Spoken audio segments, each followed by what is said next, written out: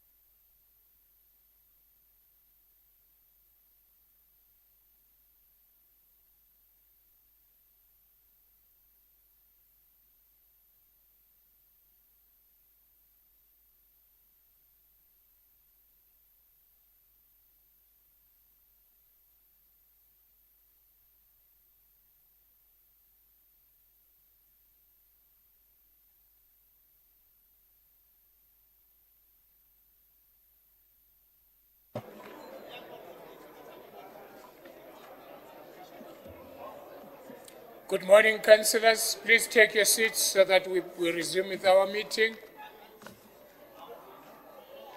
Take your seats, councillors.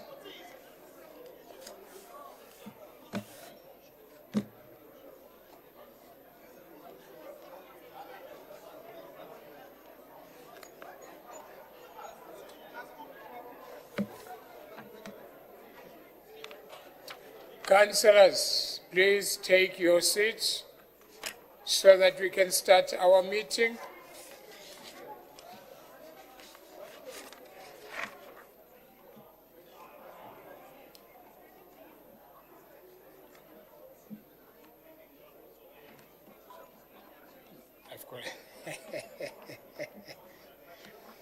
Honorable alderwomen and aldermen and councillors, due notice was given of this council meeting. We are a quorum, and I therefore declare this meeting duly constituted. I trust that you have all signed the attendance register for this meeting. Kindly note that it is of critical importance that you sign the attendance register. If you do not sign the attendance register, you will be marked absent as absent from this meeting in the minutes. May we now begin with our council meeting by observing a moment of silence and prayer or meditation, please.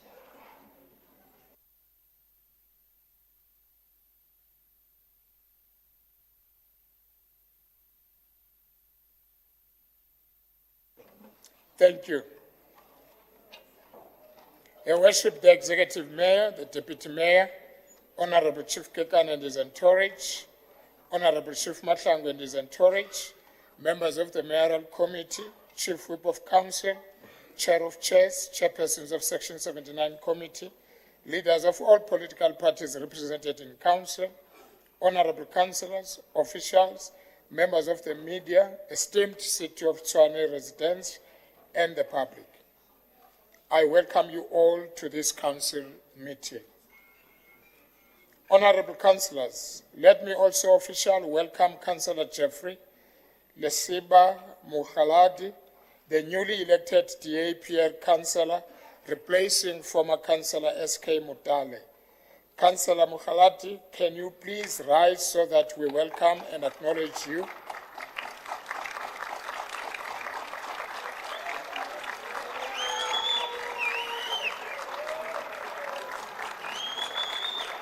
Thank you very much. Thank you. Congratulations and welcome in the City of Tshwane Metropolitan Municipality. Application for leave of absence. Honorable councillors, for purpose of informing council in as far as leave of absence for councillors from this council meeting is concerned, I will now call on the Chief Whip of Council to present to Council the approved leave of absence of councillors. Chief Whip of Council.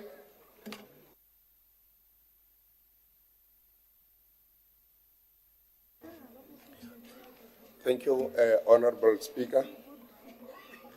Speaker, the following councillors have been approved in line with our city processes in requiring leave of absence. Councillor M. de Klerk, DA leave. Councillor Flora Munama, Action SA, sick leave. Councillor H. Khafane, Action SA, maternity leave. Councillor N. Patel, ANC Family Responsibility Leave. Councillor T. Mukhale, ANC Family Responsibility Leave. Councillor N. Mchumi, ANC Sick Leave. Councillor E. Mutubatsi, EFF Sick Leave. Councillors who are arranged to arrive late. Councillor Obakeng Ramabodu, EFF, 12 o'clock. Benjamin Disolane, EFF, Michael Ndofu to arrive at 11 o'clock, Councillor Godwin Ratikwane to arrive at 12 o'clock, Councillor Rabasoto to arrive at 12 o'clock. Councillors who are requested to leave early, none. Speaker, thank you very much. Thank you very much, Chief Whip of Council. Official notice. Honorable Councillors, casual vacancy had occurred in Council as a result of the resignation of Councillor S.K. Mutale, DA PR Councillor. Honorable Councillors, in line with item 18 of Schedule 1 of the Local Government Municipal Structures Act 1998, Act 117 of 1998, I have received a communication dated the 25th July 2025 from the Independent Electoral Commission declaring Councillor Mukhaladi, whom we earlier welcomed in this council meeting as the replacement of Councillor Mutale.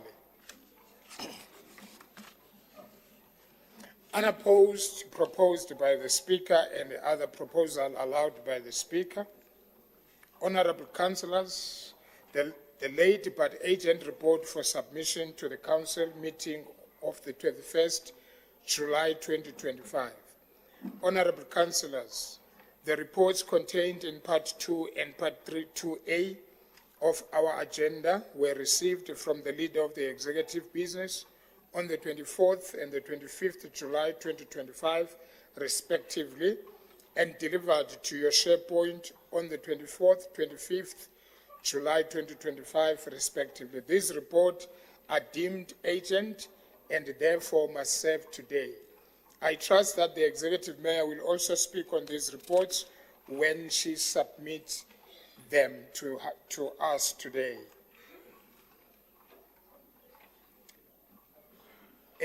Reports allowed by the Speaker and his discretion in terms of Section 81K of Rules and Orders. Honorable Councillors, Section... Yes, Councillor. What are you rising on? My apologies, Speaker. There are a couple of distractions that might happen. I'm not aware that you have passed item D and on your unopposed motions. Okay, thank you.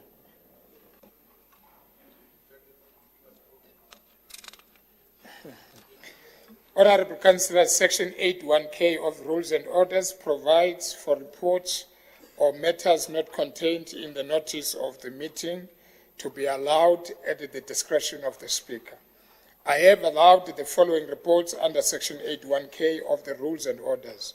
Office of the Chief Whip of Council, report on the referral from the Office of the Speaker to the Special Committee for purpose of investigation, alleged breaches of Item 4A of the Code of Conduct for Councillors for the period 1st July 2023 to 30th June 2024. We will get to these reports towards the end of the agenda. Then Item 3 on the unopposed resignation of Councillor Matsibatila as the DA PR Councillor in the city of Tshwane. Honorable Councillors, today it is the last council meeting of Councillor Matsibatila following his resignation as the DA PR Councillor with effect from the 1st of August 2025. Councillor Matsibatila has been with the city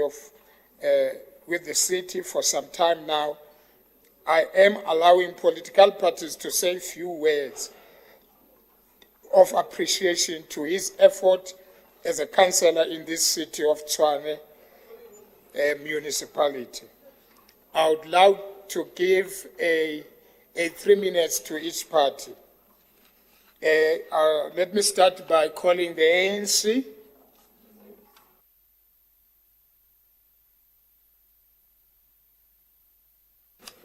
Well, thank you very much, Speaker. Let me take this opportunity to greet the Executive Mayor, Chief Whip, all councillors, and also special greetings to Councilor Madzivade, my younger brother. You didn't know for this many years that he was here. Me and him, we share a special relationship. When he decided to come and join council, I'm one of the people that he called and ultimately drove to Mamelodi to come and consult. Those that don't believe, there is evidence to that effect. You are welcome to go to 29355/1 Matimba Singobile Social Development Center. You will find a light in complexion lady there who's a principal in an ECD in Ward 16, who took care of my child when she was born. Little did I know that it is his mother.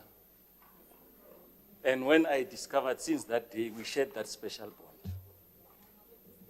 So when he was about to decide that he wants to come here, he came to consult and said, "Hey, my brother, how is the situation there? What's happening? Is it wise for me to come there?" To be honest, I said, "Don't come. Kubi apa. Don't think it's a Mantashe thing, it's my thing." Then for some reason, he consulted elsewhere and ultimately he arrived here without even confirming with me first. Then I welcomed him. Then I took him through the motions here in council. Unfortunately for him, he was deployed in the least favored departments by his party. I mean, it is an obvious case that it is not in the best interest of the DA to resolve the land issues, to resolve the housing problems of our people. And he kept on consulting. And I told him and I advised him to say, "You must develop a thick skin." It is not by accident that during his tenure,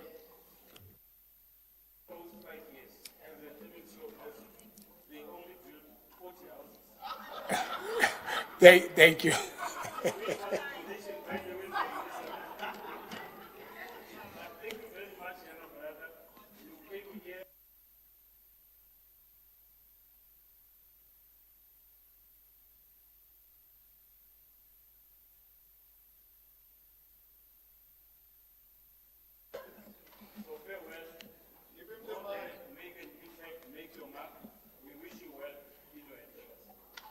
Thank you. Can I then call the DA?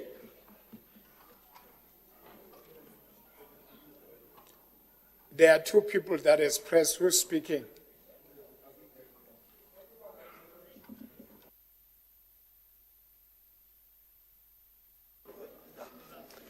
Yes, Speaker, we are so eager that more than one of us want to speak, but I'll call in the privilege as the caucus leader. Speaker, I'm very happy that Ofense Madzebatela took the advice of somebody other than Councillor Marashane when he indeed decided to leave his profession and to enter politics as a member of the City Council. I also want to confirm that indeed the portfolio to which Councillor Madzebatela was appointed in my tenure as executive mayor, human settlements is a difficult portfolio. I wouldn't describe it as Councillor Marashani does as undesirable, but it's difficult. And the principle, I think, there is you send your best people to your most difficult portfolios. And I think that his service in that portfolio more than confirms and justifies that choice. And it was a particular pleasure for me, among many others, to cut the ribbon on work done by successive administrations on the Townlands housing development, as well as the houses built for disabled people in Attridgeville, proceeds of the Mayoral mansion that was sold a while ago.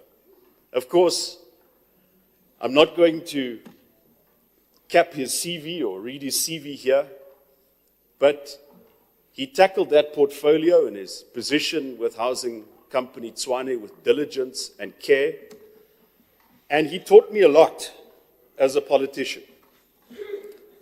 I am a migrant to the city from Limpopo, and he's a son of Tshwane, grew up in Garankuwa, and it's important for a diverse leadership of a political party and a government to learn from each other, to take each other to certain places, and to share certain human experiences so as to deepen one's empathy and understanding in the exercise of government responsibility.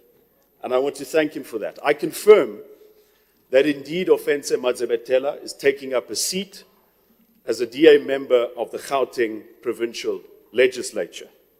I also confirm that his constituency will be in this city. So very much those who had hoped to see the last of him, you will be disappointed. But most of all, I look forward to having him back very soon under a DA-led city government. Thank you very much, Speaker. Thank you very much. EFF.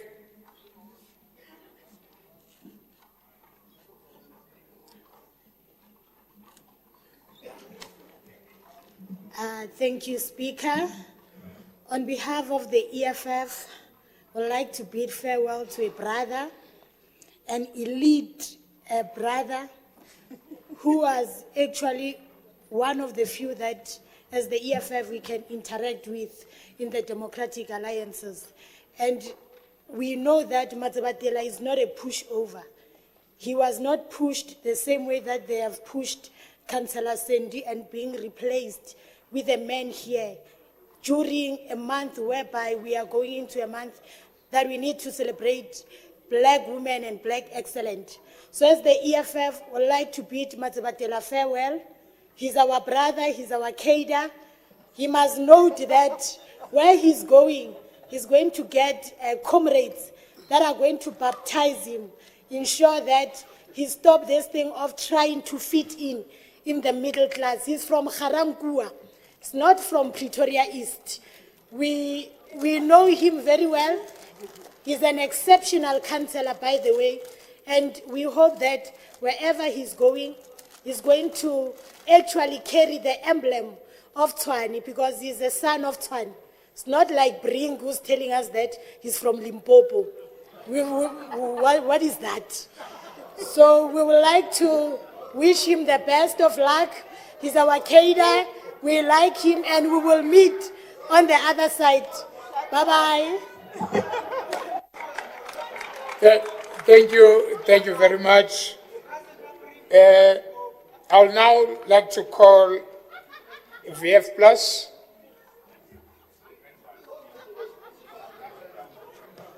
Thank you, Mr. Speaker. It is my privilege. Thank you very much, councillors. Thank you. It is my privilege to say a few words about. Just a minute. Please, can we allow? Thank you. It's my privilege to say a few words about now Councillor Madzebetela. Oh, just hold on, councillor. No, I heard you. Whoever that did the list, next time correct it. Can I call Action SA before you, VF Plus, please? They're most welcome. Thank you. Action SA?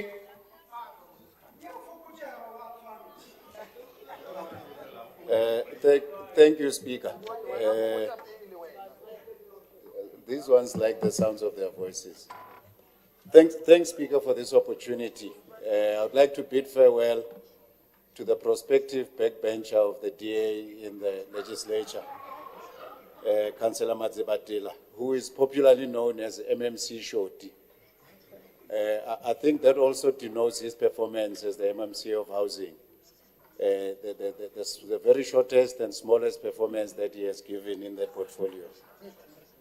But whilst we did not have the privilege as Councillor, the one who introduced him to politics, Marishan, to know him closely and very well. We did, however, work very well with him. We had a cordial relationship and respectful working relationship, which we maintained throughout our time in council until this day. So he will miss us because there no one will care much about him. He will be missing and thinking about us deeply. However, his presence has been part of a collective effort, Speaker, that makes this chamber work. Shame, he's got a mouth on him. We like him for that. You know, even though our debates, disagreements, there was always a sense of purpose and commitment, and that's what we like about him. Mfanako Garanga. We wish you well, Ntate Madzibatel.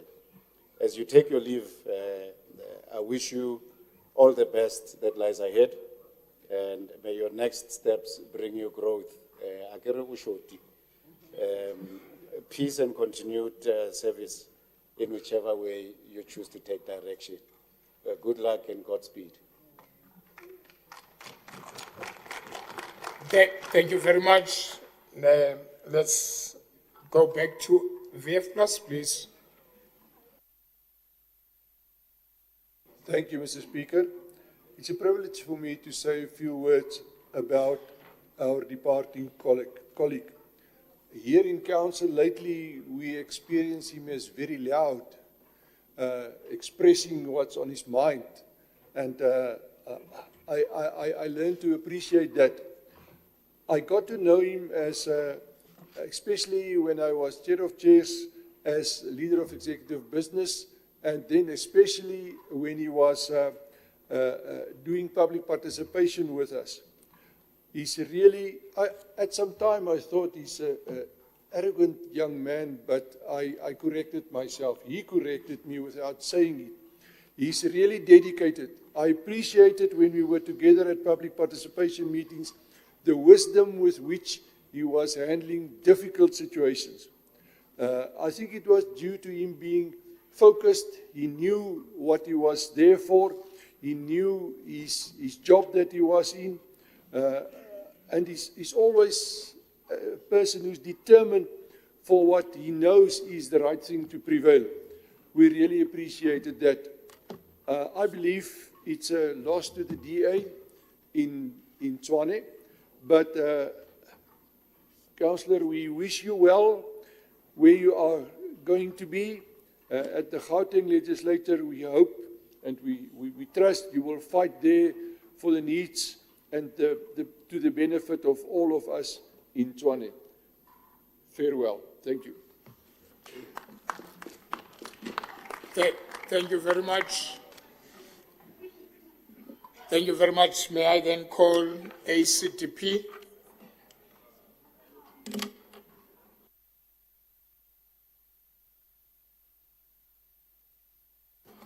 Anyone who is available.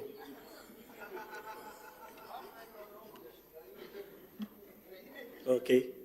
Thank you, Speaker. Thank you. Mona Mudimu, I didn't know that you are leaving, actually. You're such a humble man, you know. You're one of the people who have made me in this council to feel welcomed. And you're one of the guys that you always give advice politically, because this is my first term of council. The wisdom that God has given to you, I believe that you're still going to use it forward. I wish all the best. I wish Mudimo Fecheletenchi. I wish Mudimo Tarepila. Where you going? We'll miss you, my friend. We'll miss you. Retro for coffee. With language of Unyaka Uyaga. Rilo Ulo Ipsina Fela. It will be on me. Please make yourself available for that. We pray that God must expand you and increase you. And I believe even your family is very happy when it comes to your political career. But we believe that you won blue tickers. Now, we still, the relationship will still be the same. We appreciate you. Thank you. Thank you very much, IFP.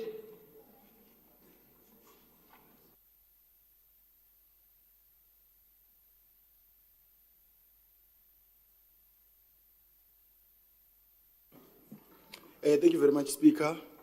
Greetings to you and Council. And allow me to bid farewell to a brother, a friend, and a colleague, Councillor Matsibatela. He has been a good friend. And the journey we traveled with him, it was full of advices and wisdom. And your robustness, commitment, and dedication left a mark in the City Council's work and in us all. So, Tsabi, I wish you all the best. In Mfowethu, you know where we meet. Thanks. Thank you very much. Can I then call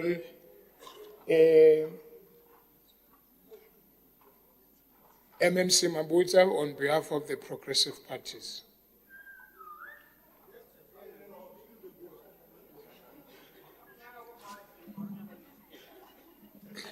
Thank you, Speaker, and good morning to everyone.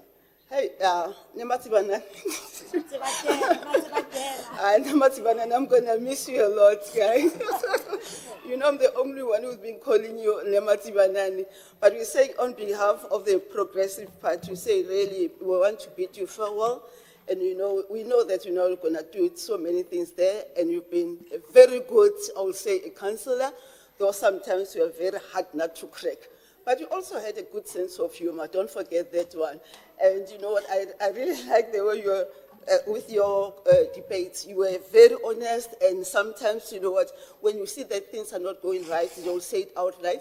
But again, you know, you still give us an advice in this direction. So we really, really appreciate you, and we appreciate your work. And I hope wherever you go, you know, we're going to make sure that, you know what, you put it 20 first, and you make sure that, you know what, you raise that flag for us. Thank you so much. Thank you very much. Can I then call the Women Multi-Party Caucus?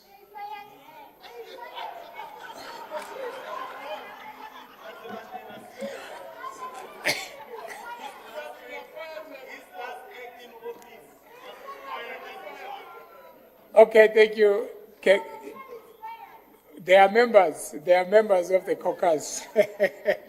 Can I request if there is anyone that will speak?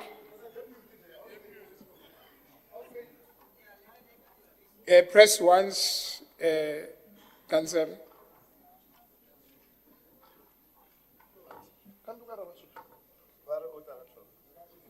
Who's speaking? Get that speaker. Okay, go ahead, ma'am. Rikiches Bakasekelebo speaker, Kidumedisha honorable councillors, Kidumedisha Babu Hoshing, Kiboya Kelebo Hishes Bakases, Sa Councillor, Mazibatela, Dima Alfema, Talabotalico Oyankoting, Wetel Let's One, Obele Maitswar Amavoti, Obonchar Watwani, Renale Maitswar. O mon councillor o balo lo khotla DA le represent our former chairperson ya multi-party women's caucus re le wena stule se sko adula comfortable one le wena o motsile re a leboga re ba multi-party women's caucus re a leboga speaker. Thank you very much.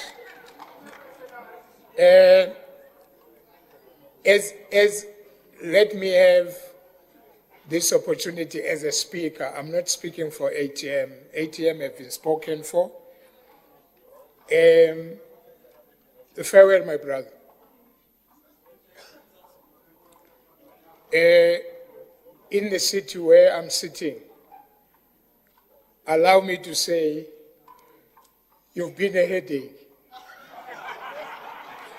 But, in a very progressive way. Sometimes you'll keep me on my toes, but because I've got a thick skin, I won't allow you. And I'm glad today that I'm not calling the orderlies to take you out of the house. You are leaving the house because you are taking a better step for your future, and all the best. It's been good working with you. It's been good having you in this council. There's one thing that I've realized or that I've noticed about you. Even if we disagree, even if you are angry, because sometimes you'll be very angry, shouting at me. But when we go out of this chamber, you smile like as if there's nothing happened. Then you come back to say to me, Speaker, please treat me well. And you'll be saying that smiling. Keep that humanity and go to the province.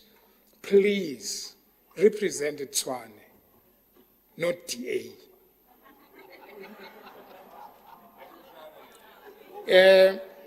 I had an opportunity today to sworn in some councillors of DA, and you were there. And the message that I'm giving you, I gave them. To say, as much as your chief whip will appreciate for you to serve DA, but as a speaker, I will appreciate if you serve the people of Tshwane. Go well, my brother. We'll definitely miss you. Thank you so much.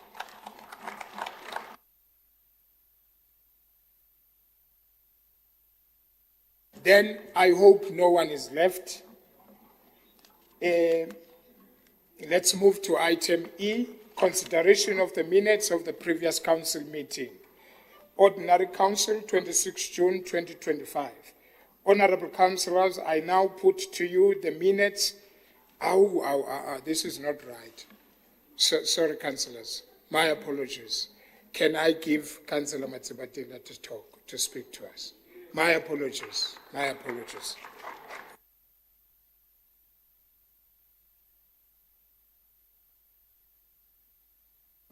Speaker, for the sake of time, I will just say thank you very much, colleagues. It's been a very wonderful 4 years of serving with you here. And I've learned a lot from all sides of the aisle. I've had the privilege to be in government, to be in opposition. And I want to thank, most importantly, the party that has deployed me into this house for the opportunity that they've given me. I'm sure if one was in the ANC, I'll still be number 1,100. So, true to who we are as a party, equal opportunity and fairness. And it is demonstrated in how we do things and how we proceed. Awit Marishani, the person, or you are not here, the person that finally convinced me to take up this seat is behind me, Councillor Katlo Matebe, the former speaker. She was in my constituency, and she's the one who finally gave me that advice to say, no, you'll be a good addition. Let's go, my son, and I'll be available to hold your hand. So that is just to answer Tate Marishani, who finally convinced me to be here. Colleagues, thank you very much. As Councillor Brink said, I will see you soon. Thank you. Thank you very much. Okay, I'll now...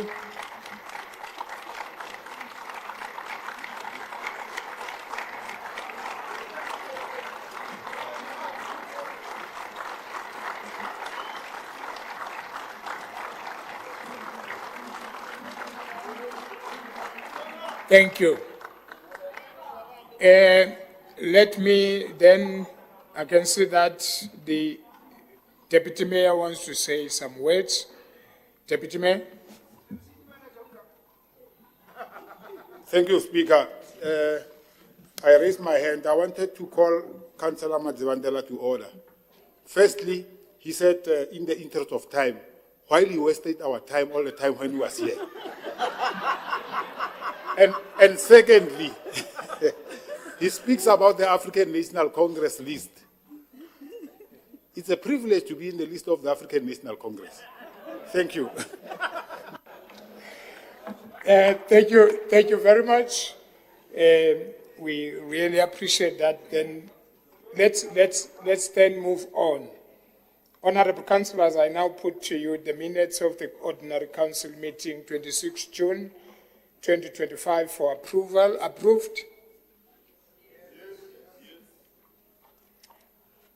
Special Council Memorial Service of the late Councillor TM Masemula, 18 July 2025. Honorable Councillors, I put to you minutes of the Special Council meeting on the 18th of July 2025 for approval. Approved? Approved? Honorable Councillors, we've got minutes in committee. Honorable Councillors, I am deferring these in committee meetings to be dealt with when with later during the meeting when we consider the confidential report contained in the agenda. So in other words, we'll deal with these minutes when we get to the in-committee item. Let me call now the Executive Mayor to table the reports. Executive Mayor. Thank you so much, Honorable Speaker. Good morning to you, to the Deputy Executive Mayor, Honorable Chief Kekana and his entourage, Honorable Chief Mahlangu and his entourage, and it's quite, I was gonna say cool. It's a pleasure that we have both the chiefs in our midst. We don't see them a lot, so it's very good that they are here, Speaker, and we very much welcome them. I would like to greet the members of the Mayoral Committee, the leader of Executive Business, Chief Whip of Council, Chair of Chairs, Section 79 chairpersons, leaders of all political parties represented in Council, my fellow councillors, officials, members of the media, and most importantly, the residents of Tshwane. Speaker, let me also add my voice in bidding farewell to the only person in this council who calls me Sis Nasipi, because I'm older than him. So, Matsabatela, you're really a cool brother. I really hope that you take your heart to serve more people, the people of Gauteng, and I look forward to your rise in leadership in this country. We really need more youngish leaders like yourselves who lead with their heart. So thank you for the service in the Council of Tshwane, but thank you for being a brother in the process. So we bid you farewell. We will see you when we go to account at Kokta, the province. Don't pretend you don't know us when we are there. Speaker, I think we must thank the support of Council as we're laying to rest Councillor Masemula. We were able to lay him to rest at his home in Limpopo, and everything went well, and that was not going to be possible without the support of this council. So we truly want to thank the fellow colleagues for allowing us to offer him a dignified funeral service. I thought it was important, Speaker, that we give feedback that we did as we had requested and how the council had approved. And the family also expressed the well wishes and the words of comfort from our side during the memorial service. So I thought it was important we give that feedback to Council.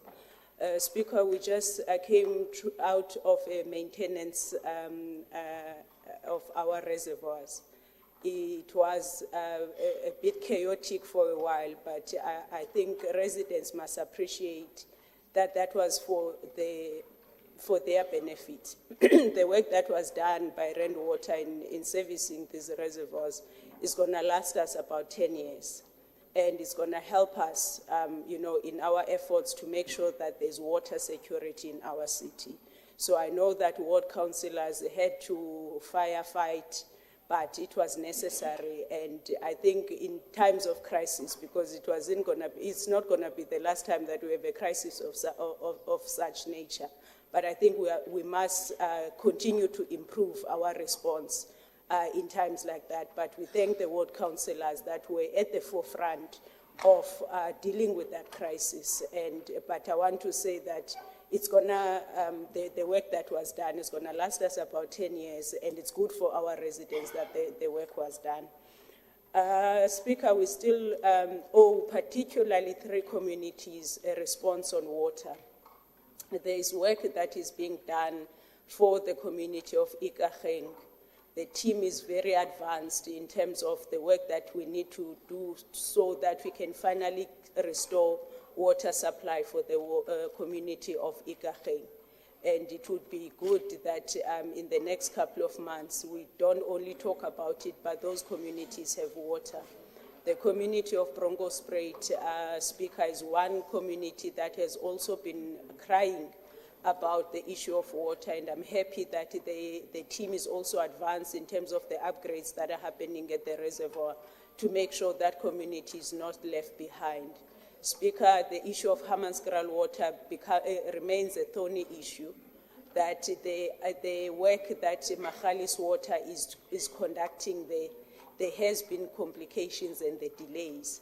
We have communicated and continue to communicate with the MMC, with the councillors, with the communities, but it remains a thorny issue that we need to support Magali's water, however we do, so that we can finally deliver on the promises that have been made to the community of Hammanskraal. We have not forgotten.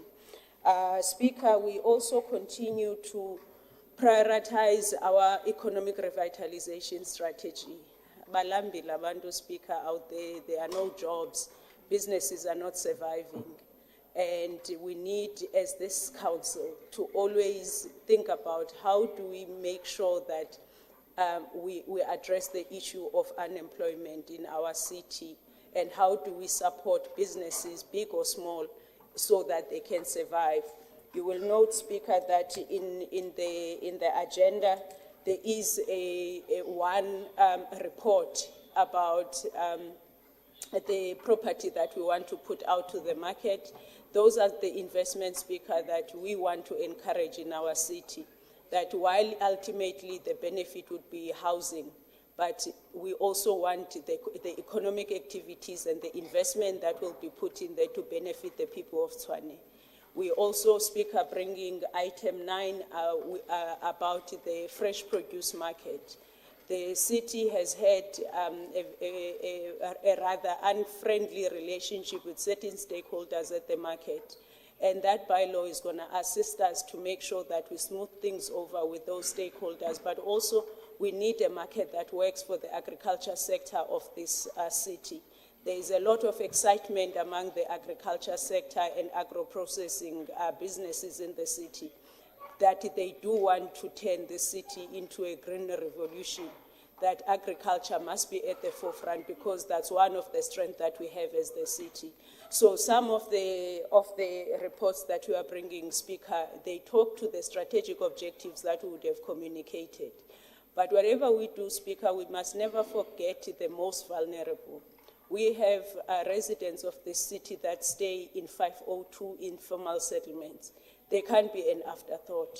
So one of the reports that we are bringing, Speaker, they deal with one element, but a very important element if you're looking at the health of our residents, and that's the issue of cleanliness in informal settlements. So there is a strategy that we are asking council to support us on, so that we can make sure that the residents of informal settlements are not subjected to debt and also their health is protected. So those are some of the reports, Speaker, that I thought I can highlight. Speaker, there is a confidential report that we are bringing and would like to talk more about that when we are in committee, if you may, that I don't talk about it now. But most importantly, Speaker, as a last point, I would like to bring certain changes in terms of section 13, subsection 5, to item 9. The first addition that I would like to propose, Speaker, is that on the body of the report, that there is a sentence that we want to add there and this sentence was discussed at programming, but it emanated from a strat plan by the Economic Development Department and TIDA.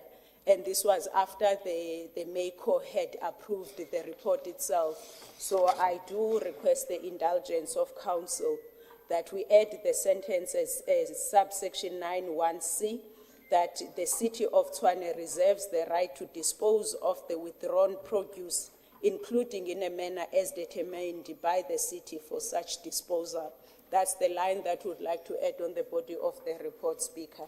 And secondly, on the same report, Speaker, there was an administrative error that was done as the report was being dispatched to the Speaker's office, where the comments of the MMC, where the administrator put the wrong comments under the comments of the MMC.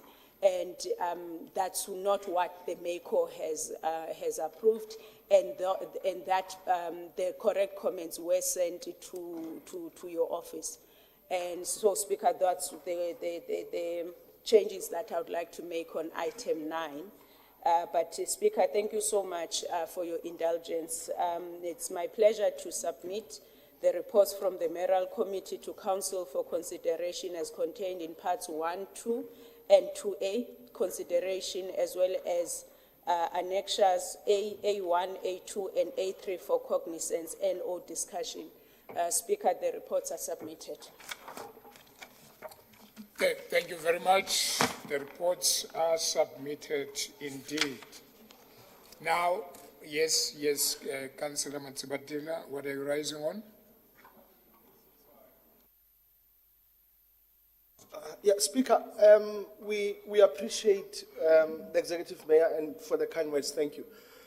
But what the Executive Mayor is bringing forward, can we have it in writing, especially on the bylaw? Can we have that in writing so that we can be comfortable with what is in the content? But also we would advise that maybe because there's additional information and very important information around disposal of waste, and we have seen the Executive Mayor going around closing people's businesses. We are worried that they might confiscate people's produce and then decide to deal with it in a manner of the recommendation. Can we ask, Speaker, to protect hawkers and informal sector market? Can we ask that this report be withdrawn and they will bring it back next month once it's cleaned up? Let's not rush this. It's an important bylaw, and let's make sure that we are doing the right things. We can't haphazardly bring any important recommendation of this nature, and especially in the light of what has happened recently last week. This is very dangerous, and I'm advising Council to be wary of this. Thank you very much.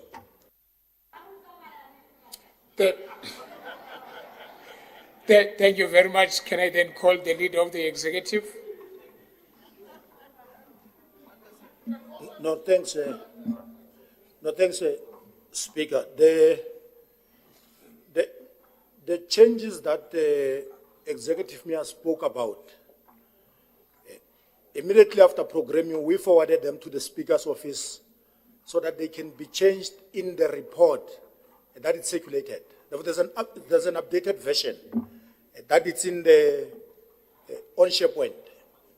But what was going to be unfair was those changes not effected in council, because that report belongs to the Executive Mayor.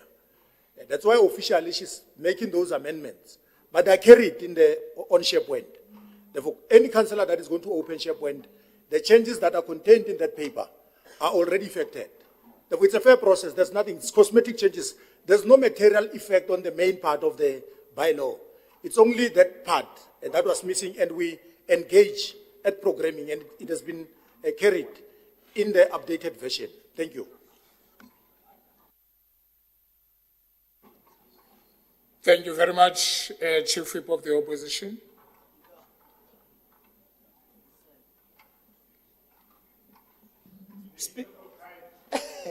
Speaker, I become confused with what the Leader of Government Business is saying. He's saying it's not material, but except. So once you do that, it means that it is material.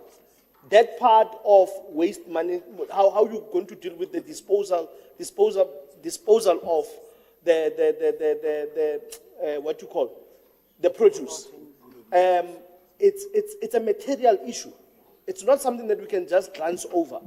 And I'm still repeating, we are then going to trend in a point where now you confiscate something from someone and you reserve the right to deal with it in that manner.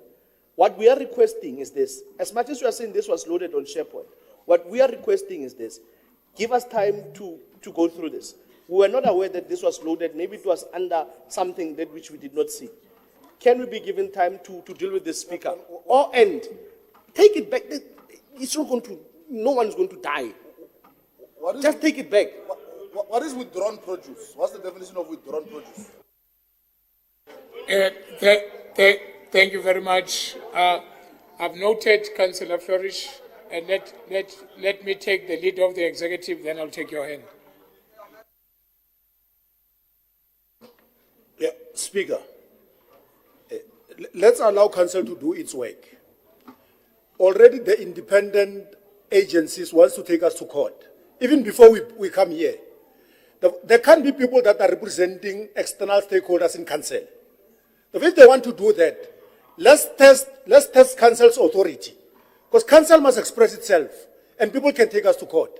Therefore, what we are saying in essence, we are asserting the authority of Council. Therefore, let's debate it when we table item 9, and see that people that do not have interest of Council and the community, and they want to represent agencies that are profiting out of an asset that belongs to the community.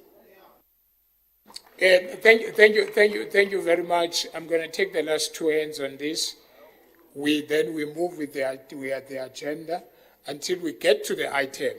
Because what is going to happen now, we are going to find ourselves debating this item, whereas we are not even there to it. Can I get the hand of Councillor? Yes, Councillor. Councillor Flourish. Thank you, Speaker. Just a point of information. I don't know if the opposition is aware, but they do have access to all of these reports. And I do encourage them to read them before they come to council, because they're actually exposing themselves. What they are actually trying to do, thank you. Speaker, Thank you. What they're trying to do is hold the city back from doing its work. This is a bylaw, and we as the city are going to act. Thank you. Thank you. Thank you very much. Thank you. Councillors.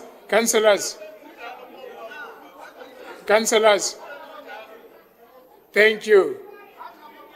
It was. Thank you. Okay, thank you. Can I? Okay, DM, you'll be the last person. Can I take your hand, Councillor Matsibatila, and say, wait. I want. He just said something to me. Councillor. He just said something to me. I want him to say it on record. Councillor. No.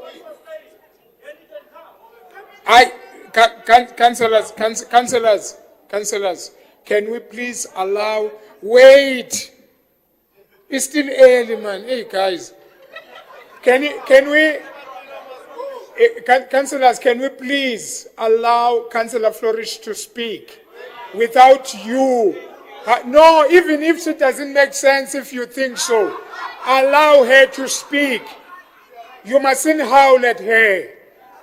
Because if you continue doing that, I won't give you Councillor Matsibatela to speak until she's done. No, I have to call you after him. So after her, she must speak, allow her to speak. Then I'll call you. Councillor? Can you hear me? Yeah. Thank you.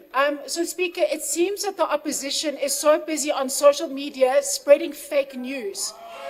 Instead of reading reports that are uploaded, every councillor has access to. I do encourage the opposition to spend more time reading their reports so they understand what we are discussing in council. Okay. Thank you. Okay, thank you, Councillor. Thank you, Councillor. Councillor Matsibatila. EFF is the one opposing you on social media. Sharp Councillor Mtimunye. Councillor. Councillors, please. Speaker, I think Thabo must relax. I'm still here. He must relax. He must relax himself. I'm still here, young man. I'm still here. And you can change your mind. Yeah. And lastly, Speaker, I'm saying the leader of government business and myself have agreed. We'll debate this when the item comes. Let's move from And this point. those Speaker. senseless things, they can take them somewhere. Thank you. Thank you very much. Let's then move to part one. EDM, I forgot that you raised your hand. My apologies. No, Speaker, I wanted you to protect the councillor. It would appear there's a well-orchestrated plan to undermine her when she speaks from that side. So I want you to... No, it's unbecoming. All the time when she speaks, she's under attack. So protect her, please.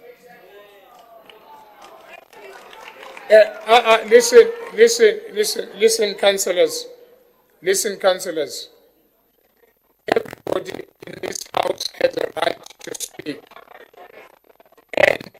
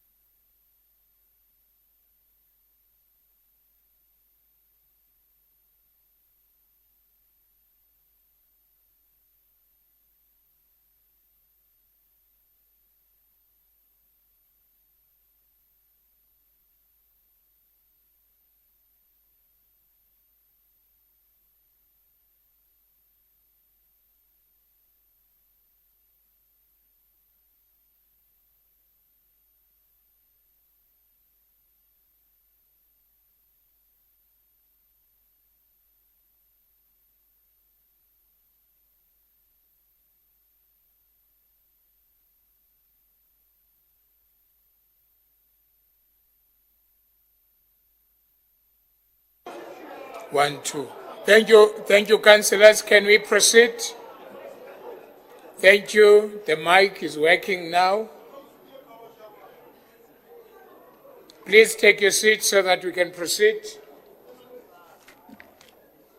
Now we are on part one from the Mayoral Committee meeting, 16 July 2025.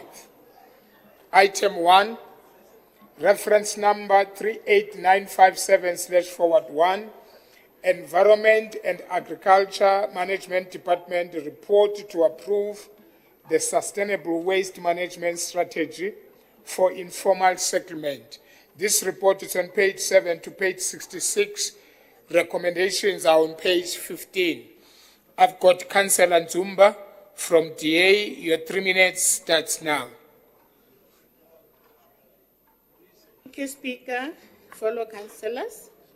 Today, we are asked to approve the implementation of sustainable waste management strategy for informal settlement, while we acknowledge and support the intention behind this report, namely to improve waste services in our most undeserved community. We cannot ignore the need for greater clarity, accountability, and financial discipline. Let me be clear, the challenge in informal settlement are seriously inconsistent collections, illegal dumping, unsafe infrastructure, and a lack of basic services continue to harm both people and the environment. We welcome the city's effort to engage community and credible partnership like Asivikelane to co-design solution. However, this strategy remains too vague in critical areas. Most notably, there is no costing framework, no indication of how this will be funded, and no clear breakdown of service standards or key performance indicators. Cape Town, by contracts, have adopted costed phase plan. Tshwane cannot afford to approve open-ended strategy without financial discipline, especially under structures of National Treasury's Circular 35 on cost containment. Speaker, the absence of our budget raises real risk, not just to delay, but of possible maladministration and tender irregularities, which have unfortunately become too common in this administration. We must not allow another well-meaning strategy to become a vehicle for wasteful expenditure or corruption. This council has a duty to ensure that public money is used with care and impact. That says, we also recognize the potential upside if properly implemented. This strategy could create real economic opportunity for local residents, including job creation through community education, recycling cooperatives, and informal waste partnerships. But this benefit will only materialize with a plan that is clear costed and community owned. So while I support the direction, I caution this council do not approve the blueprint that has no building plan. We should insist before adoption on a detailed costed implementation plan, minimum service standard and enforcement mechanism, poor and internal capacity, not just reliance on external partnership, and clear accountability measures to prevent corruption and procurement abuse. Let us deliver not only promise, but lastly, result. As the EM said, balambile abantu, as the city, let's focus on spending the city finance wisely and transparently. I thank you. Thank you very much. Operator, may you please allocate time, please? Please, operator, let us not have an open, thank you. Now I'll call Councillor M.A. Mashapa, ANC. Your 3 minutes starts now.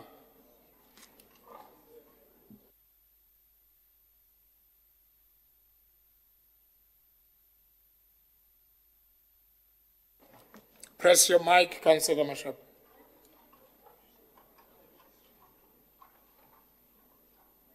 Or if your mic is not working, move to another one. Yep.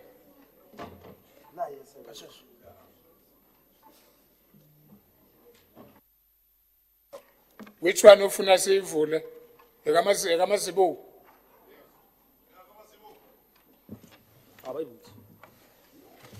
Go ahead. Thank you, Speaker. I'm Councillor Malefani. I will be speaking on behalf of Councillor Mashapa. Speaker, the National Environment Management Act Appeals Authority plays a critical role in ensuring fair accountability in environmental decision-making. It provides a mechanism for individuals and organizations to challenge decisions made under NEMA and its associated Specific Environmental Management Act. The request to utilize existing air quality appeals panel of experts highlights the importance of specialized knowledge in environmental matters and aims to streamline the appeal process by leveraging the relevant expertise.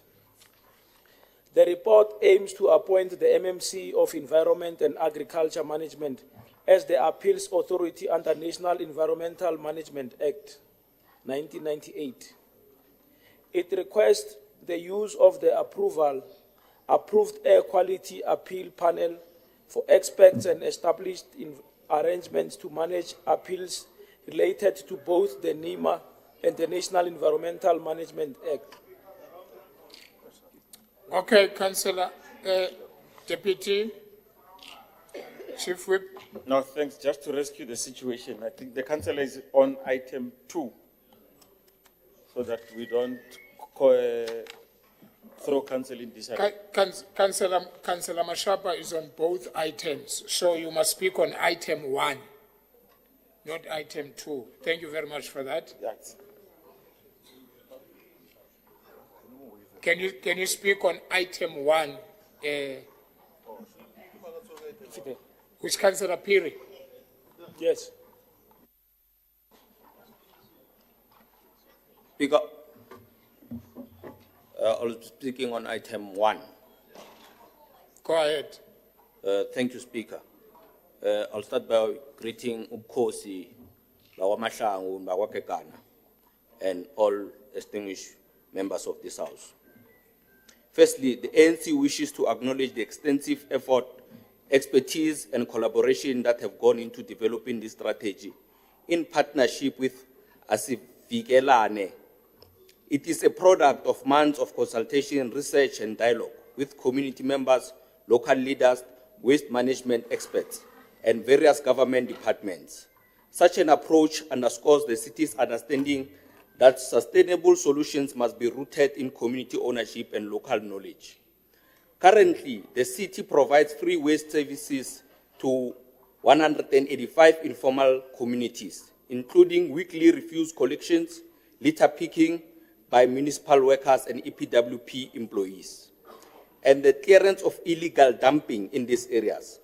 Despite these efforts, several challenges persist, such as insufficient waste bags, fluctuating community populations, environmental issues caused by repurposed bags, and inconsistent collection schedules worsened by poor road conditions and illegal electrical connections.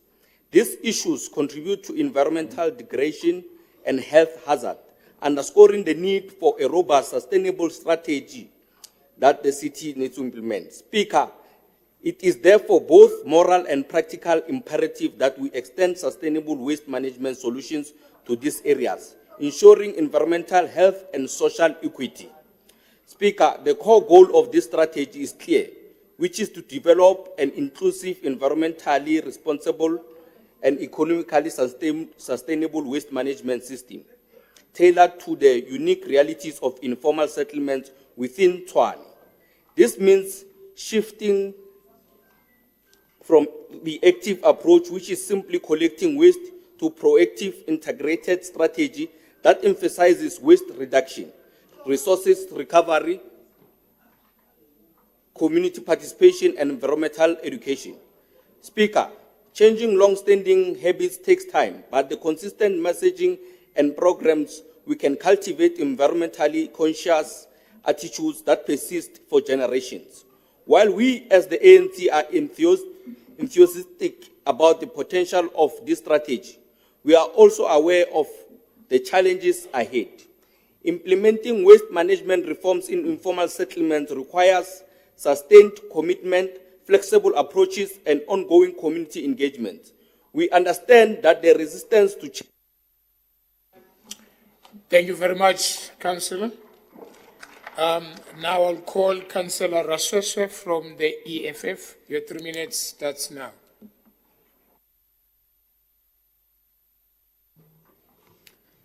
Thank you, Honorable Speaker, Chief Kekana and his entourage, fellow councillors and all distinguished guests. We have a very important report before us requesting the approval of council to advance the interests of our community, who have been marginalized for the past 8 years until the new administration took control of the city.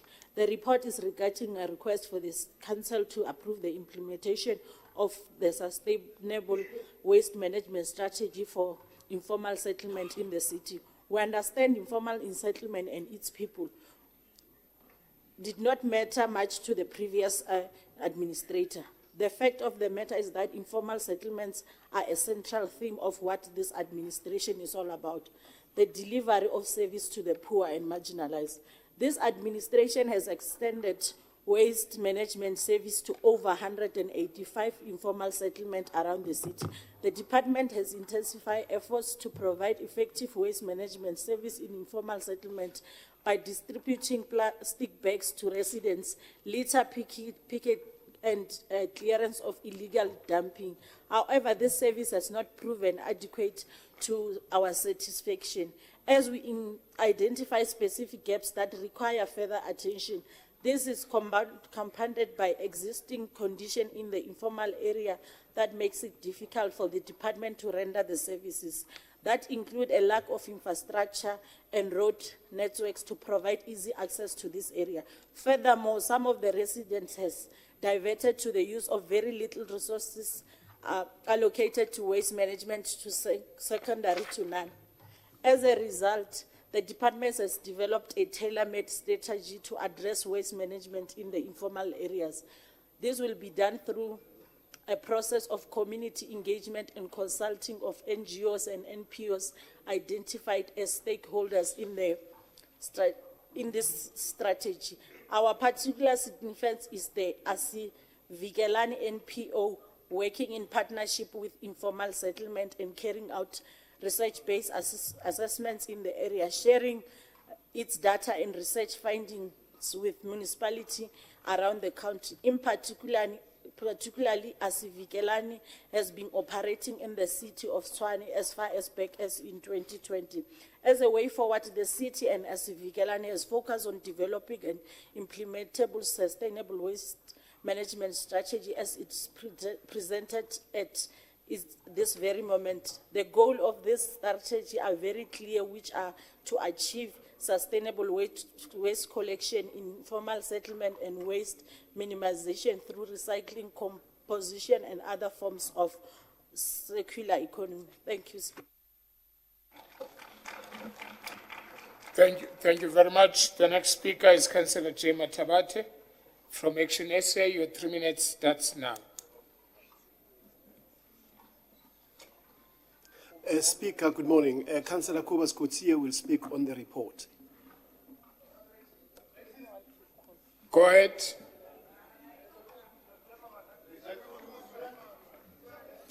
Honourable Speaker, Member of Council, I rise today not just to support the report, but to confront a legacy of exclusion, of environmental injustice, and of communities made invisible by design. Tshwane is home to 502 informal settlements, but these are not just numbers. They are echoes of history, of forced removals, and of apartheid spatial planning, and a post-1994 promise still waiting to be fulfilled. From a rubber start to Lady Selborne, our city informal settlements trace a painful lineage. In the early 20th century, black communities were pushed to peripheries, first by drought and dispossession, then by native urban...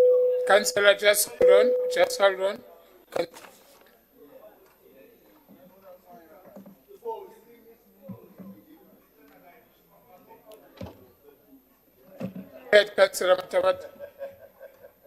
Speaker, can we please allow our member to speak? Let's get these people to keep quiet when our member is speaking, with due respect. Please, let's have order, DA, let's have order, please.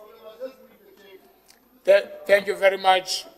Councillors, I plead with you, can you please allow councillors to speak? Please allow him to speak as much as we'll allow you to speak. Thank you very much. Go ahead, Councillor. Speaker, can we just reset it to my 3 minutes, please?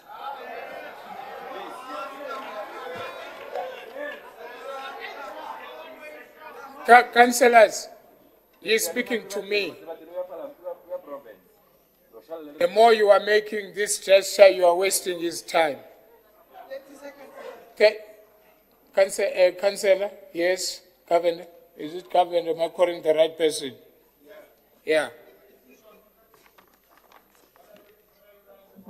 So, Speaker, it is Councillor Kutsia's maiden speech.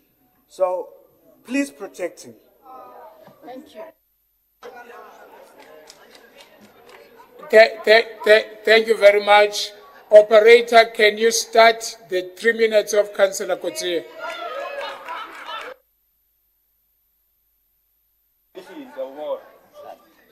I rise just to support the report, but to confront a legacy of exclusion, of environmental injustice, end of communities made invisible by design.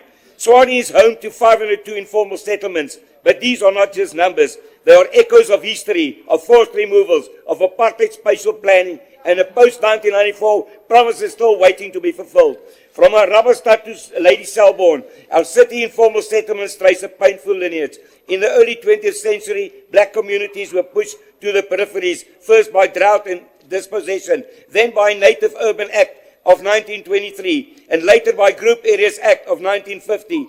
A township like Attersville, Mamelodi, and Salisbury were created not to uplift, but to contain. And when the Homelands Project failed, people returned to the city only to find themselves building homes on land and state refused to formalize. Today, these communities still live in the margins, not because they choose informality, but because the system chooses to neglect them. Let's not sanitize the crisis. Illegal dumping is everywhere. Society.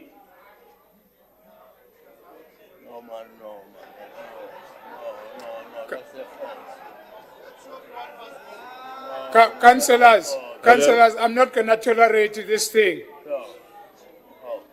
No, I'm not going to tolerate the noise that you are making. No, can't go. Councillor Matsibatila, what are you standing on?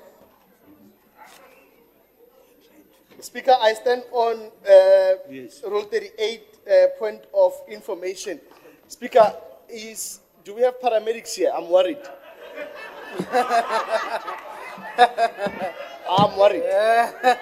That's out of order. Thank you very much. Can we continue? Continue, Councillor. Let's not sanitize the crisis. Dumping is everywhere. It's not unsightly. It's deadly. It breeds disease. It attracts vermin and robs our children and safe spaces to grow. It's a daily assault on dignity. And it's a cost us 1.5 billion. That's not just a budget line. It's a moral indictment. Money that could be used to build schools, roads, clinics, instead spent cleaning up what inclusive planning could have prevented. That is why Action SA supports the sustainable waste management strategy, not as a technical fix, but as a political reckoning. We support it because waste is not neutral. It reflects who we value and who we ignore. And we refuse to ignore the poor, the neglected, and the voiceless. In Retabiseng Extension 6, residents are barred from meetings, denied participation, and treated as if their voices don't matter.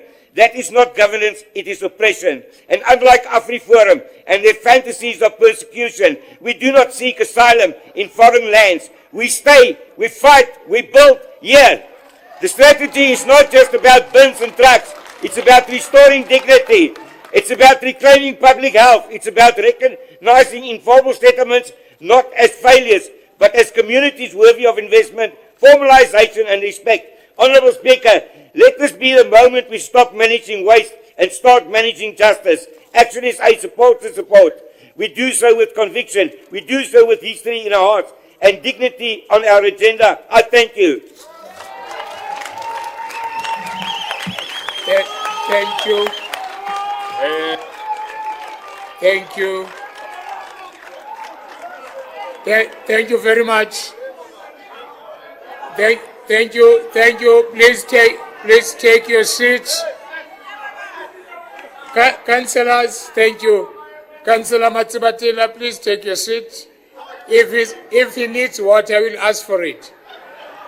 Thank you very much. I would like to call DM Motise, and after that, the leader of the executive. What are you standing on, sir? Thank you, Speaker. I'm humbly requesting you to advance the departure of Mazivandela. the energy he's carrying resonates with MK in legislature there. Thank you. Leader of the executive.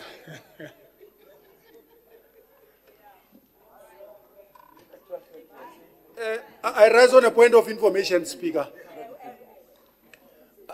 I don't know whether you are aware that Councillor Kobas is Mabena. In Region 7, they call him Kobas Mabena. Therefore, you must call him correctly. Kobas Mabena from Action SA. Thank you. Thank you. Okay, now I would like to call Councillor Hamse from FF Plus. Your 3 minutes starts now. Thank you, Speaker. All protocol observed. Speaker, this report is a noble report, and all of us here agrees that there should be a plan to tackle this glaring issue. However, there are some fundamental flaws to this report, Speaker, and they will be highlighted as follows. Conflict with the adopted budget. The 2025-26 municipal budget was approved prior to the tabling of this strategy. No conditional or ring-fencing funding exists for its implementation. No adjustment process under the MFMA Section 28 has been triggered to formally support the strategy physically. Implementing the strategy under the current conditions may lead to irregular or fruitless expenditure invoking MFMA Section 32 liabilities. Due to the above-mentioned, Speaker, the VF Plus caucus places it on record that councillors endorsing the current version may be held personally liable under the Code of Conduct for Councillors and MFMA Section 32 and 62 for any irregular expenditure, harm or statutory breach arising from the implementation.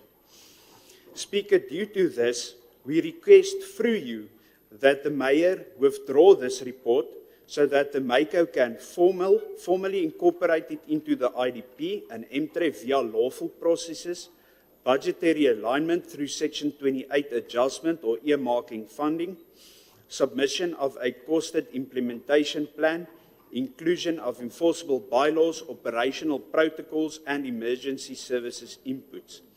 Speaker, if the report is not withdrawn, we as the VF Plus will have to unfortunately cast our dissenting vote on this item. Thank you, Speaker. Thank you very much. Can I then call Councillor TZ Zwane, IFP?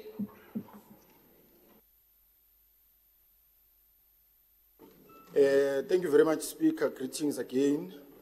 Speaker, I rise as the IFP caucus that I support the implementation of the Sustainable Waste Management Strategy. This strategy is a much-needed response to the growing waste management challenges in our city, particularly in informal settlements and hostels, where the services are often strained or entirely absent. We welcome the strategy focus on cleanliness, recycling, and composting, and we believe these are not just environmental issues, but also issues of dignity, health, and justice for communities that have long been undeserved. The reality is that informal settlement continue to mushroom across the city. This is largely due to the shortage of affordable housing and the government's inability to service all these areas. It is in this context that a strategy of this nature becomes not just relevant but essential. We are pleased, Speaker, that the city is partnering with credible and experienced stakeholders to carry out this program. The inclusion of major recyclers and the great need to have mobile buyback centers is a smart move. This will not only enhance the program's reach, but will also create economic opportunities within the circular economy. With that said, Speaker, we must address a key concern here. The mention of Circular 35 of 2022 cost containment on this report is disturbing because the strategy outlines that there is no, or rather poor distribution of refuse bags as one of the major problems, and it is mentioned as well that on 185 informal settlements, they must get this service as part of rudimentary services. Therefore, waste service is a basic service, Speaker, and I don't see this cost containment thing to be a reason for not providing refuse bags to informal settlements. We must be honest with ourselves, Speaker. Failing to provide such a basic waste management tool not only leads to illegal dumping, which not only harms the environment and public health, but ends up costing the city more on cleaning the illegal dumping. If we are serious about making this strategy work, we must ensure that all informal settlements have necessary resources, including something as basic as refuse bags. I also want to stress that, Speaker, the living conditions in our hostels are dire. Waste is piling up and the situation is a health risk. While the strategy on Annexure A clearly includes hostels, the main report does not. This is problematic. As Council, we base our decisions on what is in the report, not on the annexure, because it is what is contained on the report that becomes a Council resolution and not on the annexures. Thank you very much, Councillor. That was our last speaker on this item. Leader of the Executive, before you come in, Leader, what are you standing on, Councillor Matsibatilo?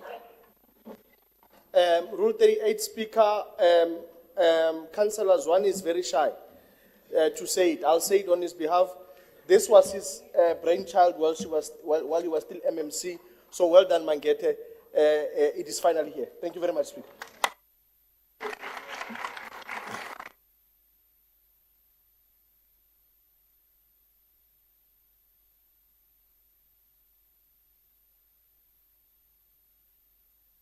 Press it. Thank you. No, thank you, Speaker. We are taking lessons that in future, if you marry somebody who was divorced, the previous husband must always praise, talks about what he did for that former wife. We are taking new lessons. Speaker, we are talking about the strategy, which is an overarching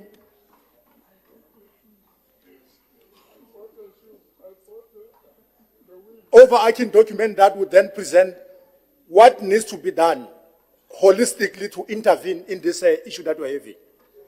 Therefore, you must also have a plan that deals with the how and the when. Then if you don't know the difference, you will think that they are the same thing. That's why the councillor that is talking about this finance budget is going to have an impact because of already adopted. He believes that we are implementing what we are proposing in this financial year, and it will have a financial impact, which invariably it might make sense if you don't know what it means to put together something that is going to be an intervention that is called a strategy. Work is done. The department has budgeted what they're doing, and we know what they're spending, we know that they're dealing with dumping sites, but the work is not necessarily harmonized into a strategy as a blueprint that must work in informal settlements. In informal settlements, we've got a bouquet of services that we are bringing, which is rudimentary services that are water and chemical toilets. But we're also collecting waste in informal settlements. The strategy says, how are you going to collect that waste? Therefore, you must bring everything together into a blueprint that is going to bring sustainable waste management at informal settlement level. That's what we are presenting. Therefore, after adopting this, the department must go back and say, because of council as a blueprint, how then do we do in harmonizing the work that we are doing and scoping it down to what the strategy is talking about, and implementing those things that we proposed in this financial year, in the next financial year, what are the improvements that we're going to bring? It means you must then talk to waste pickers, waste to energy, provision of plastics as part of the rudimentary services that we are bringing to informal settlements, backyard dwellers and other areas that need intervention. But what is also important is that we are also looking forward to solid waste that is going to become part of the business units. We must collect revenue, but we must also cross-subsidize.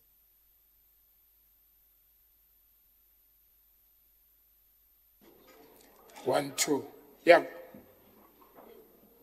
Press it again. There's jealous from Mahale. Then we must make sure that the speaker, the councillor from VF Plus, understand that we are not trying to burden fiscus. We're not trying to bring new things, because if it's impossible, the accounting officer is not going to agree that we are saying this council can budget and finalize a budget. It won't work. It's unlawful. What you need to do is to continuously bring policy reforms, put up a strategy on the works that we're doing. Therefore, that will continue. That is the role of lawmakers. But we are not bringing a plan and putting budget into the strategy that we're bringing. Thank you. Thank you very much. The leader of the executive was closing the business as recommended. Thank you. Let's move then to item 2. Yes, Councillor Zwane, are you? Sorry, Okay. Speaker, to take you back. I thought maybe Maluleka will ventilate on some of the issues that I raised on this report, because we had an early engagement, but I think my argument was clearly stated on my notes while I was reading. So I thought maybe he will try and respond on those issues. Okay, I think he likes to respond. Oh, my apologies, Councillor Zwane. The Councillor Zwane was asking, how are we going to cater hostels? Because of the currently under-serviced. They were indicated to him that hostels are formalized. The hostels, in essence, were supposed to put waste bins and collect waste because of they are like your flats, your social housing. But unfortunately, many of our hostels were under-serviced and there was poor maintenance on them. Then I said to him, let's then go and make sure that service is rendered. Because the absence of service does not necessarily mean that you change the typology of that settlement. The typology can be changed. It remains the hostels formalized, like social housing. But currently they are under-serviced, poor, and there's no maintenance on them. So let's deal with the OPEX to address what is a gap. And that should happen. Instead of saying they should also form part of informal settlements. It won't work that way. Because it's already formalized, but there's a lack of service. Then what we need to do is to go back there and make sure that through ROC, through HCT and housing department that deals with social housing, there's an intervention of what we call reactive maintenance in those hostels, and they're going to be included in solid waste and collection in their areas. Thank you. Thank you very much. As recommended. Let's move to item 2. Reference number 165/1, Environment and Agriculture Management Department, designation of MMC Environment and Agriculture Management as the National Environment Management Act, Appeals Authority and associated request to utilize the already approved Air Quality Appeal Panel of Experts to manage an EMA appeal against the city. This report is on page 65 to page 100. Recommendations are on page 81. On this item, I've got Councillor Twala from DA. Your 3 minutes starts now.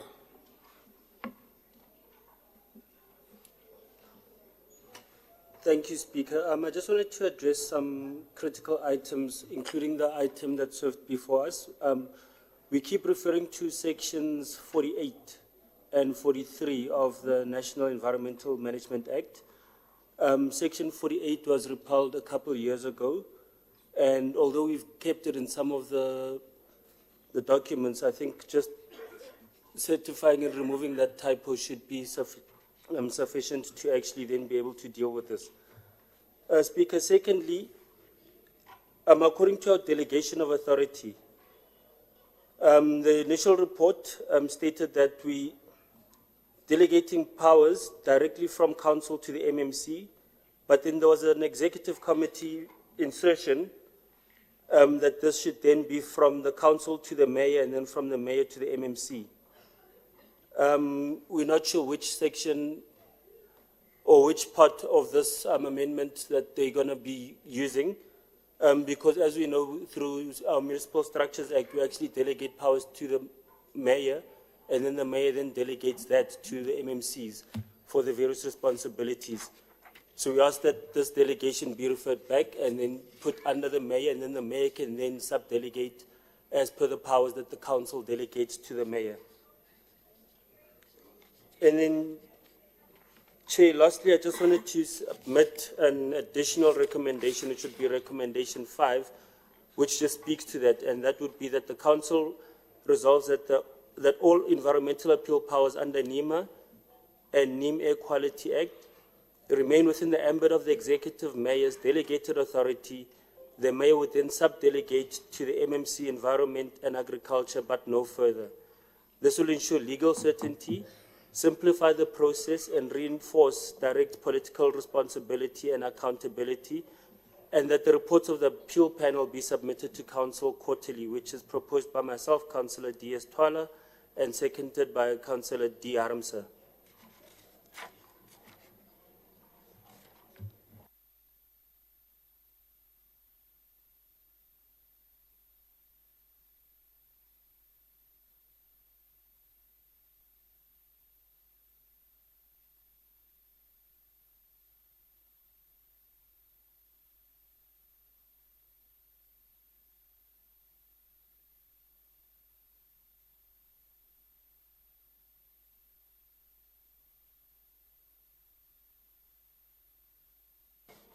Yes, Chief Whip of the Opposition. Can I have 5 minutes, caucus? 5 minutes. 5 minutes is granted.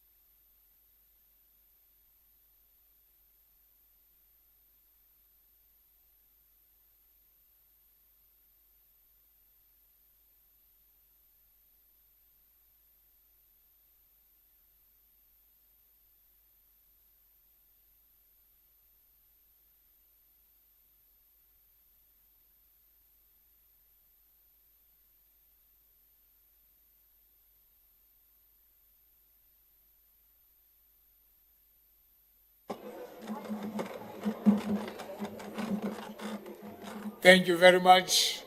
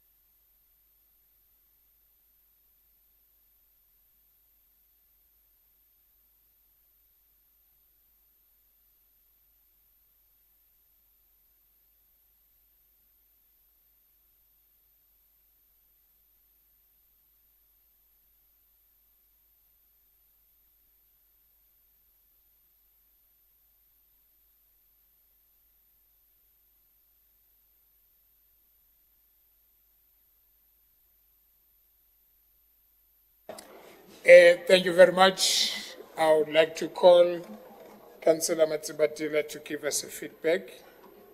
Yeah, Speaker, we wanted to rectify that recommendation. I think it's now clearer to you.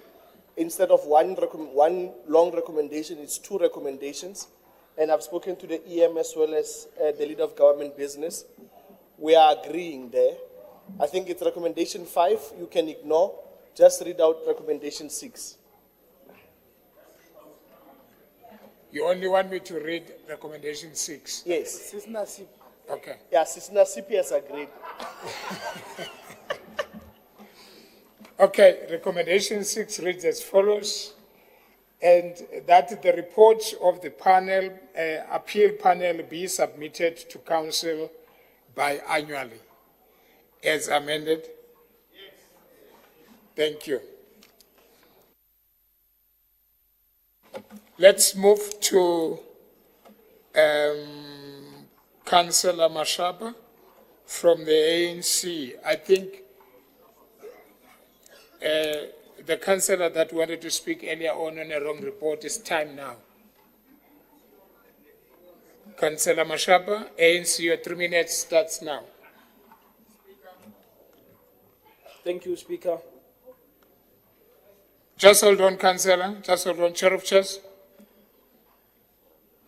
Yes, Speaker, grace and peace, Speaker. Speaker, let's not abuse him. It's his birthday, by the way. That is why he missed the first point, the honorable councillor there. Thank you very much, sir. You are still excited. Thank you very much. Go ahead, councillor. Speaker, the National Environment Management Act Appeals Authority plays a crucial role in ensuring fair and accountable environmental decision-making.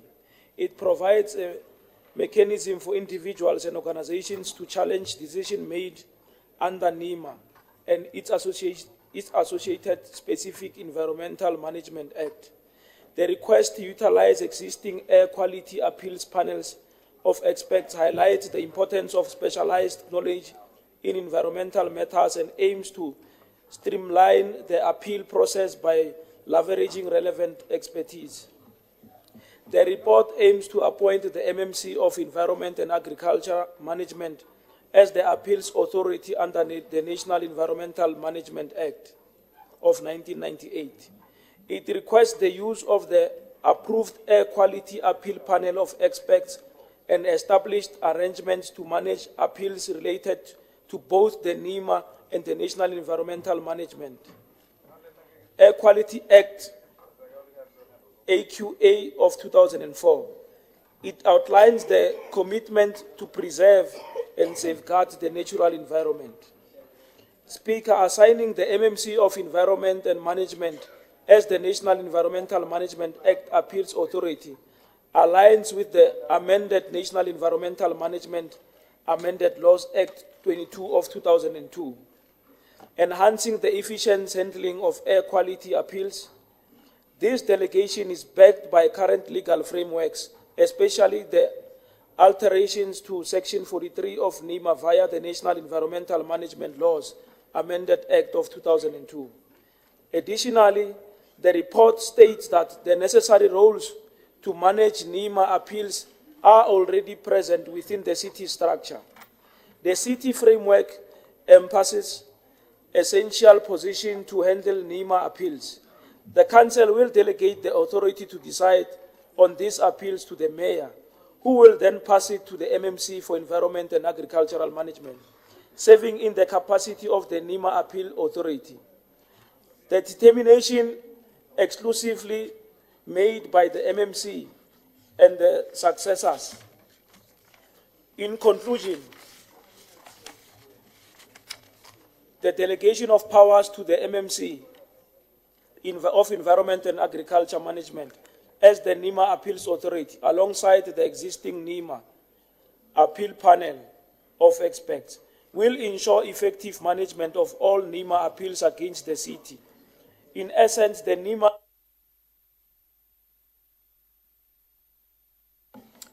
Thank you very much, Councillor. Thank you. Your 3 minutes. Can I call Councillor Matlabane from the EFF? Your 3 minutes starts now.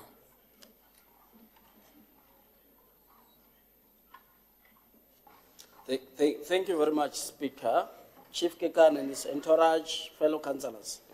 This report presents to us a report on designation of the MMC of Environment and Agriculture as a NEMA Appeals Authority. The report also makes an associated request to utilize already approved air quality panels of experts to manage NEMA appeals against the city. Speaker, from a distant past, the Gauteng Department has been a custodian of NEMA-related matters and all appeals that came with it. This, in all aspects of consideration, made the Gauteng Department of Environment a referee and a player in all matters of environment and compliance. However, with the amendment of NEMA Act, the local government, particularly the municipal council, now has the direct role in facilitating matters of environment compliance under the guidance of NEMA Act. It is for this purpose that the report before us tabled to officially designate MMC of Environment and Agriculture as a custodian of our council. This goes without saying that we are delegating these powers to one of the best MMC of Environment the city of Tshwane has ever had in its history. His record of that of his political party speaks for itself. This is evident in the clean city and livable spaces that all of us in the community across Tshwane are now enjoying under the EFF. We come from an organization that believes in preservation of natural environment as a fundamental program of our government. This makes the MMC of Environment the best candidate to carry out these responsibilities the Council is designating to him today. We believe in maintaining minimum standards of air quality to protect our atmosphere and environment. We believe in taking decisive action against polluters of the environment, particularly the industrial sector, making huge profits at the expense of the poor. We cannot, as a responsible city, neglect the responsibility of ensuring that environment assessment of major construction are taken in our city. They are critical, and our our environment will ensure, the MMC of environment will ensure that they are complied with and all businesses and organizations in the city. Furthermore, we support the panel of experts already in place in the Department of Environment and Agriculture under the political guidance of the MMC. Thank you very much, Councillor. Your 3 minutes is up. Can the councillors who are standing on a foyer take your noise outside if you don't want to be in the chamber? Can I be assisted on that? They are making a lot of noise there. And now I'd like to call Councillor Mwalus from the Action SA. Your 3 minutes is now. Thank you, Speaker, Chief Masangu and Chief Kekana Entourage, the Executive Mayor, Chief Whip, protocol observed. This report, Speaker, aims to streamline the appeals process and ensures that NEMA appeals are handled efficiently and under prescribed structure and timeframes. By delegating authority to the MMC, the city aims to enhance turnaround times for appeals, decisions which have been long-standing concern.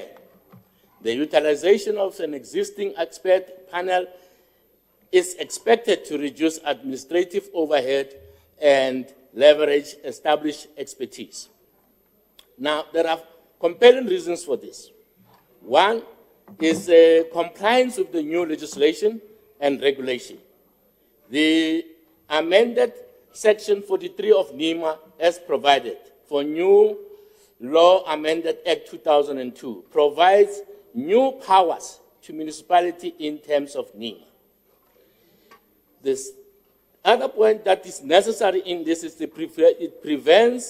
timelines prevents the delays that could lead to the exacerbated disaster risk. The second point which is compelling is the efficiency and effectiveness of appeal management. It reduces the bureaucracy. Delegating from full council to MMC streamlines the decision-making process, shortening the period required to decide on appeals. The third point of improving governance and risk mitigation is there is clarity of authority. Designating MMC as an appeal authority provides clarity on who is responsible for deciding on NEMA appeals against the city. And furthermore, it reduced the legal risk challenges against the city for delay or improperly handled environmental decision. The fourth point is the strategic alignment with the city priorities. It maintains a clean and protected natural environment in the report, contributes to promoting a safer and healthy environment as mandated by Section 150, paragraph 1D of the Constitution of the Republic. Now, the report is also supported by more than 6 departments and have viewed and supported the proposal indicating a broad internal consensus and understanding of its necessity and benefits. In conclusion, Speaker, the future of Tshwane environment is being shaped today, and we are the dedicated guardians. Thank you very much, Councillor. Councillor Amson from FF Plus, your 3 minutes starts now. Thank you, Speaker. No, I had a similar recommendation, so I'm covered by the additional recommendation accepted. Thank you, Speaker. Thank you very much. The report has been already amended. Then we move to item 3. Reference number 20096/1, Group Audit and Risk Department 2024-2025, Quarter 1 and Quarter 2 Audit and Performance, APC Committee Mayoral Report. This report is on page 101 to page 145. Recommendations are on 113. And on this, item, I've got Councillor Buikanyo from the ANC. Your 3 minutes starts now.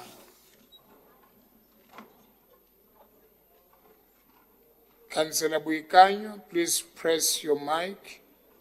If not, it's not working, move to another one. Okay. Thank you, Speaker.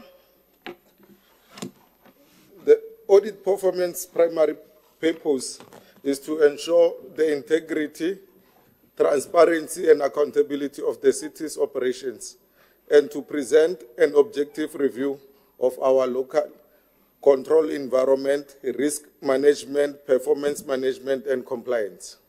Speaker, while interventions measure taken thus far by the control environment is starting to yield results, although it's still weak. The ongoing series of strategies and attitude changes being adopted as advised by the APC will bear fruit 100% in the long run. It should be noted, Speaker, that the AGSA's report raised concerns regarding internal controls across financial reporting, asset management, expenditure, procurement, and contract management, including compliance monitoring. Encouragingly, we observed improvements in supply chain compliance compared to previous years, indicating the city's ongoing efforts in the area.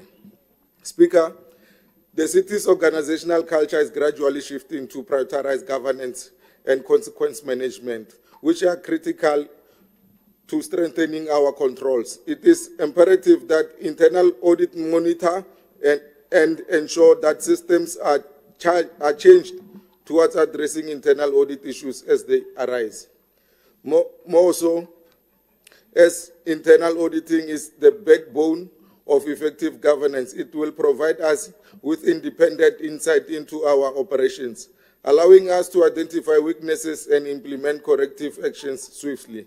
A robust internal audit function will not only improve our financial outcomes, but also enhance our operational efficiency.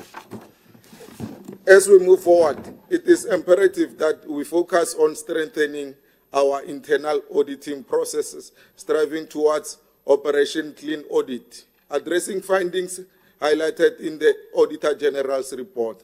Having due regards, the African National Congress take cognizance of the 2024-2025 first quarter and second quarter Audit and Performance Committee, Mayoral Committee report, and it be noted by Council. I thank you, Speaker. Thank you very much, Councillor. Councillor Chipi Fesa.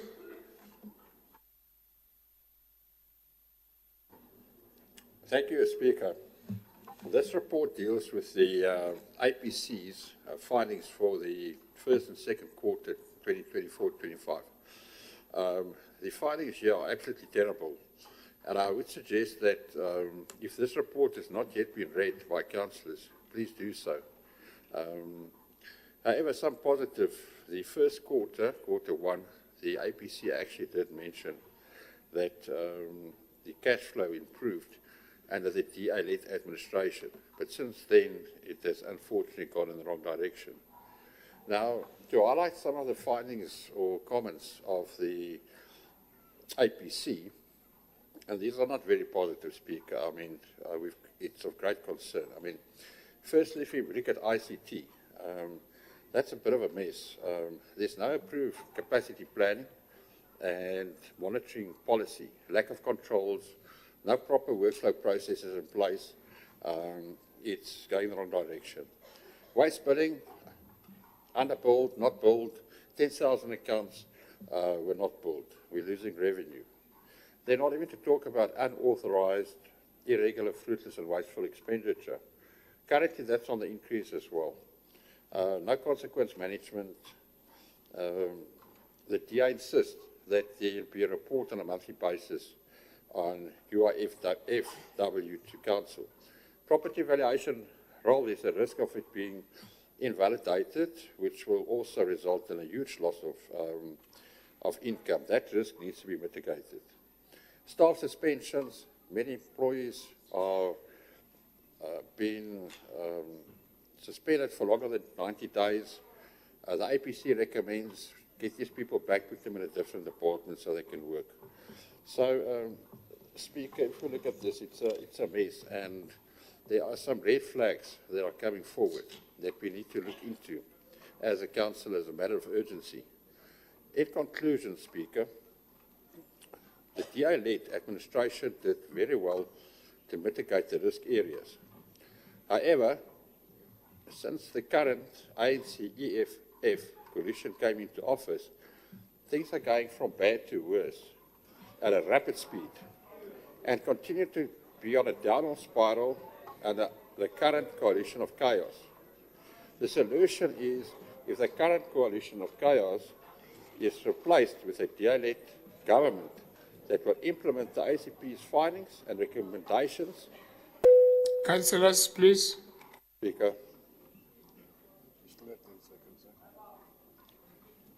Continue. You still have 8 minutes. Continue. 8 seconds.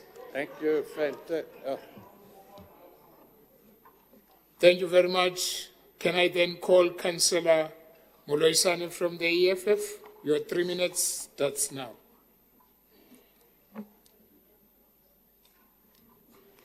Honorable Speaker, Chief Kekana, Chief Mashangu, and their respective entourage, fellow councillors, and all esteemed guests. The economic freedom fighters hereby acknowledge the status report by the City Audit Performance Committee. We are, however, concerned about the submission timeframes of this report, given that this is a Q1 and Q2 report, and we should by now be entertaining Q4 or annual APC report.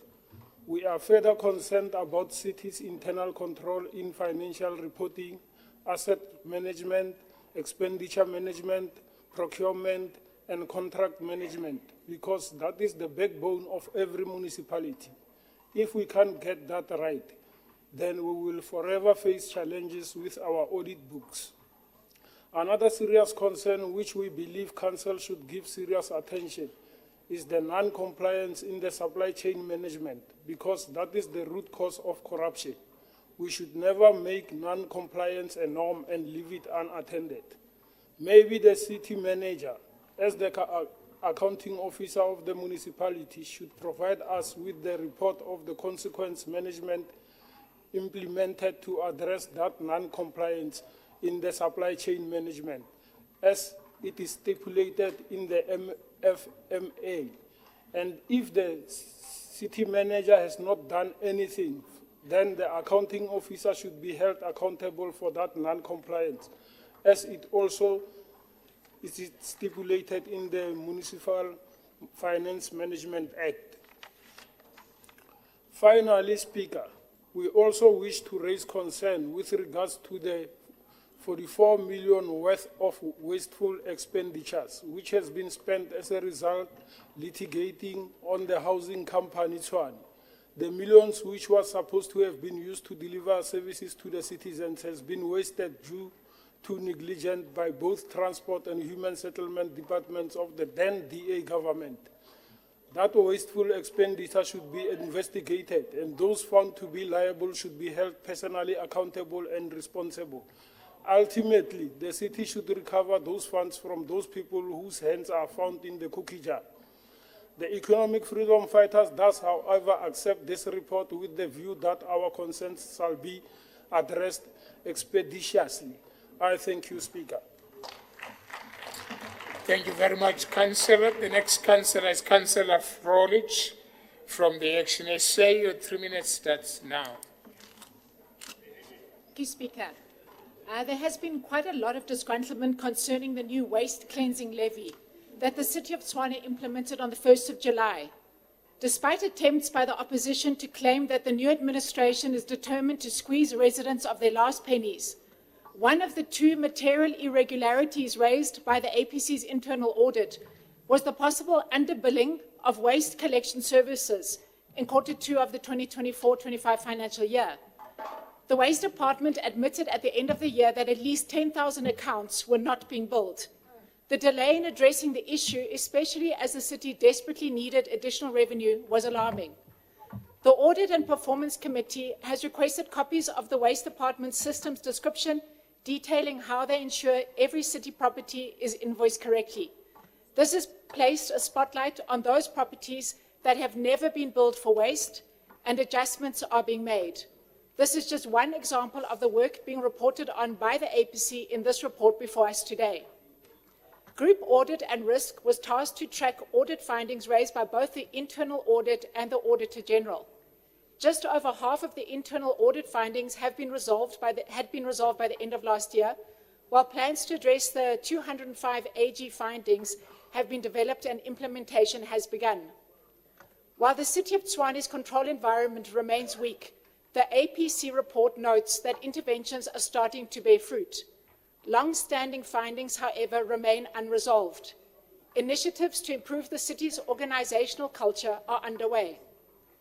Action SA is happy to note that the city achieved better oversight of capital projects in 2024 and had significantly reduced delayed and halted projects. More concerning is that while 98% of the city's operational budget was spent, only half of its targets were achieved. This was mainly owing to the unprotected strike action that took place from July to November 2023.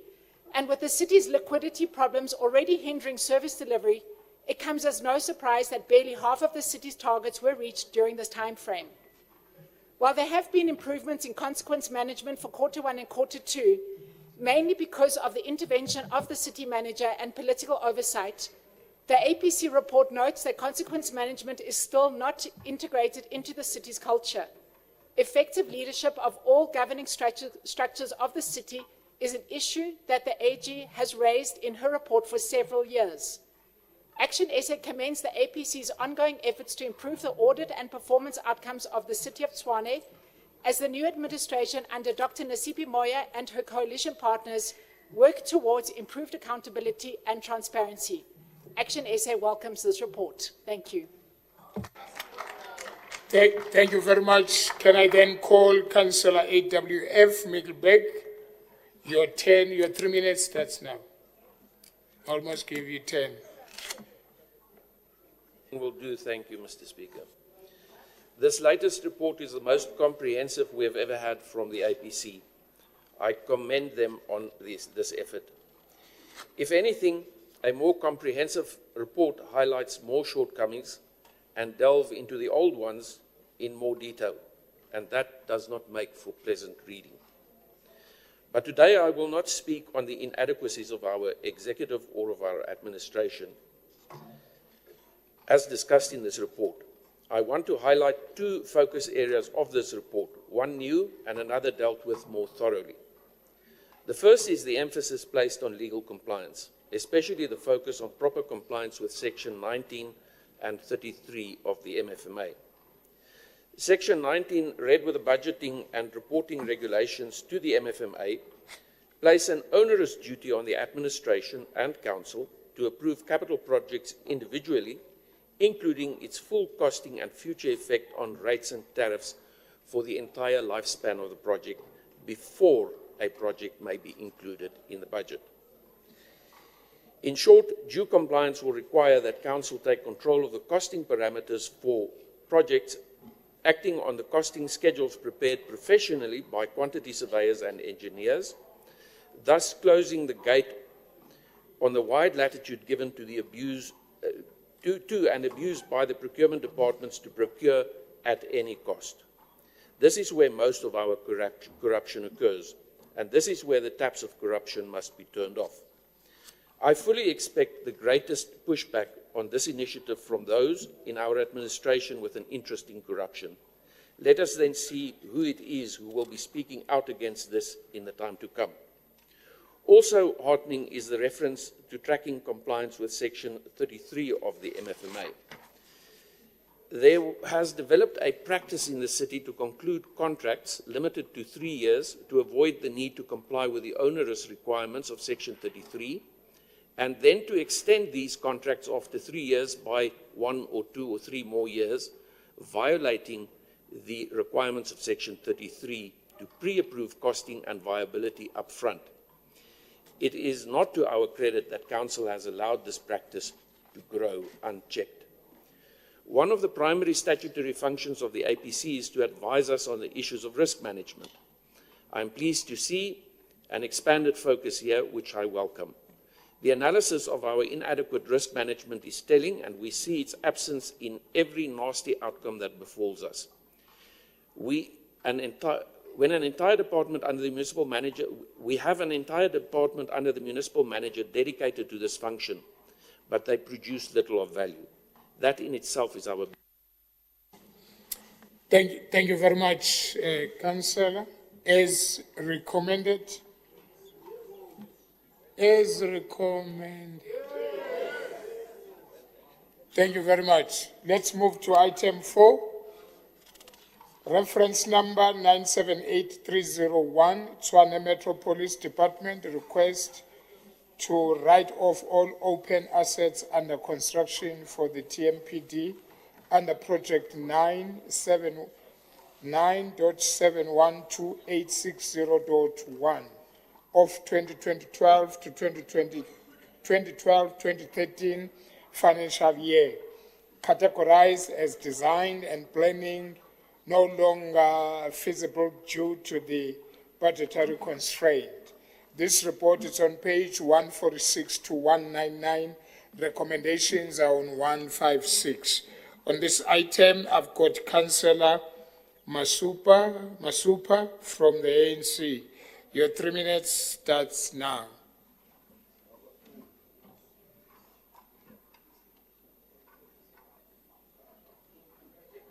Press your mic. Are you here?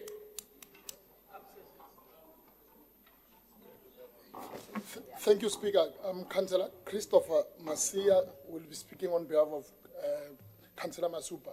Can you open Masia's mic?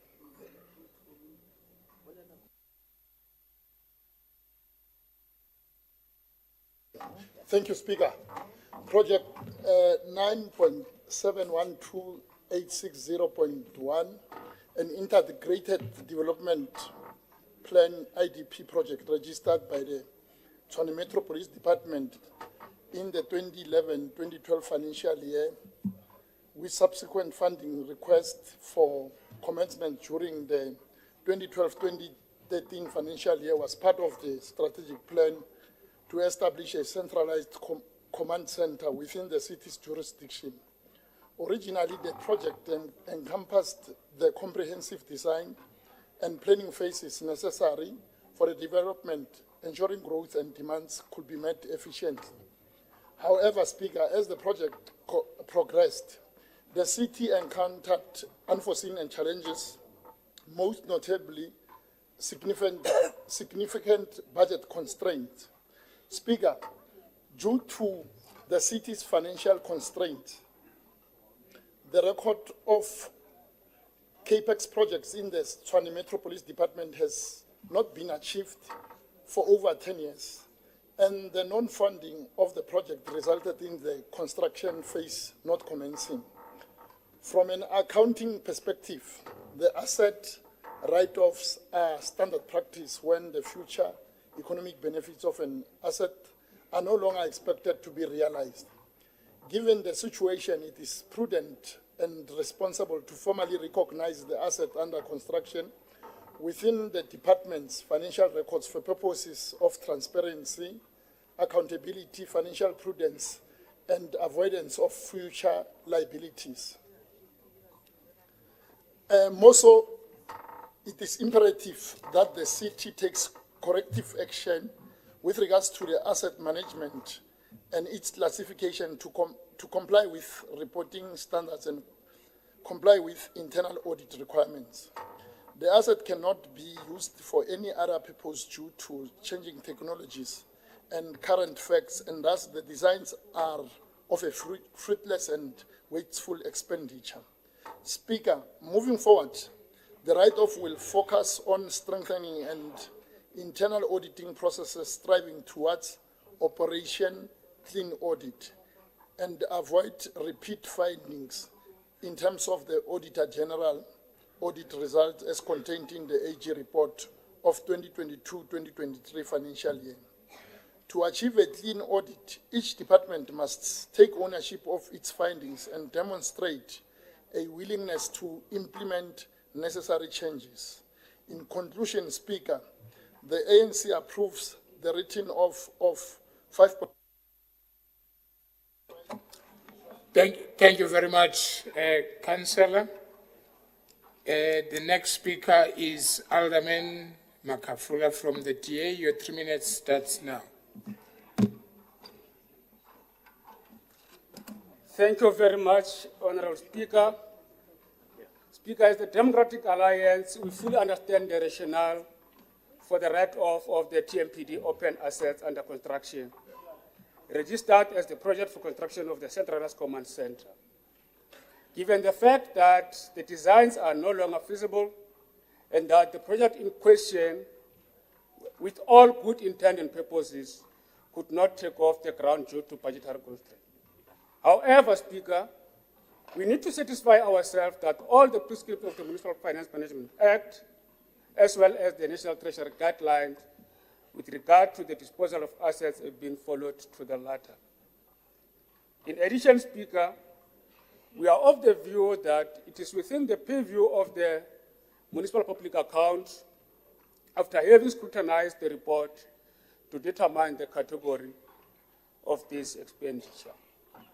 We therefore would like to propose an amendment to the report by including an additional recommendation, number 3, that reads as follows: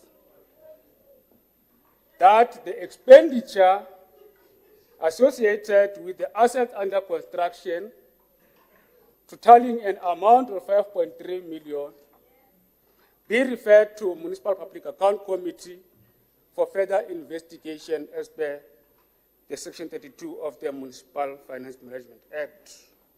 Proposed by myself, Alderman M.A. Makafula, signed and seconded by Councillor Mabusela, signed. Thank you very much, Speaker.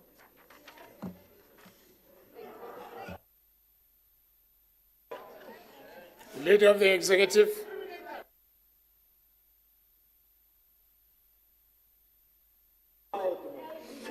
No, thanks, Speaker. I wanted to assist Councillor Makafola that this matter comes from MPEC.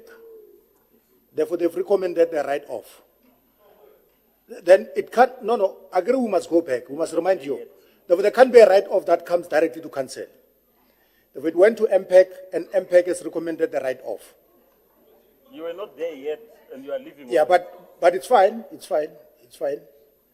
We need to assist each other. How council reports gets in their value chain to get to here where we are. Then there was a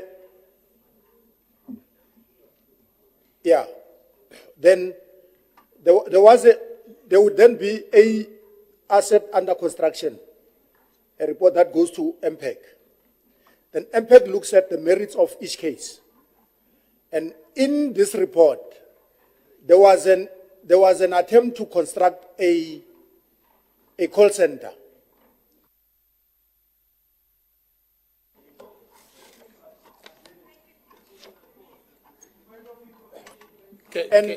And this call center was not constructed around 2012, 2013. But there were consultants that were appointed, and their designs are still a cost that is not accounted. Therefore, you need to then, in the finances, CFO and accounting officer must then deal with this asset under construction, the costs of those designs. Because it's engineers, if you look at the report. It's engineers' designs. Then you must then say, we are writing off this. Then you go back into your finances, your statements, and say, we've written off this cost. Because there was no work that was done, but these designs, if you don't remove it, they will remain lingering, and they will still cause an issue with Auditor General. Now we are bringing them back here in council and say, we want to write off this cost.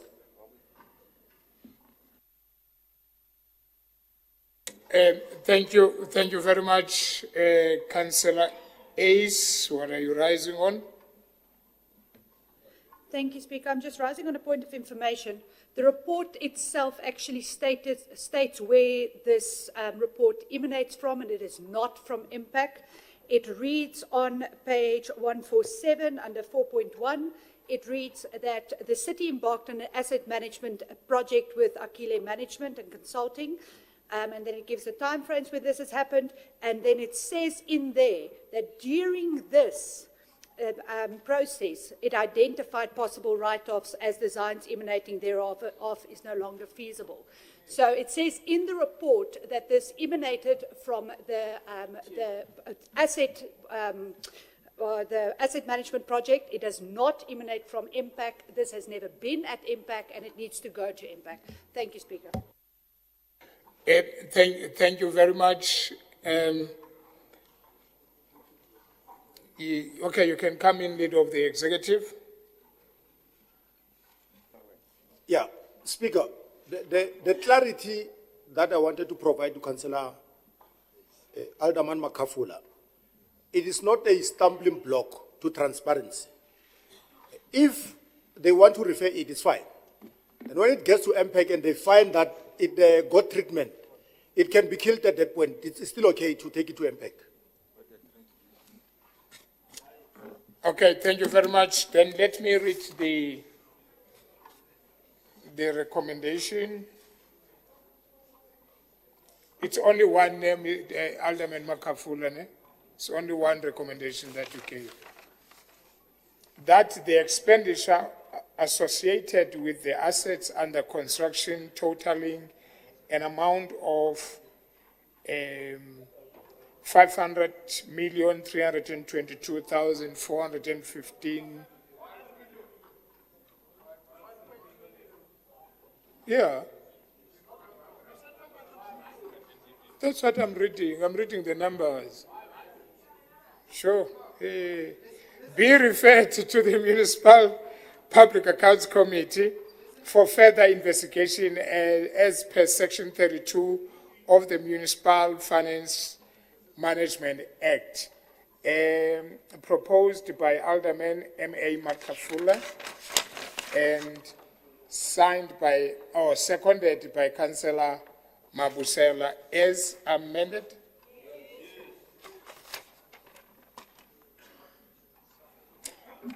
Thank you very much. Now let me call Councillor Sibutsana from the Action SA. Your 3 minutes starts now.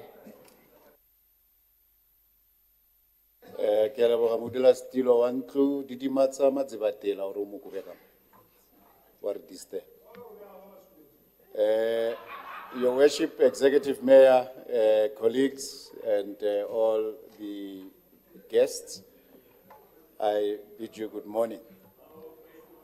Today we confront a painful and inevitable reality, Speaker, which is a write-off of all assets, all open assets under construction to the tune of 5.3 million. This is money entrusted to the people of the capital city, allocated 13 years ago for TMPD infrastructure. There is a centralized command center, which is lying buried in unbuilt designs and abandoned plans. These are not just numbers on paper, Speaker. They represent broken promises and by those who came before us, to our police officers who day and night work without adequate stations, tools of trade and the like, and to residents who endure crime while projects gather dust. Although we support this write-off, Speaker, it is not a gesture of surrender, but it is a first step in a new covenant with Swane and her people. And that covenant, Action SA therefore stands here not to mourn failures, but to commit to decisively end them. We will no longer tolerate a government that commissions dreams, but delivers ghosts. This write-off is a reckoning, Speaker, and it exposes how feasibility studies became a tombstone for progress, with no tangible outcomes for our TMPD, where budgetary discipline collapsed under our predecessors who greenlit projects without so much as a thought towards completion, nor even a source of funding. And then our officers paid the price by working in crumbling facilities while blueprints yellowed in drawers of their crafters. When Executive Mayor Moya, Matropo Arona yo Haisambali Banzi, now I refuse to inherit this legacy of commissioning before thinking. And so today let us clear the road with an intention to rebuild for our people. Rebuild how, one might ask. Action SA's mandate is very clear. We aim at completion, accountability, and value for money. As we close this chapter and we enact irreversible reforms, there is a no feasibility, no funding rule. Future projects must prove long-term viability with a public cost-benefit disclosure. Speaker, every project must answer how it will serve the people of Tshwane, not irregular and unjustified expenditure that benefits politicians and contractors. My message to Tshwane is this. To our residents, your taxes will not... Thank you very much, Councillor. Thank you so much. May I then call Councillor Pasco from the FF Plus. Your 3 minutes starts now.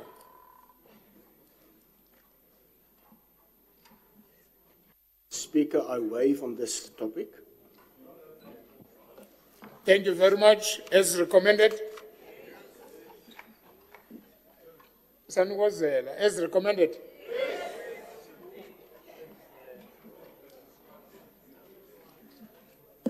We move to item 5.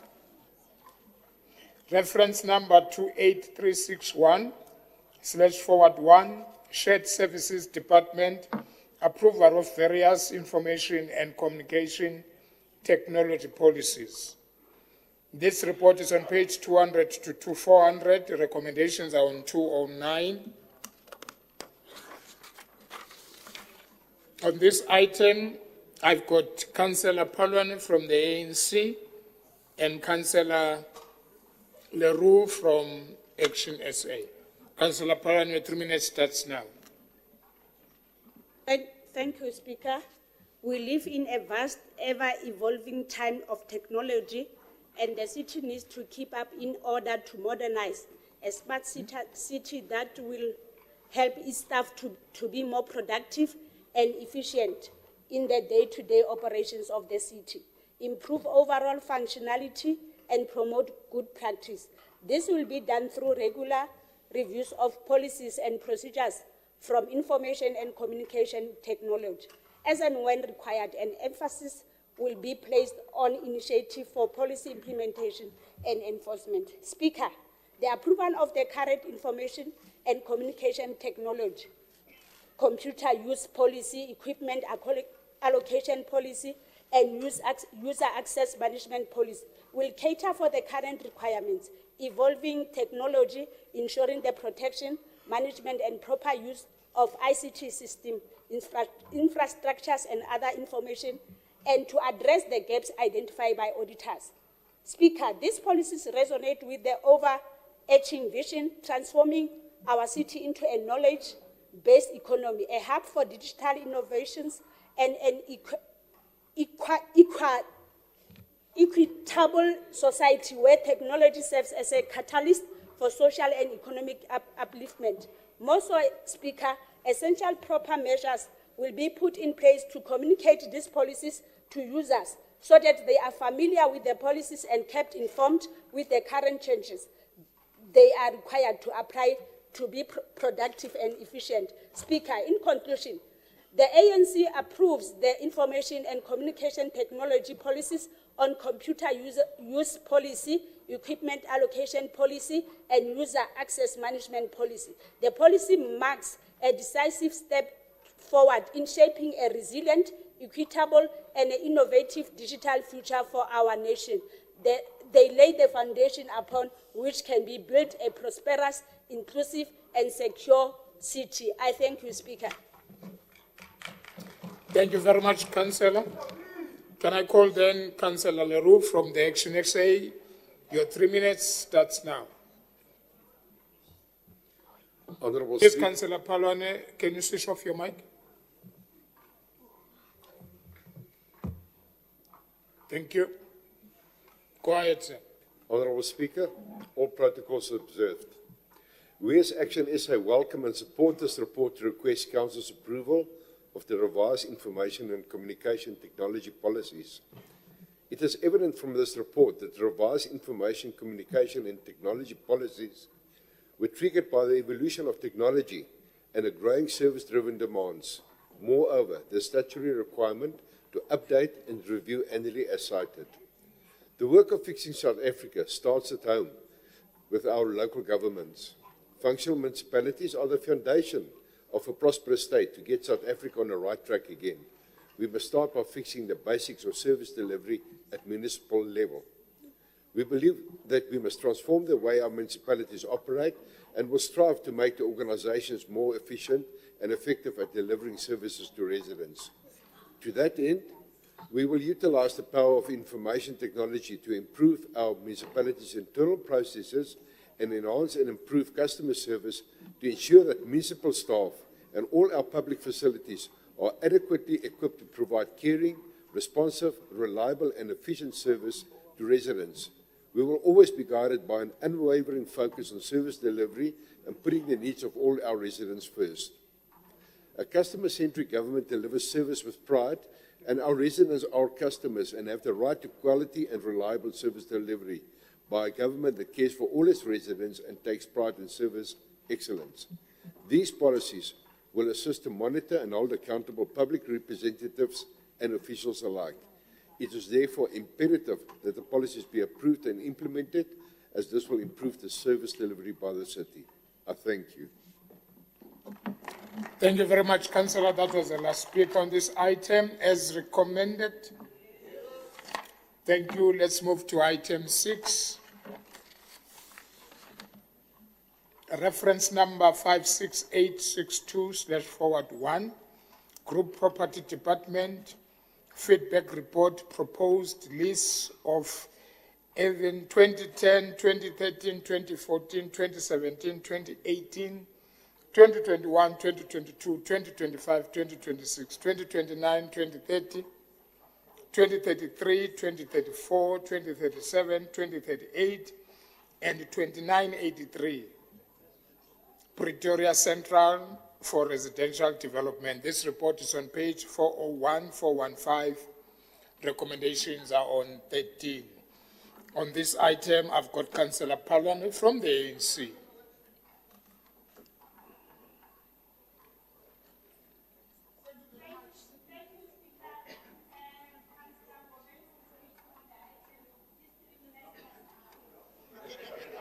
Councillor, your 3 minutes starts now. Thank you very much, Speaker. The demand for affordable and sustainable and well-planned housing continue to grow under this multi-party, not those ones who were not delivering and not having a vision. The proposal before us, Speaker, embodies an opportunity to address these pressing needs directly.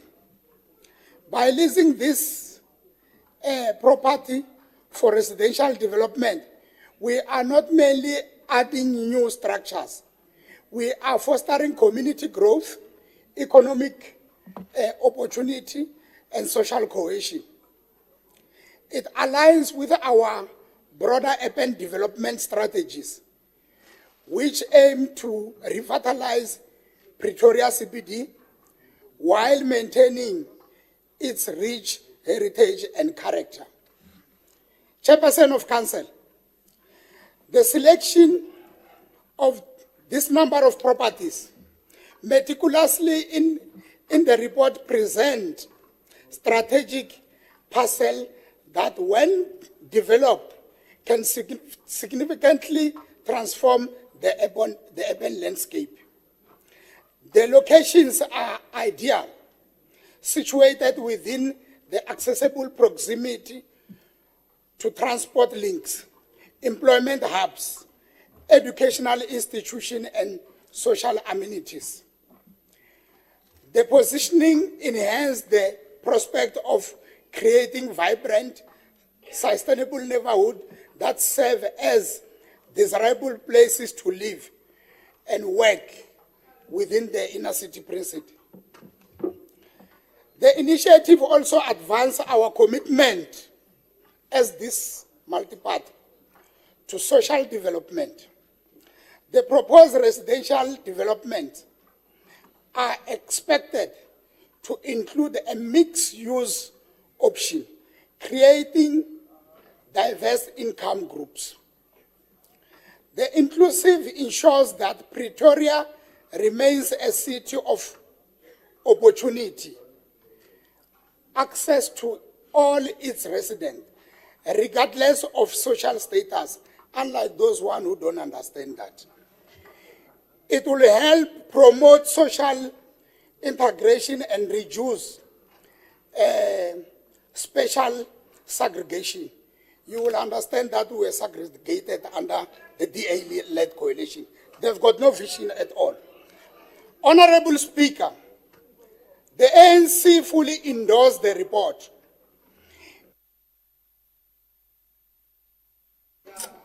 Thank you very much, Councillor. Your time is up.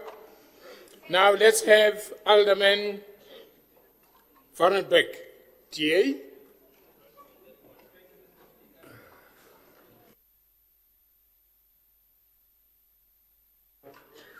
Listen. Thank you, Mr. Speaker. The Democratic Alliance support the feedback report on the proposed list of these 16 events in Pretoria Central for the residential development. The report reflects a sound and well-considered process and a vision to use undeveloped land and empty properties in the city.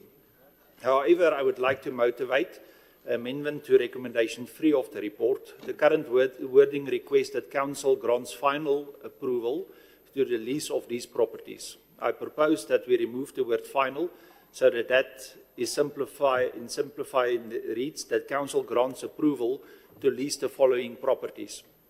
Speaker, the reason is straightforward. While this report follows due process, including public participation and departmental inputs, the nature of this lease is long-term and complex. Referring to a final approval could limit Council's ability to intervene should legal, technical, or administrative matters arise after the sitting. Removing final maintains the flexibility of Council's oversight without weakening the decisions. It also aligns with Regulation 34 and 36 of the Municipal Assets Transfer Regulations. I want to bring then the recommendation.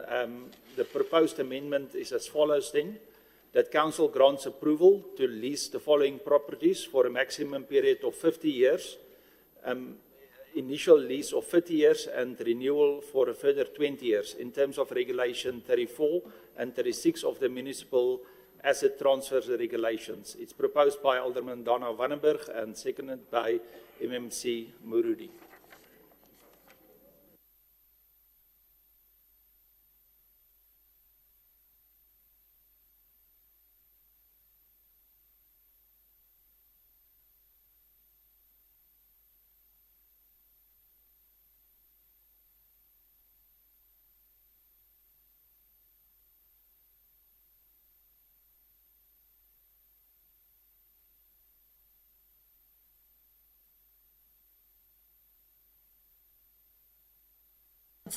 The proposed recommendation that Council grant approval to lease the following properties for a maximum period of 50 years, initial lease of 30 years and renewal for a further 20 years in terms of Regulation 34 and 36 of the Municipal Asset Transfer Regulations. This has been proposed by Alderman Dana Vandenberg and seconded by Councillor or by MMC Kulufelo Morodi. As amended.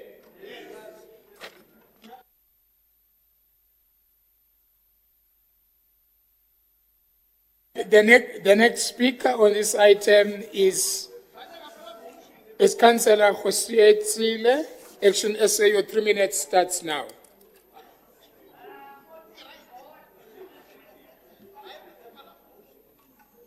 No, thank you, Speaker, for the opportunity. I'm speaking on a report of the proposed lease of the ERFs in the Pretoria Central. Firstly, Action SA is supporting this report fully. This will enable the city to raise additional 116,000 every month in revenues, something that as a city we haven't been able to achieve in the longest time, during the time of the DA. Not only will it be raising additional revenue, but will also be providing residents who can make ends meet with an opportunity to live a dignified life with a roof over their head. As Action SA and the coalition partners, this coalition government, we do not see a reason not to support this report, as implementation thereof would yield more benefits, like avoiding a risk of illegal occupation, ultimately total loss due to building being hijacked. As a city, we have fallen victims of these criminal elements of buildings being hijacked in the past. And when that happens, our residents will be paying the price and falling victims of these criminal elements in these properties. Hence, we are saying it's okay that they be made available to people. Not only is hijacking of building affect the social well-being of the residents, it also affects our property values as well as those of our neighborhood, which ultimately make the whole area an at-risk space to live and work in. So the above has been the case of prima facie evidence where we witnessed the mayor and the mayoral team doing Raspana programs in Marabastad and Pretoria West. We have seen that happening before. We don't want to see it again. Talking of that, these houses would also attract those who would have had the benefit of working and doing business in the city. All this is a clear-cut strategy to reduce the housing backlog within the city for low-income earners as well as for students. Most importantly, these efforts are in line with our Action SA manifesto, that of inner city rejuvenation. I thank you, Speaker. Thank you very much. Can I then call Councillor P. Mayor from FF Plus? Your 3 minutes starts now.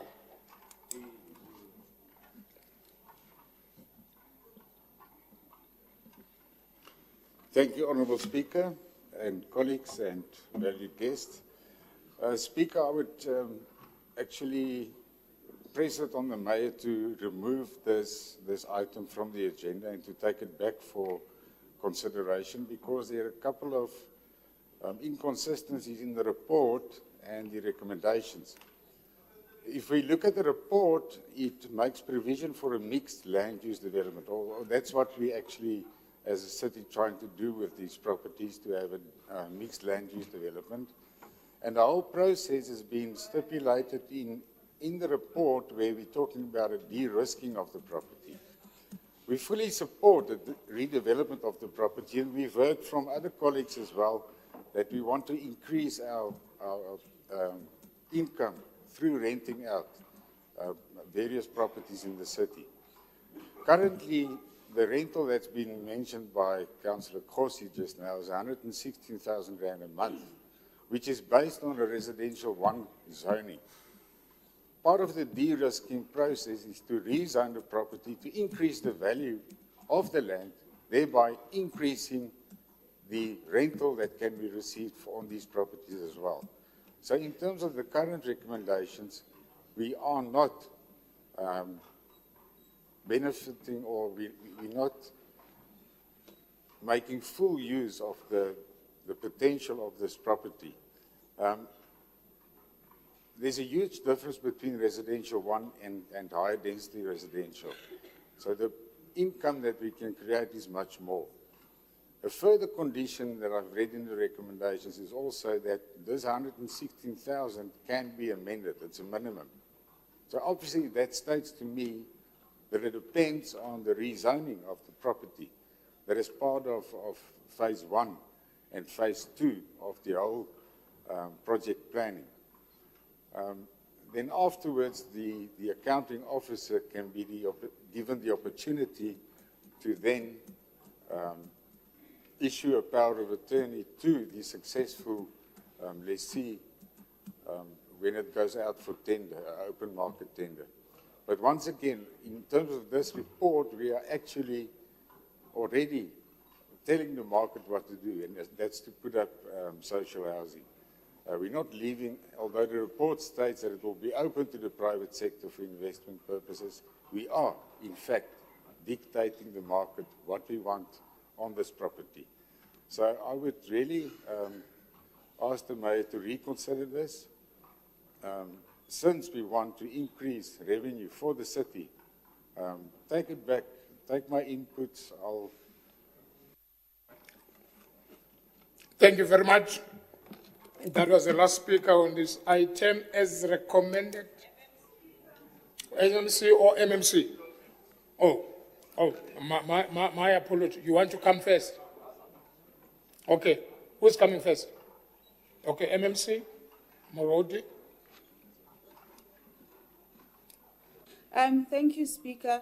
Just to remind Councillor Mayor that this report comes from public participation, and it's very important that we respect the views of the public.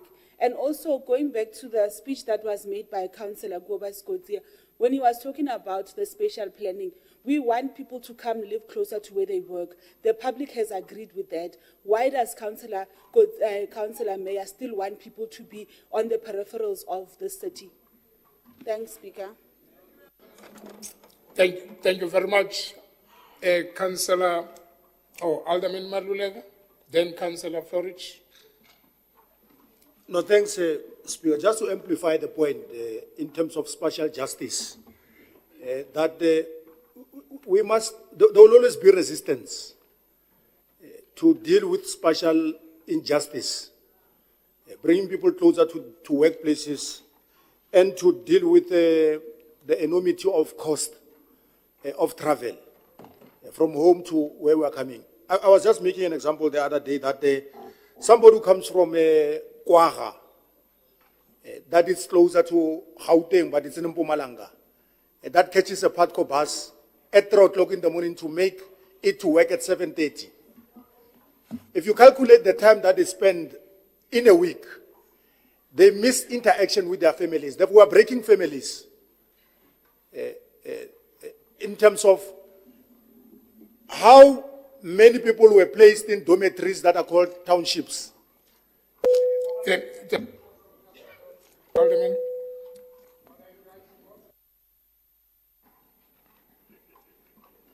Speaker, now we are lost. We want to be part of council. Why is MMC Malulega speaking? I get MMC of the report has closed the report. Unless I'm confused, we are on a new report.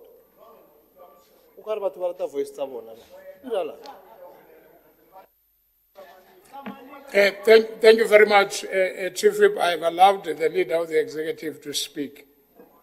So please go ahead, sir. Noted, Councillor Mayor. Councillor Alderman, please continue. What is the point of information, sir?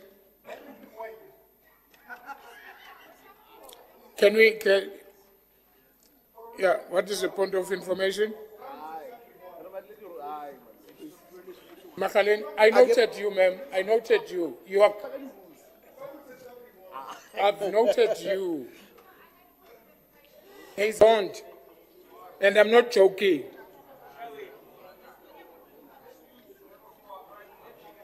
What are you standing on? No, I'm coming, Alderman. I haven't forgot you. What are you standing on, sir? Yeah, Speaker, we are saying the reason why things degenerate is if we divert away from the rules. 35 and 36 are very clear.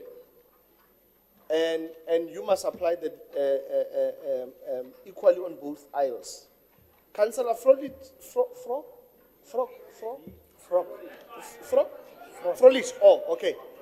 has a tendency of giving speeches.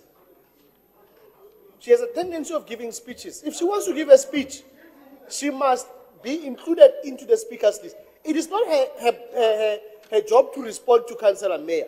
The MMC has already responded. The problem, Can I finish, Speaker? if I may cut you. I still have minutes. If I may cut you. Why? You do not allow Councillor Flourish to say whatever before she even starts speaking.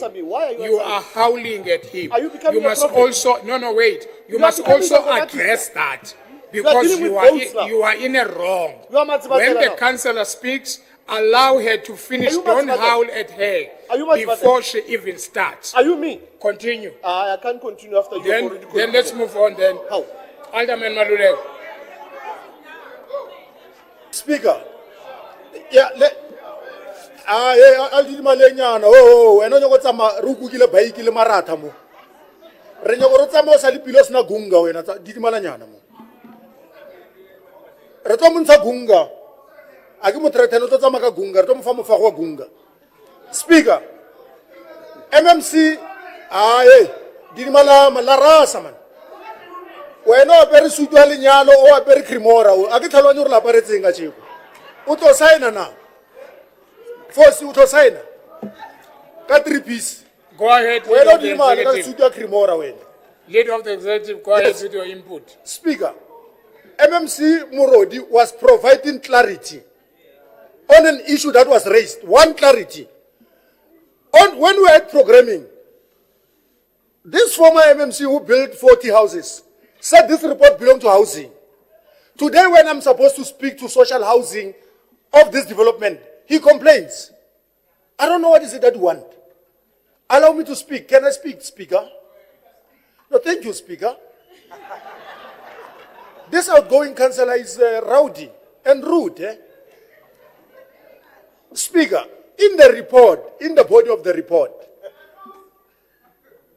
public participation and the writers of the report says, gone are the days of having reports or leases that goes out without them being spade ready.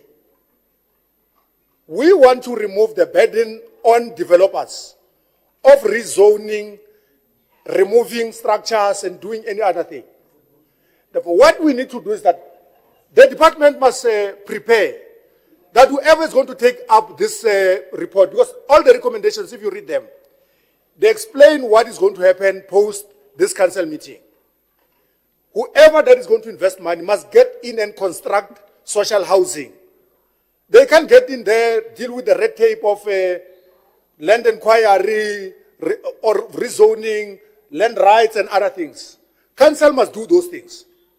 But what is critical, Council, is that after accepting this list and signing it off, 2 years if you can't lay a brick, Council takes back its land. Therefore, it's a very progressive, it's a speech. I don't know whether you don't know, you're on Twitter all the time. Insulting people, we're not from VF+. Your issue is to insult people. We're not within Chebe. I don't know whether you're Jesus or envying Jesus. The issue here is that there's a need for social housing in Tshwane. And this is a progressive report that comes from Council with a 50-year lease. It explains why 50-year lease and moving away from the 30 and the 40. That social housing, there's no money there. If you invest, you're going to break even after 20 years.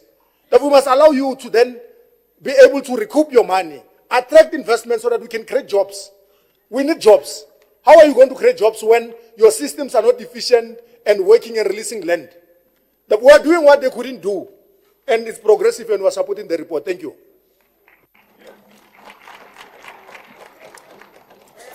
Thank you very much. That was item 6.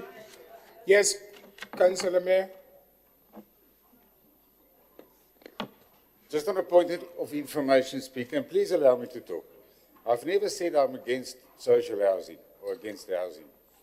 All I was saying is that we need to maximize our income as a council. That's what we need to do. So I've never said we're against social housing. So you can start talking about people traveling. That's not what I said. That's not what I meant. I said we must sweat our assets. We must get as much money possible, income from leasing of our properties. Your own report says, and in the recommendations, it's nowhere stated that this property should be used for social development. So look at your recommendations, compare it to your report, what's in your report. In your de-risking process that you're proposing, you are saying yourself. Thank you. It's no longer a point of information. You are giving a speech. But now. please just give me the opportunity to debate it, to make it clear. No, you are giving a speech now. Yeah, they can speak for 5 minutes. Sorry, Speaker, if I want to... it's not going to assist you to speak on his behalf. I'm saying he's giving a speech now. It's not a speech. And I'm standing that. So your time is up, sir. What words did he say that constitutes... Thank you very much. If What word did he say that constitutes? your time is, nobungandibiza mhlekazi, nobungandibiza king, nobungandibiza ntoni, your time, sir, is up. You cannot give a speech when you are giving information. Thank you very much. Then, as recommended, thank you very much. Let's then from now on, time is 1:20. We are going for lunch. We are coming back at 2:20. Thank you.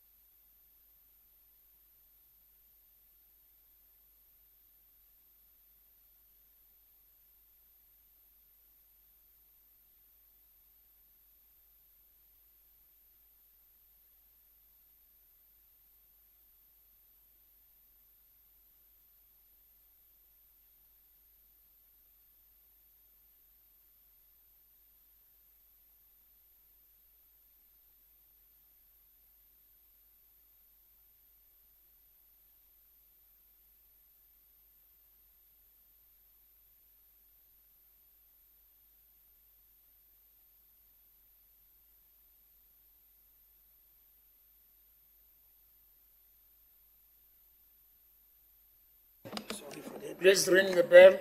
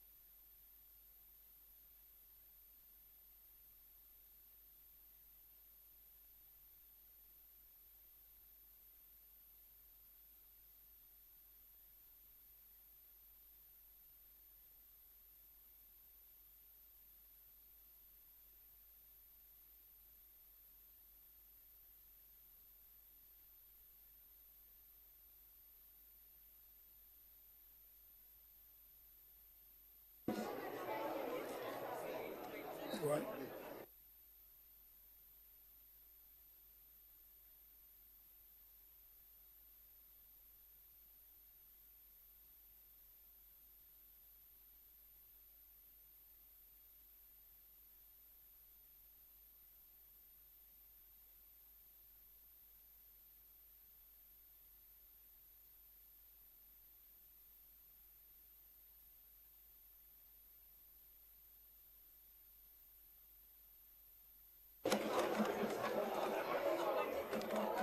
Can we settle down, councillors?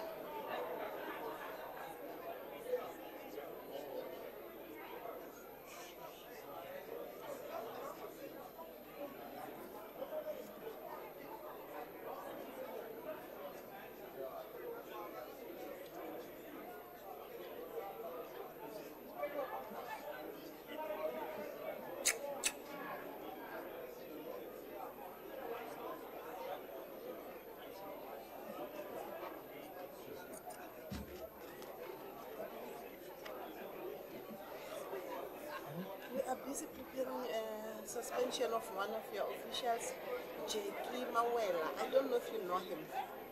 Why? When's it? He is using a letterhead, Office of the Speaker, to sell land, to sell stands in Hammanskraal. And he's selling some of the tribal land as well. But for 15,000. So MMC, is it MMC Kutse, is it Community Safety?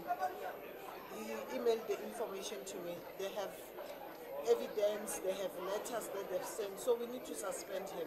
He needs to be arrested. yeah.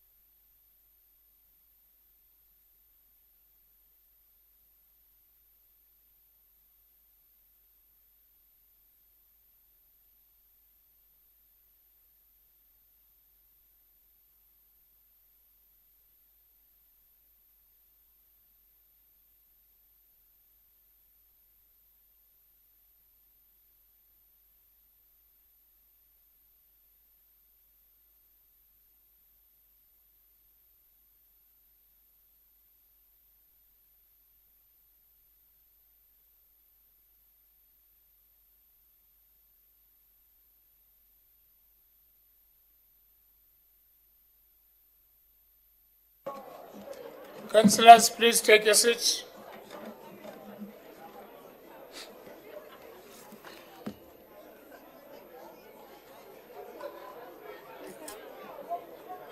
I just saw the email now. I'm going to read it. You suspend him.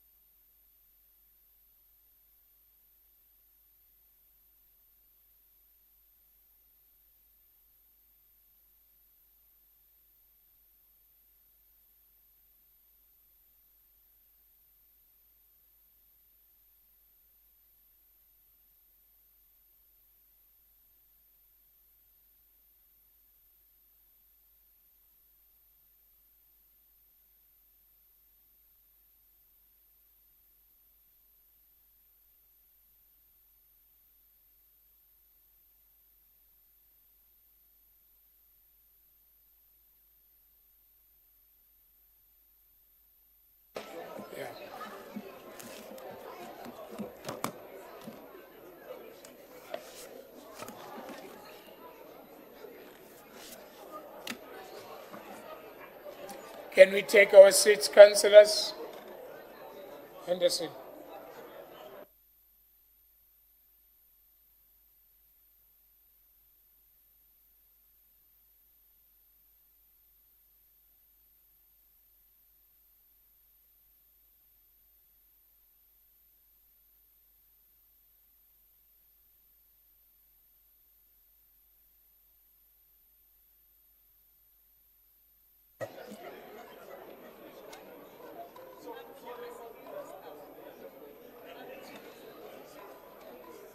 Chief Whip, can you approach, please?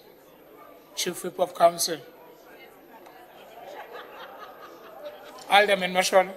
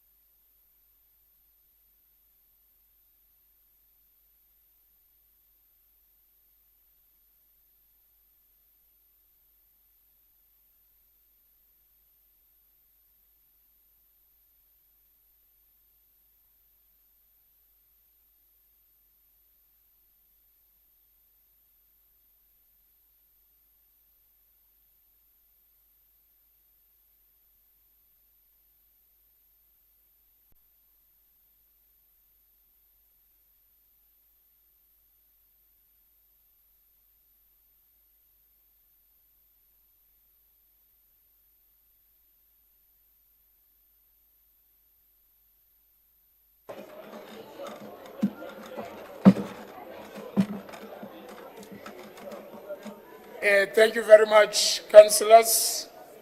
Thank you.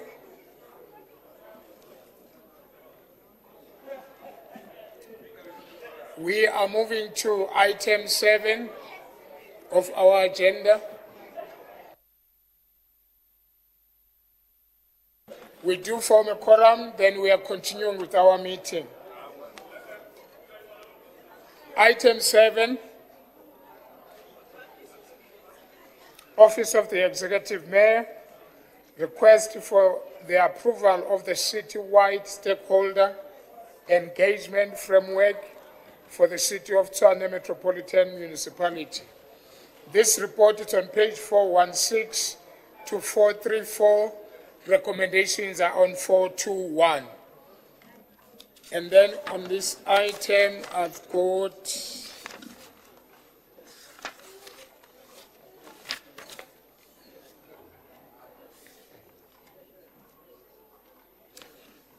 MS Marishani from the ANC. Your 3 minutes starts now.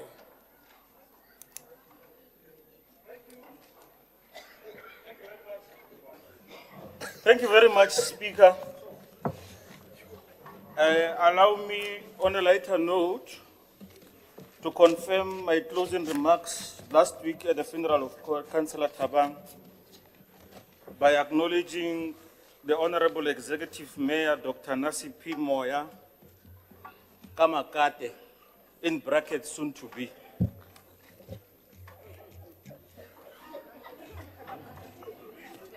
in brackets soon to be. No, we're merely raising funds. Mr. Makate is about to become a billionaire, so we're throwing the javelin so that at least 2 billion comes to Tshwane. Thank you very much, Speaker. The report before us talks about the importance of stakeholder engagement. And that is a very important aspect of a city like City of Tshwane municipality that affords us an opportunity to engage with those that are less voiced in terms of our governance system. So it is important that we embark on this particular exercise. In fact, we are lobbying everybody to agree so that we are able to reach out to the multitude of our people, in particular stakeholders, various stakeholders that we intend to engage with in as far as this particular aspect is concerned. Because as government of the people, for the people, by the people, it is important that as and when we embark on decision-making processes, we do engage our people out there to make sure that at all material times, we take them on board in as far as our decision-making or processes or projects that we embark on as a city. I think as the city, we are embarking on a very important process whereby as the capital city, we are leading by example to many other cities that constant engagement, especially in particular with regards to the stakeholders that we work with in the city, it is important that we must keep it as a well-oiled machine so that in most cases, as and when we implement whatever project that we implement or work that we do as government, we are not shocking our people or surprising them, as and when we go down to the ground and make sure that we deliver services at all material times. So thank you very much, Speaker, for this opportunity. Let me take this opportunity to wish those that will be handling this particular process well, and we are going to give them the necessary support and make sure that it becomes a success. Thank you very much, Executive Mayor. In as far as that issue that I've just raised at the beginning, we are deploying Chief Whip, the Speaker, and the COO and Councillor Mabulawa from the ANC to champion the negotiations for that billion. Thank you very much. Can I then call Councillor Matrou from the Action SA? Your 3 minutes, that's now.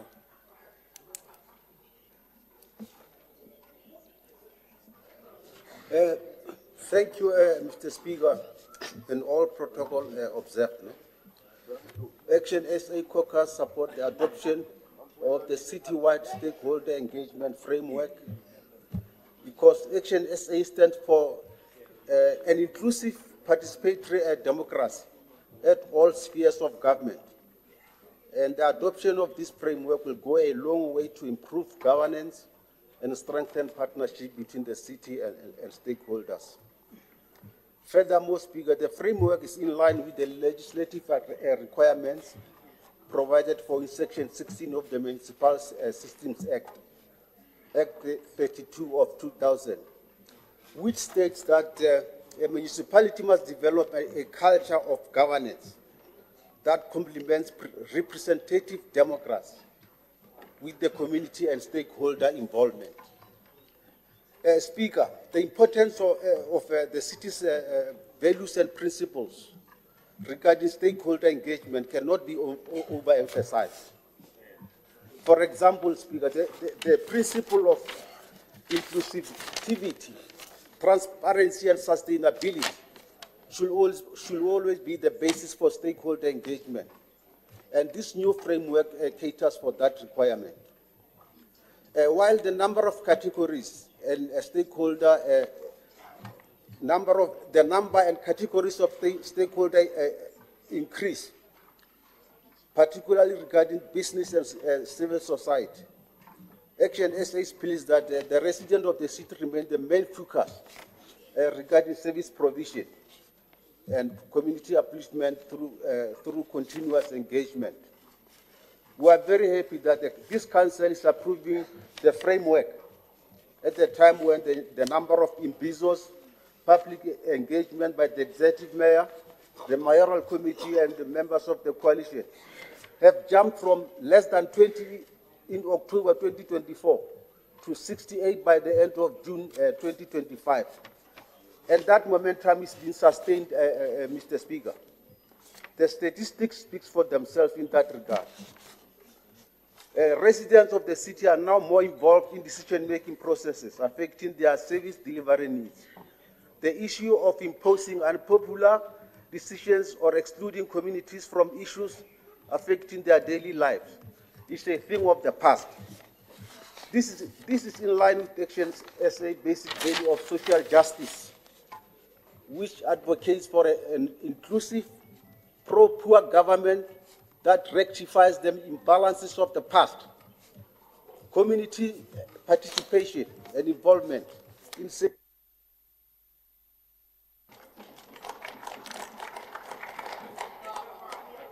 Thank you very much.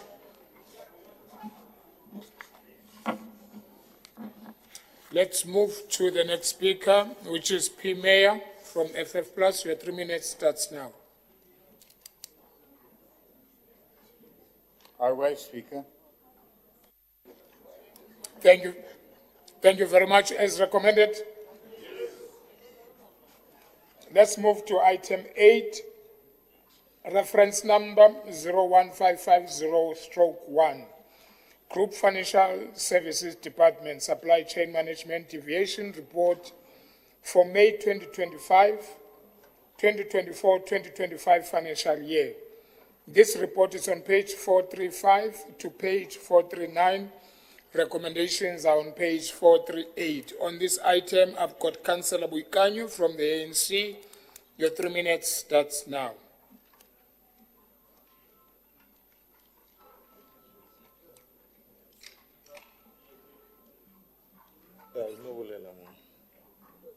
Yeah, Speaker, I'll be taking it, Speaker. Thank you very much, Speaker.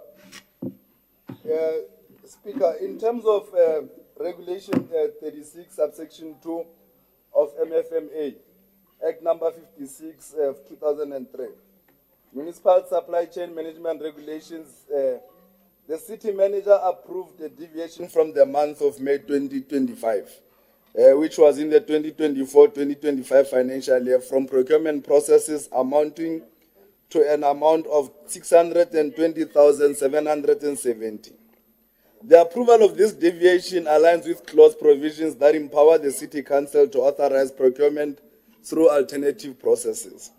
Speaker, the Leadership Academy for Guardians of Governance is the sole provider for the course under the Institute of Internal Auditor, South Africa, which was appointed to provide services to the Group Audit and Risk Department to undertake professional and technical training.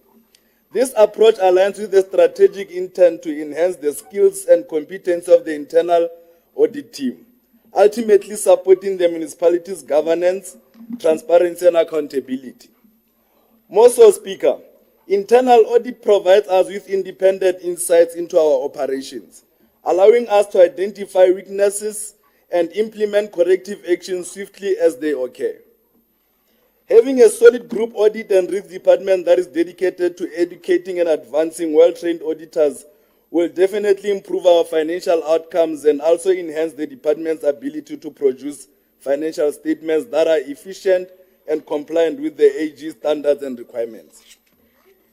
In conclusion, Speaker, the ANC recommends that the contents of this report be taken into cognizance of the 620,770,000 deviation for the month of May 2025, in line with legislative and policy provisions. The procurement process, although deviating from standard procedure, Speaker, was executed following due diligence, Speaker, and we do support it. Thank you very much, Speaker. Thank you very much. Councillor Mabokwana from the EFF, your 3 minutes starts now.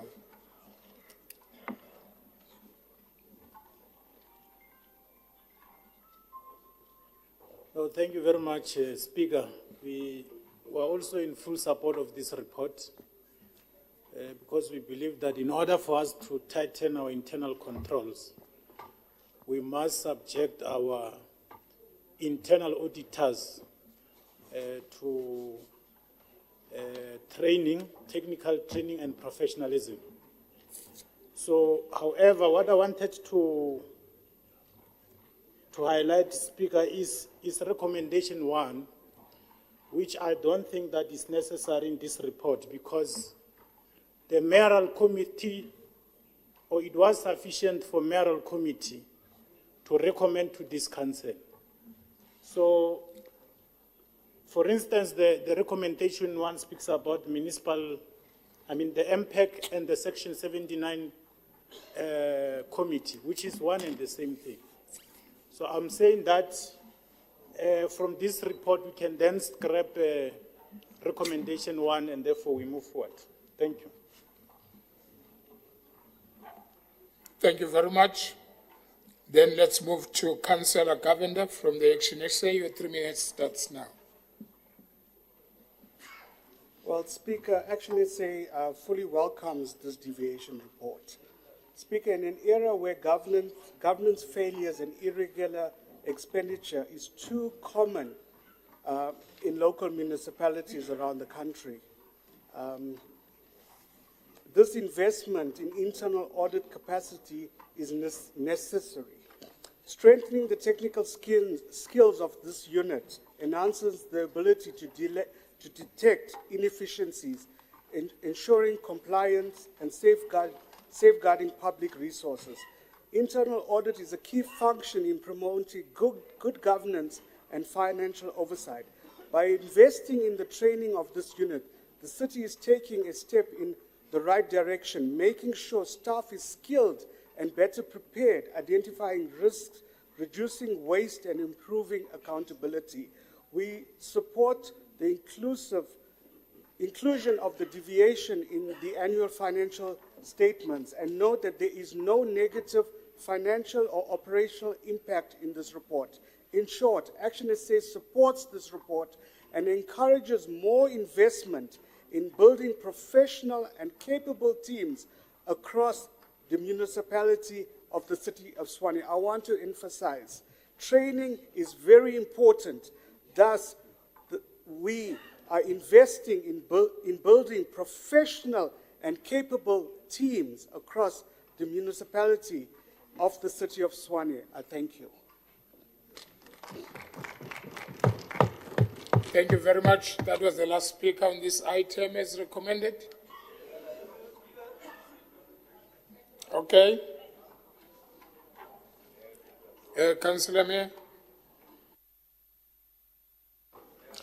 Thank you, Speaker. Just a point of information, and the EFF councillor mentioned it as well, that the first recommendation actually doesn't make any sense that it be removed. So it's not as recommended, but that we remove recommendation 1.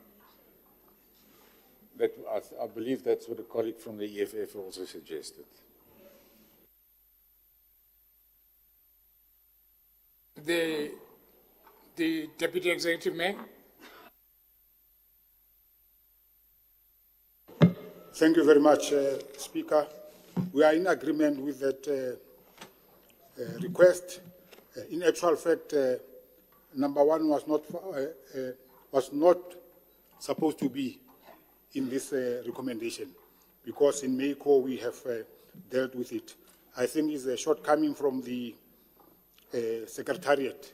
But however, we underscore the importance of training, which is going to empower our department to ensure that they alleviate grey areas and ramp up and deal with the backlogs. So we really agree with the 2 Freedom Front once and at least once in 6 months, and agree with EFF as well. So at least now we are cruising nicely with them. Thanks. Thank you very much.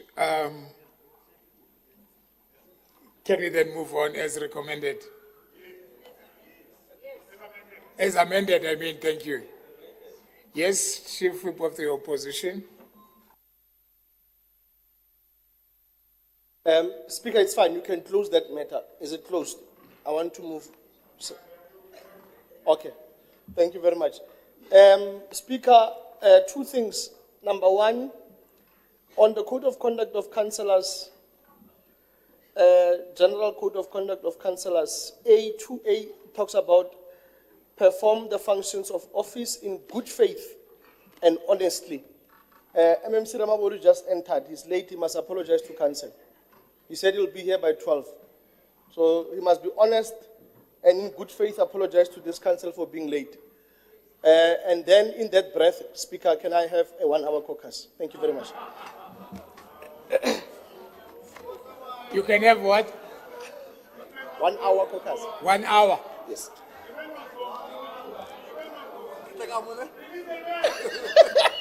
Thank you very much. Thank you very much. I'm sorry, council, but it's what the mayor did. They introduced new things, so we need to discuss. Thank you very much. Welcome, MMC Ramabudu. We are okay. We are okay that you are here. But there is a request for a caucus of an hour. Ooh.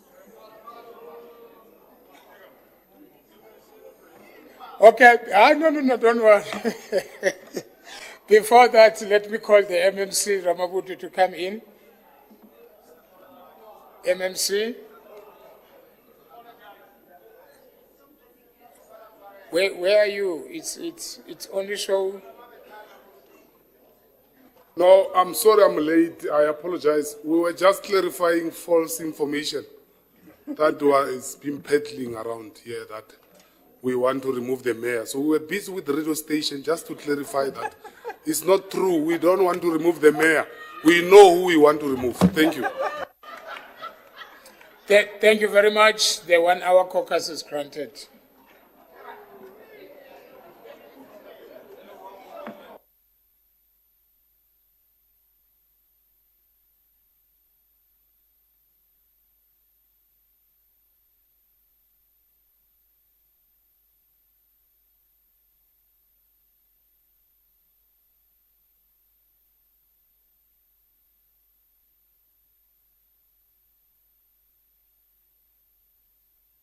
So that means we are back here at 4 o'clock. Yeah, 1 hour. 1 hour is 4 o'clock from now.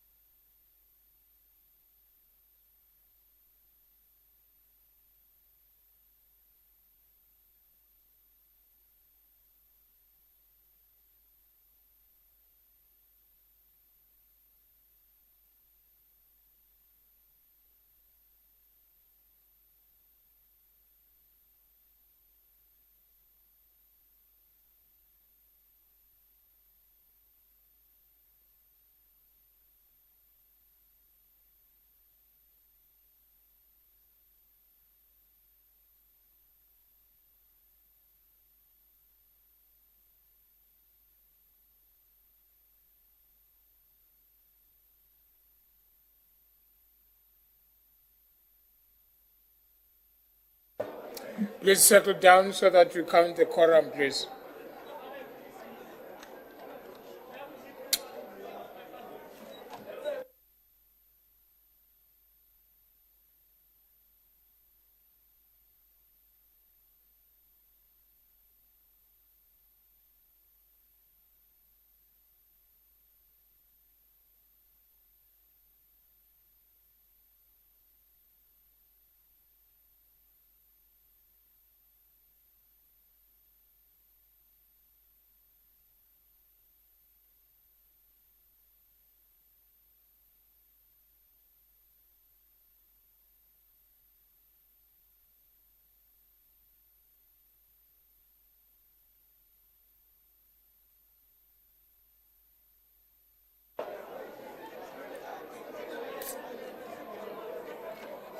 Thank you very much.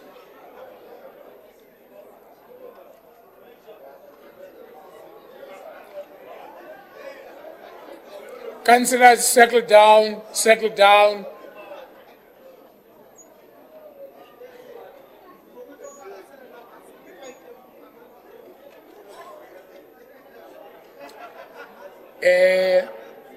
Chief Whip Matsibatila.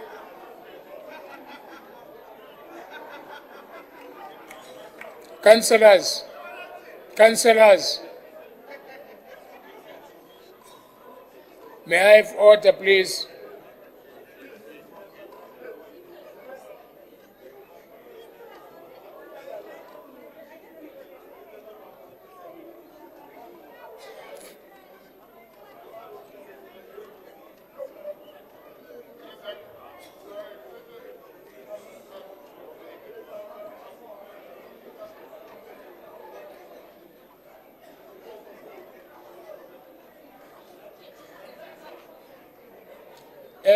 Ngicela nihlale phansi.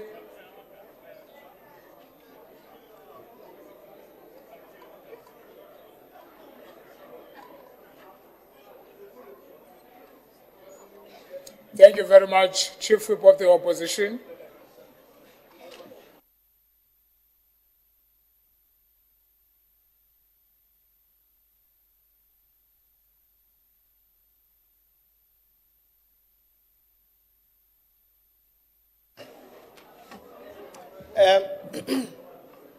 Sihlalo,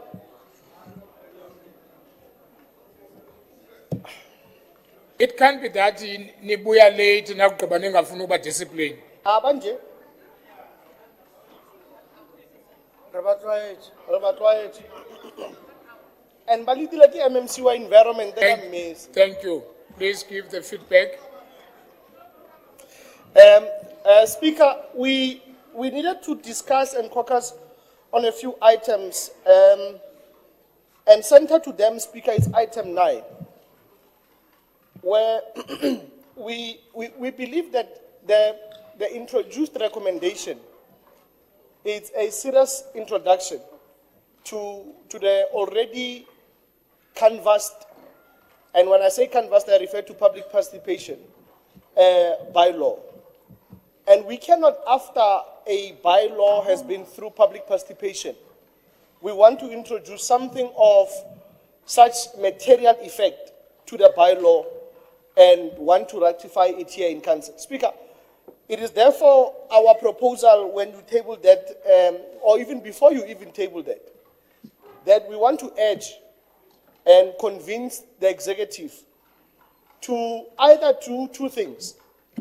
Either remove the said recommendation or withdraw the whole bylaw so that it goes back to public participation with the added clause that they are adding right now in that. We just can't introduce something of that nature without even giving the mechanisms as to how it is going to be implemented, who will be responsible for its implementation, even defining some of the things in that very same recommendation. I'll give an example, Speaker. They talk about disposable of produce. The determination of what is disposable and non-disposable. Who is then responsible? Those things must be clarified inside the bylaw. And thus, therefore, because there has not been workshop, even with the very affected communities, we are requesting that this be returned back to public participation. It is an important recommendation, and we are agreeing that the recommendation is important, but it must go back so that we don't find ourselves as lawmakers breaking the law itself. So that's therefore, Speaker, it will be our yield to the executive to say withdraw this report, take it back for 90 days for public participation, and or remove the recommendation and bring it to amendment later on in the year. Speaker, and then on number 12, we will talk about it when we table it in committee, as now we are still with the public, so I will not comment on number 12. And there will be some also comments that we are going to give on one of the annexures around the illegality that is happening around the Boca, where we are seeing monies moving around and we don't understand what is really happening. Speaker, thank you very much. Thank you. Thank you very much, Chief Whip of the Opposition. Can I then move to item 9? Item 9, reference number 92480/1, Economic Development and Spatial Planning, Approval and Implementation of the Market Bylaw. This report is on page 440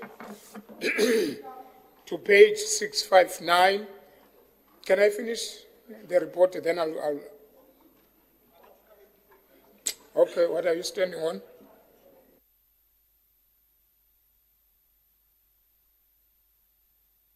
Yeah, maybe, Skalo, you didn't hear what I said in my inputs. That you don't table it.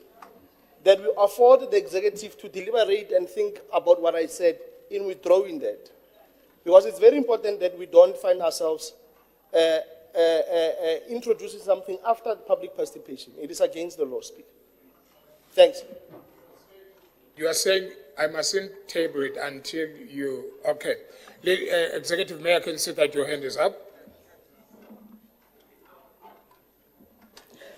Thank you, Speaker, and thank you to Councillor Matsevatela. I've consulted with my colleagues, Speaker. We take the point that to include such a fundamental change into the bylaw after the public participation without testing the views of the public may not be the best thing. So I want to withdraw that addition of 91C, and we proceed with the bylaw as originally tabled. The only change would be the administrative work to replace the comments of the MMC. But we're not going to proceed with including that 91C that we propose to include.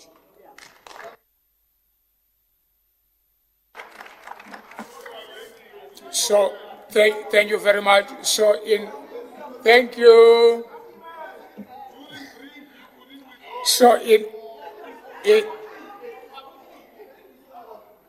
can I speak now? So are we, thank you. So are we saying, Executive Mayor, we are continuing with the original bylaw, except that part that you are withdrawing? Thank you so much. Then, in other words, let's continue with the report. Allow me to table it so that we engage. Reference number 92480/1, Economic Development and Spatial Planning, Approval and Implementation of the Market Bylaw. This report is on page 440 to page 659. Recommendations are on 447. On this item, I've got Councillor Masina from the ANC. Your 3 minutes starts now.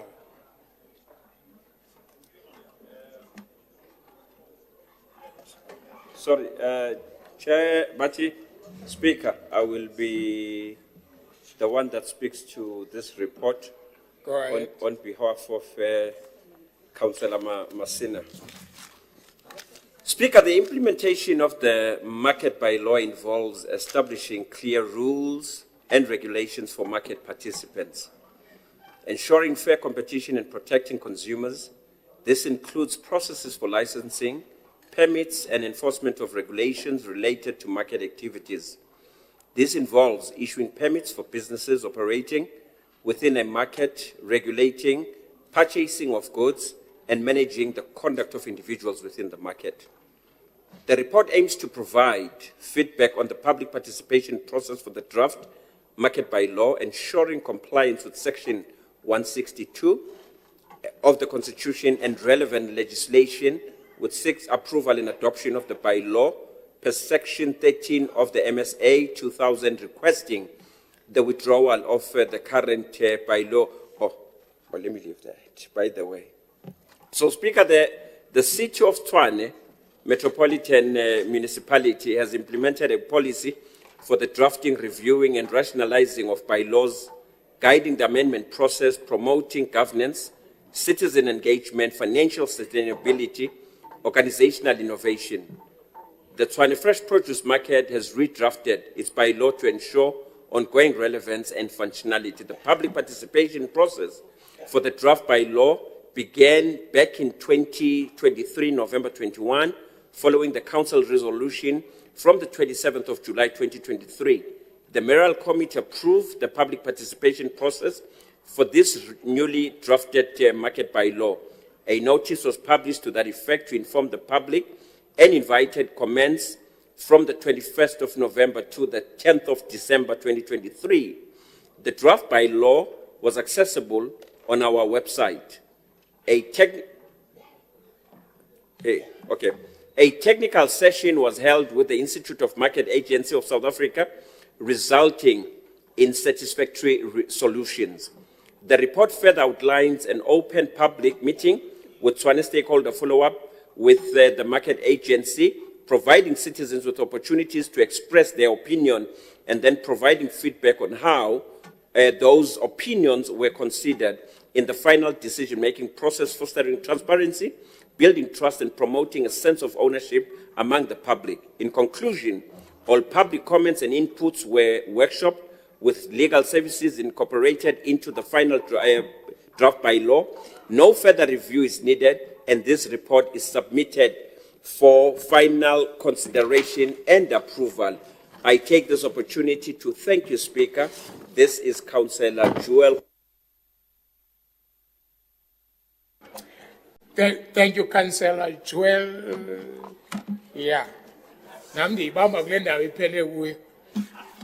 The next speaker is Councillor PG Mutimuye from DA. Your 3 minutes starts now. Yeah, thank you, Speaker. I want to first take a moment and say that the relationship within the mayor and myself has been quite strained since the changing of sides. But I want to appreciate the withdrawal of the final element, because our concern is that our markets are an important ecosystem of how the architecture of this city. Both the Tshwane main market, the Marabastad market, are part of an economic ecosystem that has upheld thousands of households in this city. Some of Indian origin that were during the apartheid days in the center of the city and then moved to Marabastad. Others are township mummies and grannies that sell their wares and their vegetables in the township markets. Both these groups of people have depended on that ecosystem for a very long time. And yes, we may be on a current crusade to formalize settlements and to formalize people selling, but we must remember that those types of businesses are businesses that are handed down from generation to generation. There are businesses where grandmother has been selling and they hand over to the next child. There are businesses where grandfather has been selling in the market and has been handed over to the next member of the family. So we want to appeal, and we'll appeal further in the motion later, that as we deal with illegal immigration and illegal selling, we must remember it's a very complex ecosystem of which South Africans are involved in, who have been selling legally in that area for years, and those are the people that we must seek to protect. We must be careful of simplifying this thing into stunts, where we are just doing for cameras and closing people. You must be willing to go into the detail to understand who is here legal, who is not, who has been selling here for decades and who is not. Who is a genuine South African seller, whether of Indian, African, or other origin, but who's been dependent on this market for many years. So we want to support this bylaw. This bylaw comes from our own administration, Speaker. We will fully support it, and we want to support the legalization and the regularization of trade for all South Africans. So the DA supports this bylaw. This work was done during DA administration, and unlike Hamas Kral, we're not going to allow you to take credit of work you did not do. This work was done during the DA administration. The bylaw was done during... Councillor.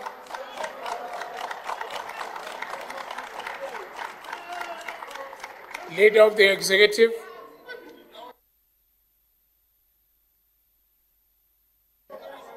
MMC. Urodi. Okay, who's speaking first? Okay, Councillor Flourish. Thank you, Speaker. I was a bit disturbed that you were not observing us. I had a point of information. The executive mayor and her team did not go to Marabastad just for a photo shoot. They actually had meetings prior to their visit where they met with the traders, they consulted, and they said, we will be coming back. Please put your house in order. Councillors, councillors, councillors. Chief Whip Matsibatila, I said, can you control your people? When Councillor Forish has a right to speak. Stop howling. No, stop howling here. She's got a right to speak in this house. Unless you want me to stop you speaking, because I can do that. You don't have a right to do what you are doing to that council. No, you don't have a right. No, allow her to speak. Then engage after she has spoken. Stop it. Stop it, Fosi. Why continue so? She's a human being. Stop it, Fosi. I'm not going to ask you again.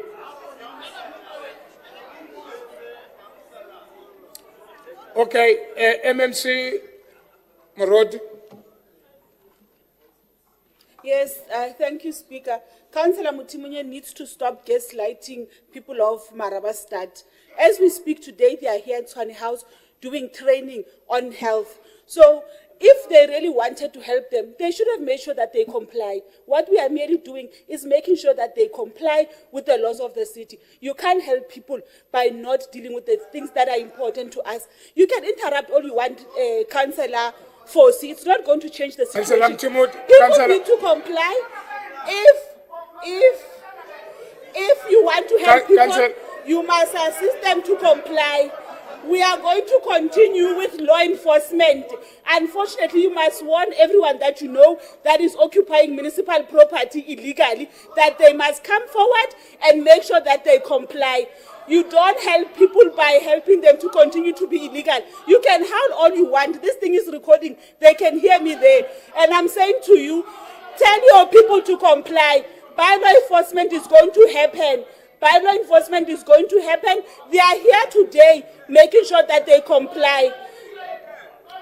Yes, your minister, who is Minister of Home Affairs, is aiding and abetting these criminals. If you want to help them, why are you not making sure that they are in the country legally? Stop gaslighting. Stop gaslighting people of Marabastad. This city is helping them to comply. You failed to enforce bylaws. You failed to enforce bylaws. We are enforcing bylaws. And you are upset because we are exposing your rod that you failed to deal with. You can shout all you want. We are helping them to comply, and we are going to continue to making sure that they comply. Councillor Mtimud.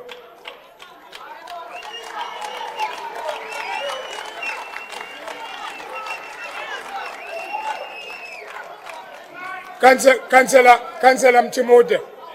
Councillor Mtimud. Are you starting misbehaving? You had an opportunity to speak. I didn't recognize you to speak again. Stop it. Stop it. Stop it. Thank you. What are you standing on?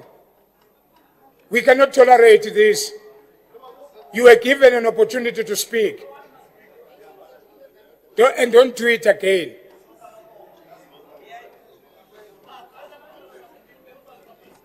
Speaker, it is very disingenuous for the MMC to stand in this house to say those people are non-compliant. What are you Those standing people on? are- point of What are you, information, what are you standing on? 38, Rule 38, point of information. Just like you can give Councillor Floric space to speak, you must allow us to also speak. Why is it that when I want to speak, you want to keep us quiet? We allowed Councillor Floric to speak. Now.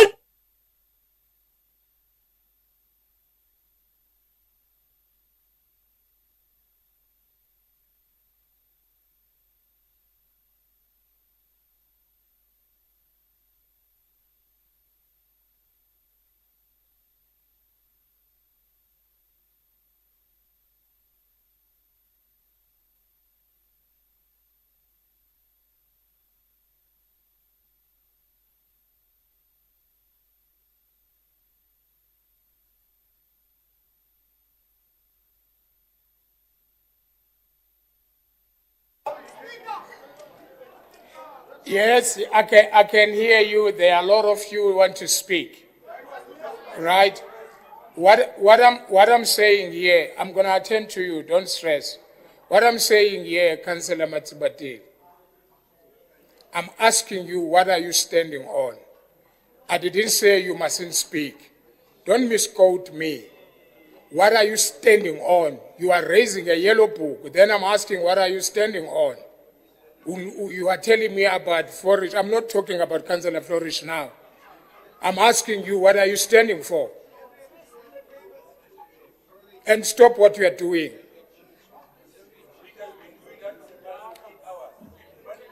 Can he finish the point of information? Why not? Why not? Can you finish the point of information that you want to speak? I'm coming to you, leader of the executive. Can I deal with it, please? Councillor, please.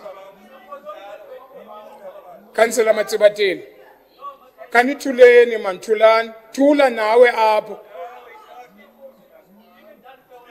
Stop what you are doing.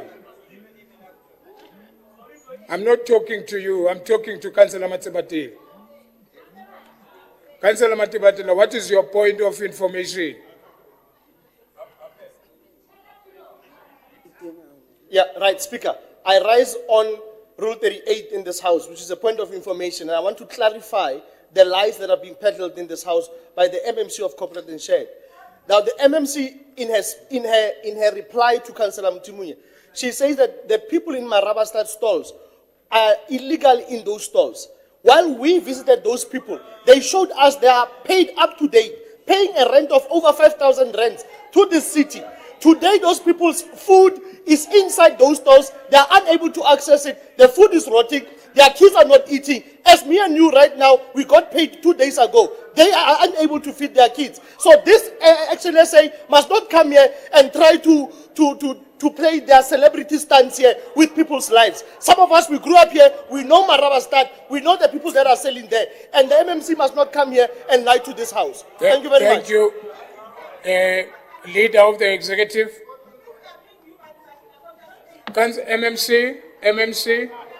MMC, allow me to recognize you. Leader of the executive. MMC Murodi.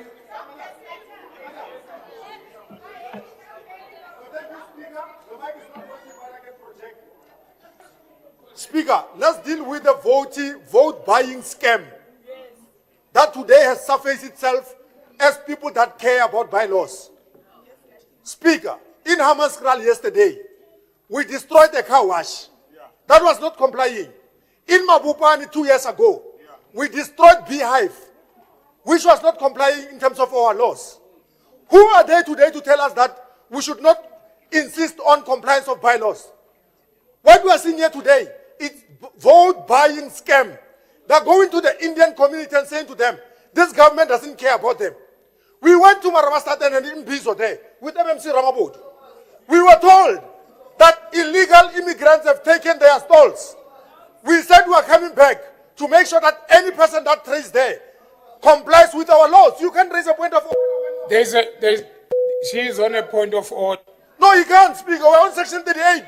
We're raising a point of information. Wait for us. Councillor You Mtimonye. won't vote. You are not going to get votes Councillor at our Mtimonye. expense. Councillor You are not Mtimonye. going to get votes at our expense. You You are can't not going to raise do a it. point of order when We there is are a not point going of to allow order. them. This is vote by I noted you. Why are you making noise? Speaker, our townships are harassed to comply. MMC Kotiye does it. We don't complain. We tell our people, yes, he does it. Through Metropolis, they are doing it. Let me tell you what this former government was not doing. Go to Sifagomaka, to Zambezi Street. There are people that are selling cars there illegal. For 20 years, they were not doing anything. Even to date, they can't breathe there.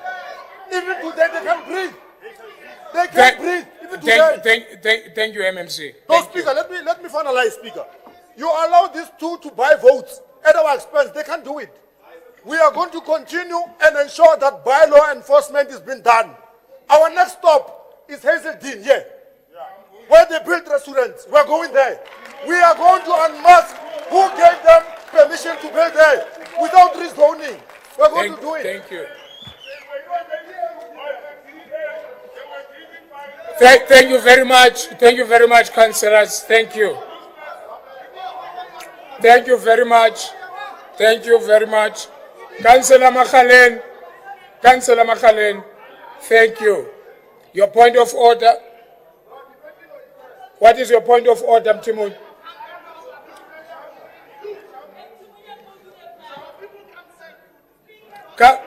Councillor Matsibatila, there is someone on a point of order from your organization. Go ahead, Councillor Mtimonye.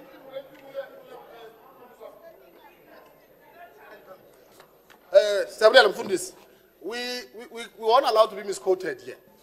If there is any law-governed party, it is the DA. What we are saying... Wait, councillors,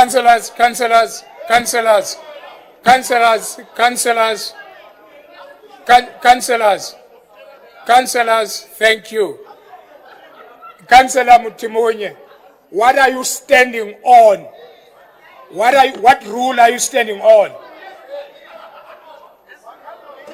Okay, Speaker. Okay, point of information. Let's say information. I'm correcting, Speaker. That we are supporting bylaw infringement. We know. What we're saying is that if Councillor Maleka wants to look at vote buying, it's sitting 3 seats away from him on his right and 4 seats away from him from his left. When you govern a city, you govern it for everyone. When did the ANC become an anti-poor party? When did the EFF become an anti-poor party? We said that the market system is a system that works for the whole city, including poor vendors. And the city has a duty to help people who are helping themselves. People that have never created jobs in their lives, you can see them. People that do not care about what other people do, we can see them. Thank you. In future, we must have people in this council that have created jobs and have worked in the real economy. Councillor Mtimonye, I said thank you. Deputy Chief Mtimonye, sutelela kaloku.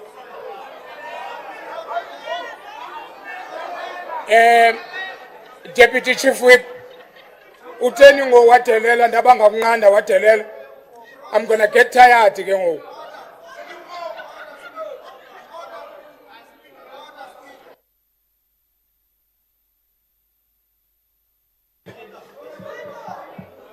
Speaker. Yeah. Speaker. Deputy Chief, there is a point of order from the Deputy Chief Whip. When you invite us to a meeting, siyasabela, size apha. One of the things that we come here is to come and correct amanyala. Walaba bantu abayenze over the past 8 years. Yes. Speaker, one of the things that we have to come here and correct is ukwenza izinto kwabo ngokunyoba. Speaker, we cannot come here and come and listen to these people while they are perpetuating their nonsensical way of doing things. Speaker, can you please take this meeting and drive it forward? We can't come here and listen to these people while they are making nonsensical comments about their former failures when they were still in government. Thank you very much. We want to participate and contribute meaningfully. Let's have a debate. Where we agree, we must agree. Where we don't disagree, we must not disagree. But let's have a way forward on what is it that we are doing on the current item where we are in. Let's not waste time. Thank you very much. I will really appreciate. Thank you. Can I be listened to? Can I be listened to?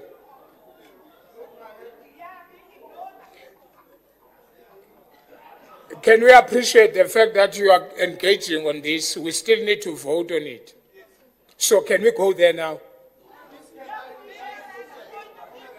What is your point of order, Councillor Makhaleni?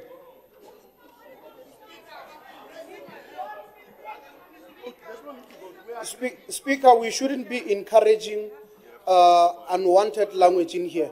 Please withdraw the word Uyatelela, Councillor Mtimun. Or be referred if you refuse. Hey, do la fast.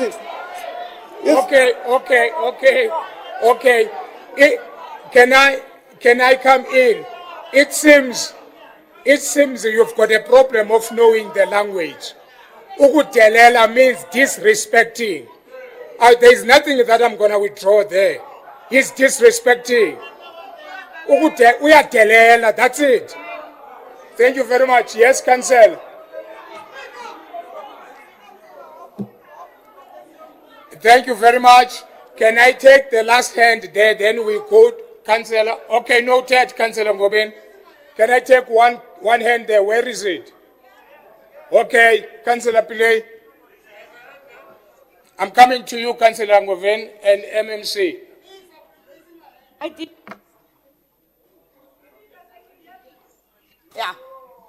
You know, last year, we went as Action SA. Yeah, you can make noise. Whoa. Make noise. Okay, Councillor, okay. Why they covering? They covering for themselves. Wait. They want to cover. Wait. They want to cover for themselves. Councillors. Councillors,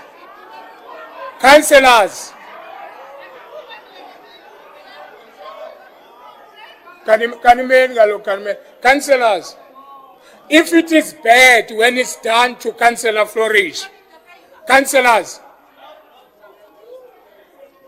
if it is bad when it's done to Councillor Flourish, why are you doing it to Councillor Pillay? If it is bad when it's done to Councillor Flourish, why are you doing it to Councillor Pillay? Can we be in order, please? Councillor Pillay, you must speak, then we move on with the item. You are the last person. At the very same place that was closed as us as Action SA with the MMC Councillor for Pillay. economic development.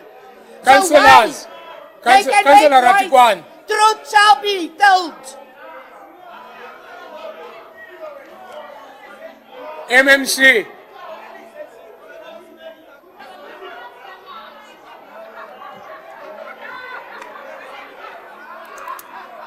Speaker, those very same vendors produced proof of content.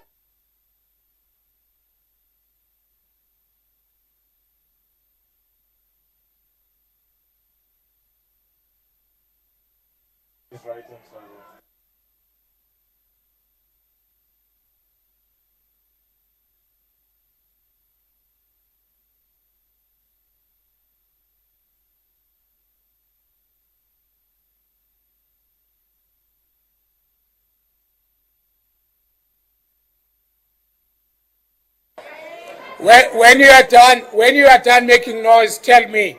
Then we can continue.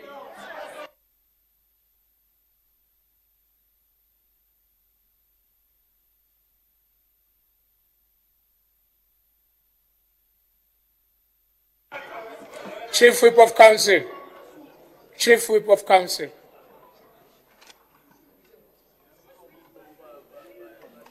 No, thank you very much, Speaker. Can you give a direction for this House? Because it seems that we got those people who don't even understand why we are here today. Please, Speaker, there is a yellow book there. If you see that any councillor is not behaving the way that the councillor is supposed to behave, just take a decision, Speaker. Please, thank you. Thank you very much, Councillor. Thank you very much, Chief Whip. Can we all behave? Let's move on with this item. We've been sitting on this item for more than 45 minutes now. Councillor Ngoveni, I recognize you, but can we allow Councillor Pillay to speak? Why not?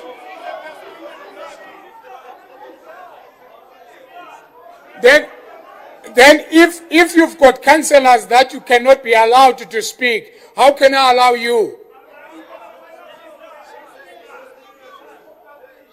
No, if I cannot allow Councillor Pillay, she's got a right to speak.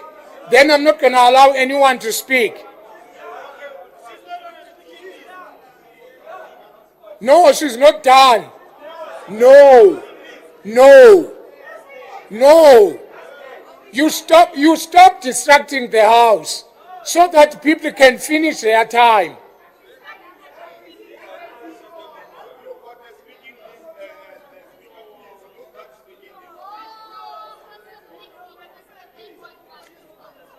If I may inform you, Chief Whip, I'm done with the speaking notes.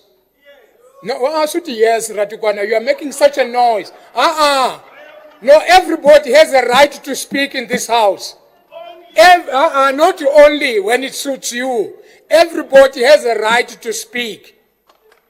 If you say, Councillor,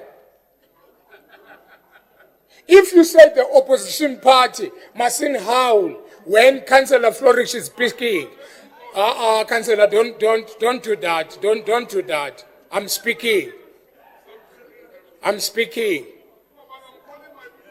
Yeah, don't call, it's fine. But when Flourish is speaking, they howl them. So Pillay is speaking, you are howling. What is the difference between the two of you? He's got a right to speak. And I'm not going to move until she speaks.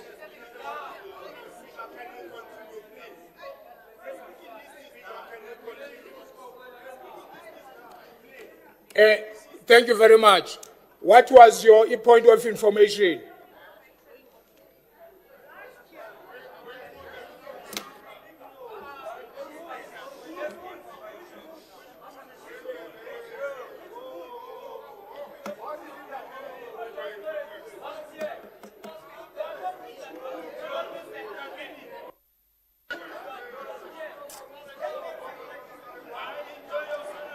Councillors,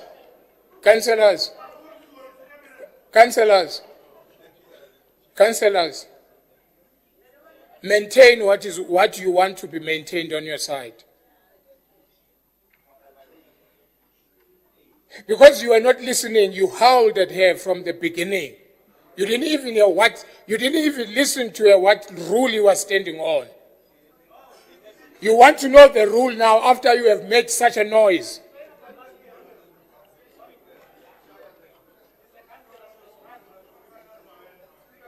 Thank you very much. Councillor Pillay, for the benefit of the House, repeat the rule that you are standing on. Can we be quiet? No, we are not going to continue until the council has been given a right to speak.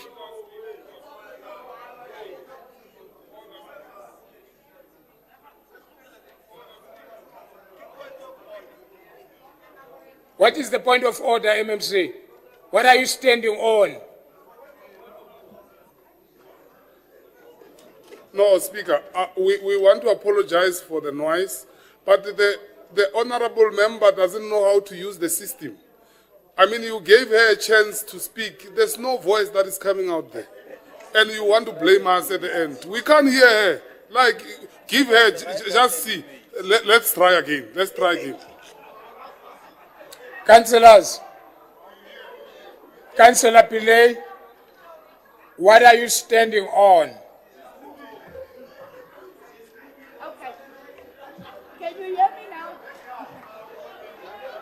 Is it on? Okay. Okay. It's on. It's on.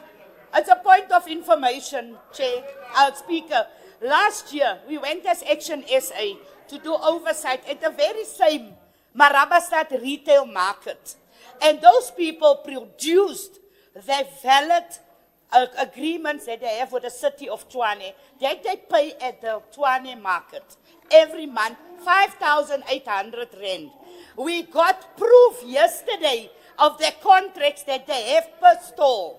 So the Honorable Mayor went last week Friday to go and close the place without doing looking at the information that is there. She closed the place with all the produce inside. Yesterday, it was not just about closing the place, it's about our legacy that is there. We come for years there, Thank you, Councillor. Speaker, and now she destroys our legacy. Thank you. Thank you, Councillor.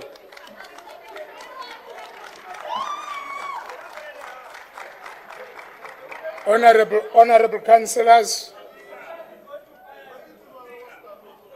councillors, it should also be noted that in accordance with Section 160, 3B of the Constitution, a decision on the approval of the bylaw must be taken by the council with the supporting vote of a majority of council members, i.e. at least 108 councillors in the case of the city of Tshwane. I will therefore now subject the approval of this bylaw to the vote. For the purpose of this voting process, I am requesting councillors who support this bylaw to raise their hands so that they can be counted. Please raise your hand if you support the bylaw.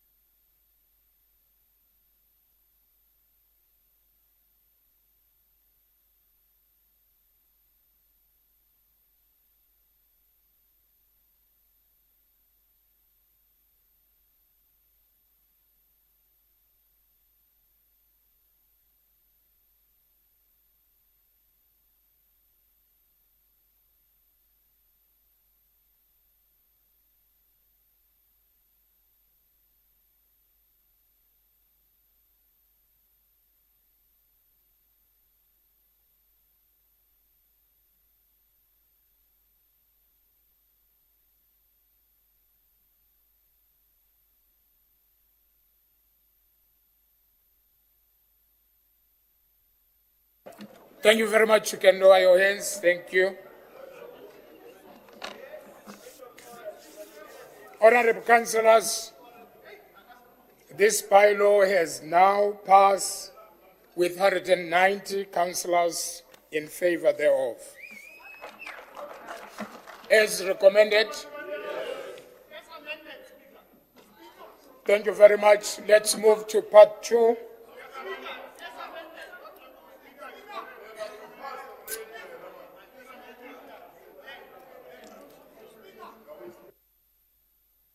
Councillor Ngoven.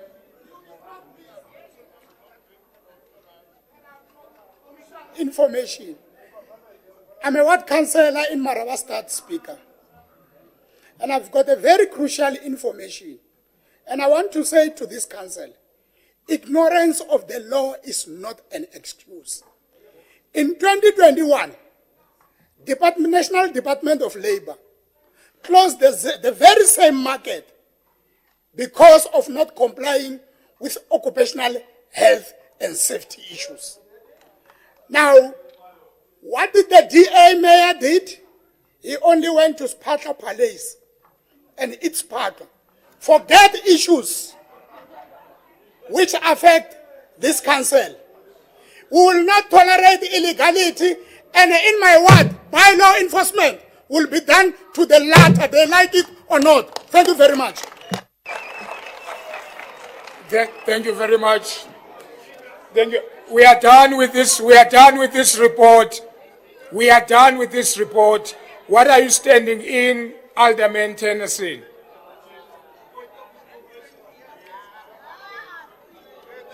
Point of information. Thank you, Speaker.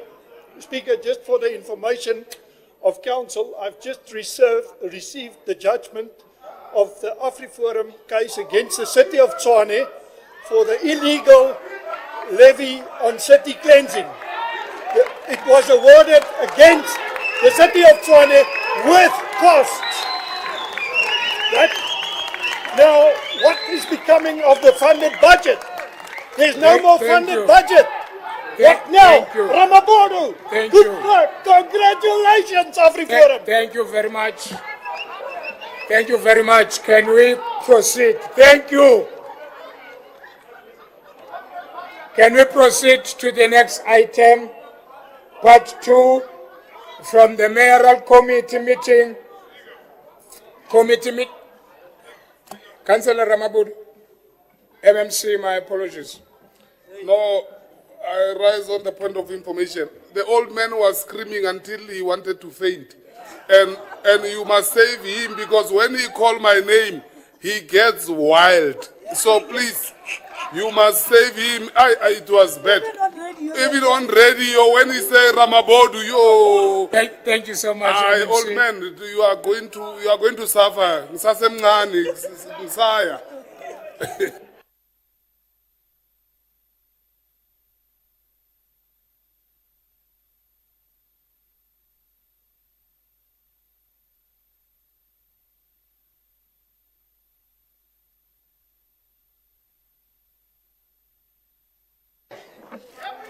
Thank you very much. We are on part 2 from the Mayoral Committee meeting, 23rd July 2025. Alderman, thula kalo. Ugugile man, thula. Item 10, City Strategy and Organizational Performance Department, Municipal Finance Management Act, Section 52D, Quarter 4, report on the implementation of the service delivery and the budget implementation plan. This report is on page 3 to page 346. Recommendations are on page 18. And on this item, I've got Councillor J.J. Baloy from the ANC. Your 3 minutes starts now.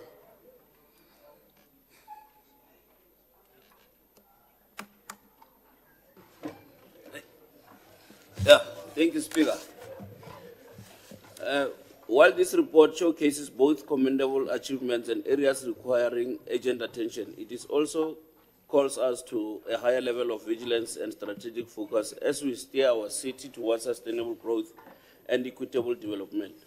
Firstly, it is encouraging to note that out of 76 performance indicators stated for reporting, 38 targets, exactly half, were achieved in the quarter.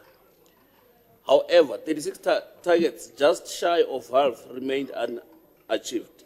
The gaps in performance cannot be dismissed as mere statistics. They signify opportunities lost, communities underserved, and perhaps most critically, the failure to honor the social contract we hold with our residents through a framework like the IDP and SDBIP. We are, in essence, stealing people's dreams when we do not deliver on our promises. Speaker, A deeper examination reveals that financial constraints play a significant role in these shortcomings. Many of our targets, which in the past required substantial resources, are now less achievable with the current resource allocation. Many initiatives demand more than what we allocate. This misalignment of resources with expectation must be addressed with renewed urgency. The time when we accept a disconnect between ambition and resources capacity must be behind us. We owe it to our community to prioritize effectively and allocate funds wisely, focusing on what delivers maximum impact and sustainability. Furthermore, performance inconsistencies are compounded by structural issues with our delivery chain.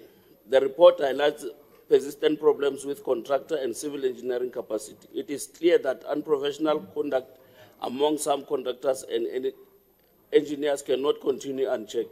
We must establish robust framework panels which are clear, accountable, and professional that allows us to replace those who fail to meet standards swiftly and decisively. Speaker, our performance on projects and programs underscore this agency of the 181 capacity project with a total target of over 2.3 billion. Only 50% achieved the milestone in the quarter. Certainly, planning challenges, contractor issues, and resources constraints have played a role. Still, this indicates that for us to truly become a city of progress, unwavering focus and accountability is essential. It is not enough just to measure performance. We must act decisively when targets are missed. Thank you, Speaker. Thank you very much, Councillor. The next speaker on this item is Councillor Ace from DA. Your 3 minutes starts now. Thank you, Speaker. I have been busy with the elated celebration of the city cleansing levy being set aside, something that the DA advocated very, very hard for. Therefore, I'm not going to speak a lot on this report, because what it shows is only a city that is moving backwards. At the end of the fourth quarter of 2024, 56% of the set targets was met. This is now backslid to 50%. And the departments that are seeing the biggest issues is the ones that we are also seeing on the ground, and that is basic service delivery: water, sanitation, wastewater, and electricity. Contract management, vandalism, and bad designs are what is blamed for this, that there's only 47 of the 181 capital projects that has met its targets. When we discussed the budget in this House in May of this year, I made the comment that the budget is perfectly structured to protect ANC patronage.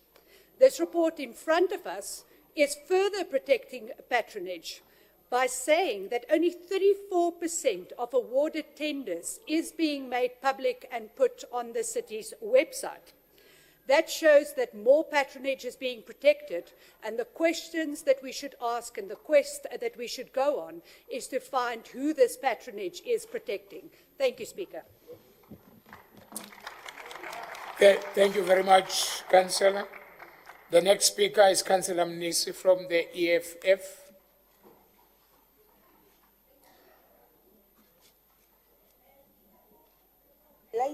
Our achievements and challenges in implementing the Service Delivery and Budget Implementation Plan, SDBIP, for the 2024-2025 financial year. Speaker, this report will highlight the aspect of willingness to achieve, because where there is a will, there is always a way. Our report shows that we achieved 50% of our target, while 47% were not achieved. The Group Financial Service Department underperformed, not achieving 22 out of 30 targets. We also saw delays in project commencement, vandalism of the city property, and insufficient capacity in water and wastewater treatment. Speaker, the EFF believes that our administration will sit and find a possible solution to curb underperformance. I am sure of that because we are all committed to the city that provides excellent service delivery. Let me remind you that where there's a will, there is a way. Speaker, we have 181 capital projects with a total budget of 2.34 billion, while 47% of the project achieved their milestone, 51% did not.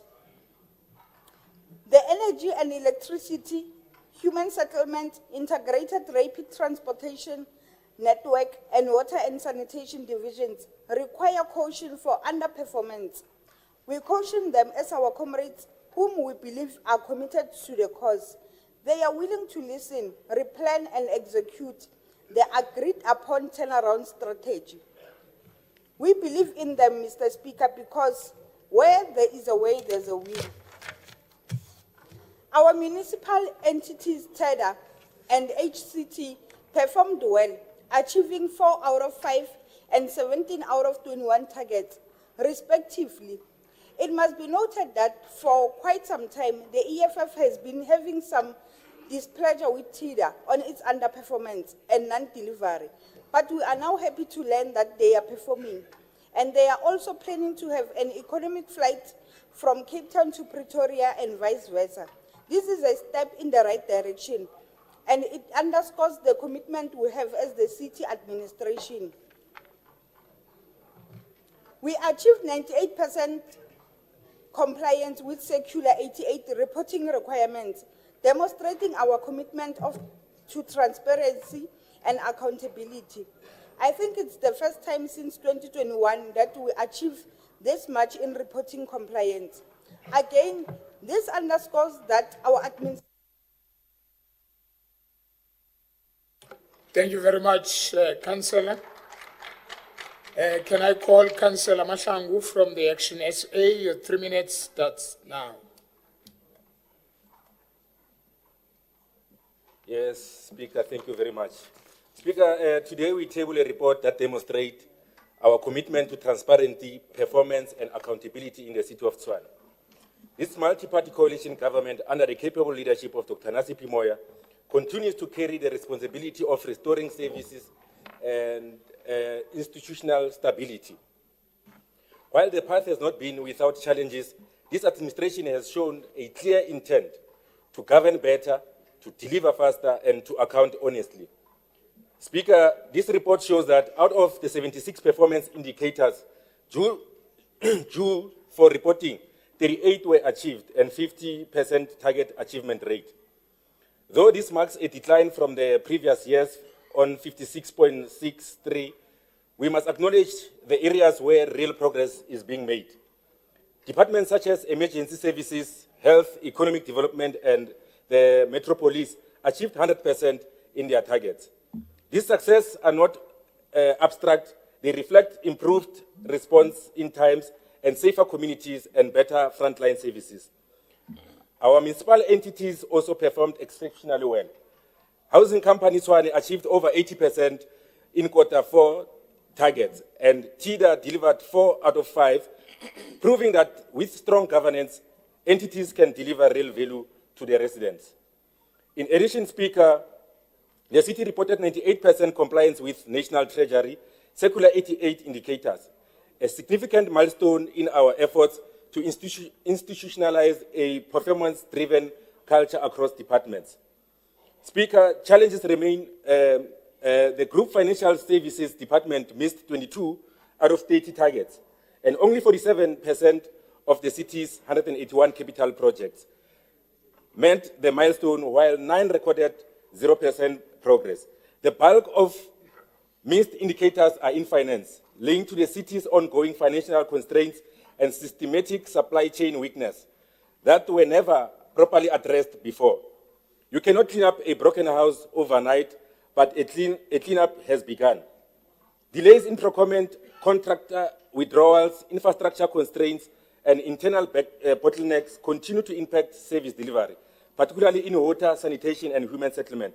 However, Speaker, these are not failures. We see them as urgent calls for action, and internal audit process underway will validate results and guide a stronger performance culture in the year ahead. Speaker, what is of critical importance isn't just where we are now, but where we are heading. Under this revitalized multi-party coalition, we are guided to shared commitment, seeing encouraging signs of improvement, professionalism, and better. Thank you very much, Councillor. The last speaker on this item is Councillor Peskov from the FF+. Your 3 minutes starts now. Speaker, the Q4 SDBIP report is not just numbers. It reflects a municipality failing its residents. As the Freedom Front Plus, we must sound the alarm on Tshwane growing inefficiency, financial mismanagement, and empty reporting. Only 50% of targets were achieved. Half of what was promised was not delivered. This is not performance. This is confession to failure. In group finance services, 6 of 30 targets were met, yet spending sits on 95%. Either the targets are misleading or the figures are manipulated. This is data inconsistency at its best, or deception at its worst. Capital projects are no better. 2.34 billion allocate, but only 40% of the milestones reached. Where did the money go? This is not delivery, it is institutional decay. Entities like TIDA and HCT boast 80% plus achievement while facing delays, disputes, and breakdowns. These contradictions erode public trust. Communities remain in dark, without water, without answers. The claimed 98% compliance with Circular 88 is also misleading. Many indicators were inapplicable or lacked baseline data. That's not compliance, it's statistical smoke and mirrors. How can departments with audit issues and misleading submissions claim 100% performance? How are completed projects still stuck in legal and technical limbo? We hear the same excuses: contractor delays, supply chain management, bottlenecks. But this is no reform, no accountability, no progress. The Freedom Front Plus is not here merely to criticize, but to demand truth, accountability, and consequences. Our residents need service, not spinning of wheels. Thank you. Thank you very much, Councillor. That is the last speaker on this item as recommended. Thank you. Let's move to item 11. Group Financial Services Department, Local Government, Municipal Finance Management Act 2003, Act 56 of 2003, in-year financial report, month and quarterly budget statement for the period ending 30th June 2025, preliminary figures. This report is on page 347 to 384. Recommendations are on 352. And on this item,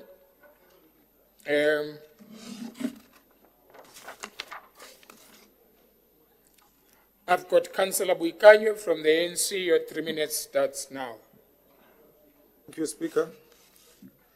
An effective municipality is governed with stringent financial management and oversight, providing a report on the implementation of the budget and the financial state of municipality that is aligned with Section 52D and Section 71 and Section 71 of the Municipal Financial Management Act of 2003, outlining the financial performance against the approved budget of the city for the 2024-2025 financial year for the period ended 30 June 2025.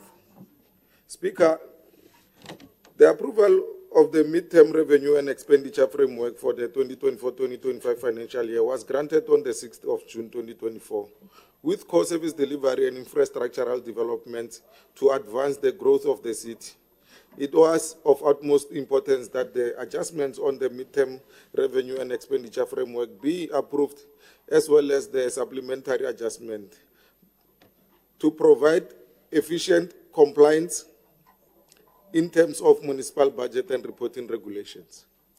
More so, the city has had a financial recovery plan that was approved by Council on the 27th of May 2021 and had been implemented since to move the city from an unfunded state into a financially sustainable position, focusing on driving operational efficiencies, enhancing revenue, reducing distribution losses, and reviewing tariffs.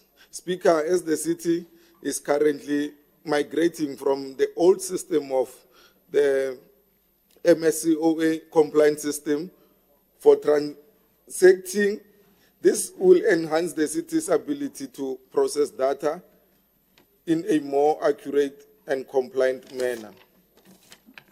To achieve revenue completeness and facilitate collection, the Mayoral Charter on Financial Recovery and Revenue Enhancement will aid the city to mitigate metering, billing, invoicing, property valuation, collection strategy, and creating capacity within the Revenue Management Division.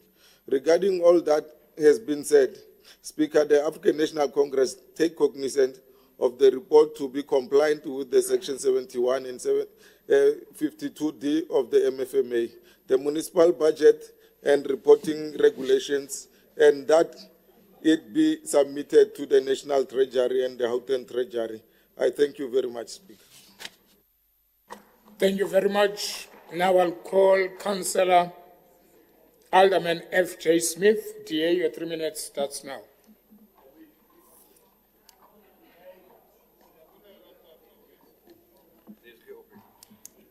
In this report, we find two problems. Problem one is that the workaround for compilation of the monthly reports and submission of data strings, which was discussed in the previous month also, the city upgraded its core financial system, the SAP ECC6 to SAP S4HANA, Light Digital Core. The SAP 4 HANA system went live on 21st July 2023. However, the go live did not include the mitigation of revenue data and human resources. The city's experienced challenges with regard to synchronizing the ECC6 system with the HANA system. IC consultants, together with business units, are working on solving the interface process in order to ensure that revenue and payroll information are properly synchronized on both systems. The workaround mechanics cannot produce data strings that are completely free of errors, because it is a manual process that is trying to perform integrated operations that a financial system is supposed to perform. We take note of this problem, but want to encourage our officials to make proper evaluations and monitoring and planning. We in Tshwane cannot allow such crisis again. Proper planning is necessary for changing systems or upgrading them. Correct information is important to manage a city like Tshwane. The second problem, Mr. Speaker, is the actual operating revenue, excluding capital transfer and contribution, is 991 million lower than the year-to-date budget for the period ending 30 June 2025. Operating expenditure is 1.9 billion less than the year-to-date budget, or 4%.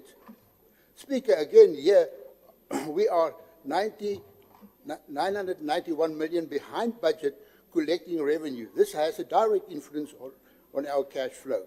This is due to the non-filling of critical vacancies.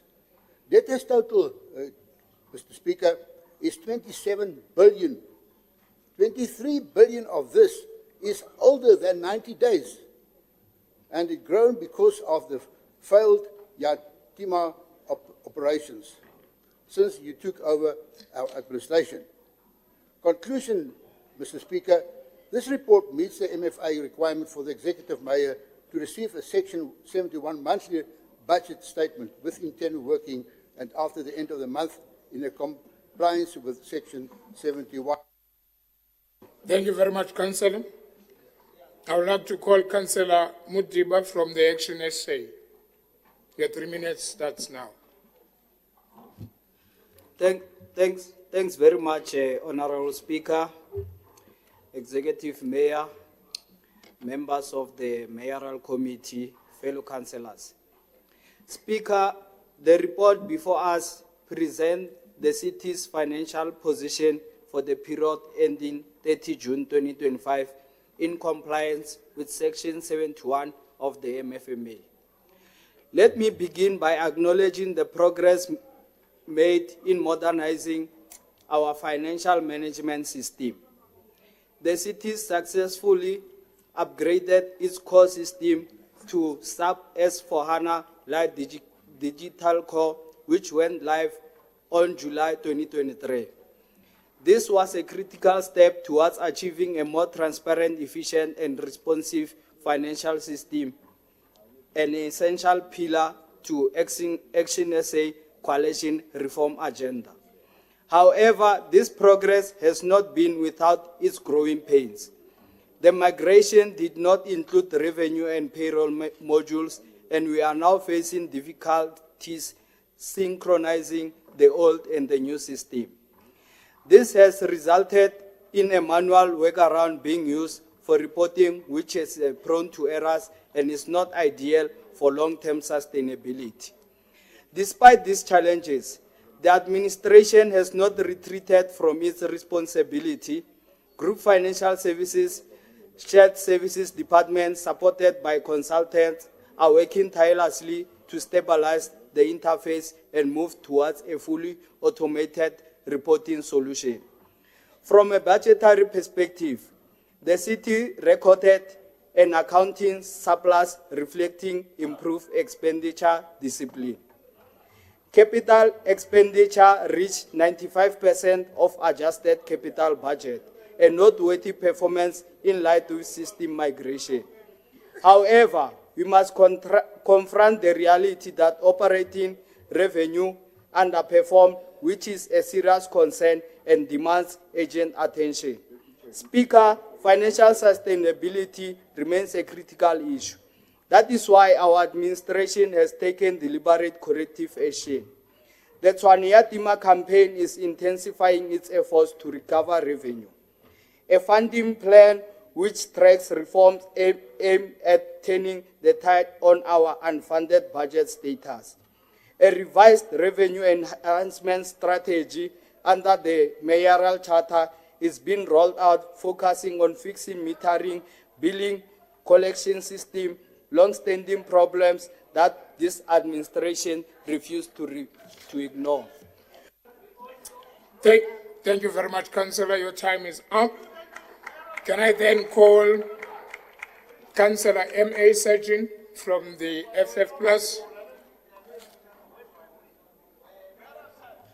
Mr. Speaker, this report should be alarming to the whole House, as a municipality with failing finances spell trouble for every ward in the city. We are witnessing a deficit of almost 1 billion rand in revenue collection. Let's be clear, this is not a rounding error or a seasonal fluctuation. It is a crisis of sustainability. When revenue dries up, the services to our residents that they rely on stops and infrastructure breaks down. The city has underspent 1.9 billion on the operating budget. Was this underspending due to delays and inefficiency, or was the budget itself inflated or misaligned from the very start? If we approve budgets that are never realistically executable, either due to capacity constraints, poor internal coordination, or unrealistic revenue assumptions, then what we are doing is not budgeting, Mr. Speaker. It's playing Russian roulette with the budget, which is public money. It is time we treat the budget as not an annual wish list, but a contract with the residents. If we cannot spend it, don't budget it. If we can spend it, then get on with the job. The picture becomes more dire when we look at the debt profile. The much celebrated debt relief amnesty has failed to reduce the overall burden. In fact, total debt grew by almost 700 million rand. This was over 1 year. Arrears over 1 year now exceeds 18 billion rand, and new defaults have exploded over 600% increase in the 31 to 60 day category. We are replacing old debt with new debt, and that points to a systematic breakdown in payment culture. Your debt relief scheme was nothing but an attempt to buy votes at the expense of the budget. Politics at the expense of the budget. We expected nothing less, Mr. Speaker. Meanwhile,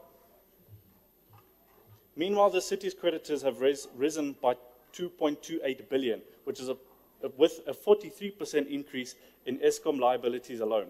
If this continues, we will soon face an even bigger crisis. We owe the ratepayers this city much more than this, Mr. Speaker.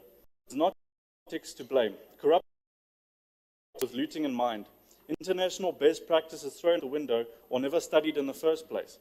Until this city's revenue is treated like the finite resource that it is, then maybe this House and the officials behind the scene will take budgeting more seriously. Thank you, Mr. Speaker.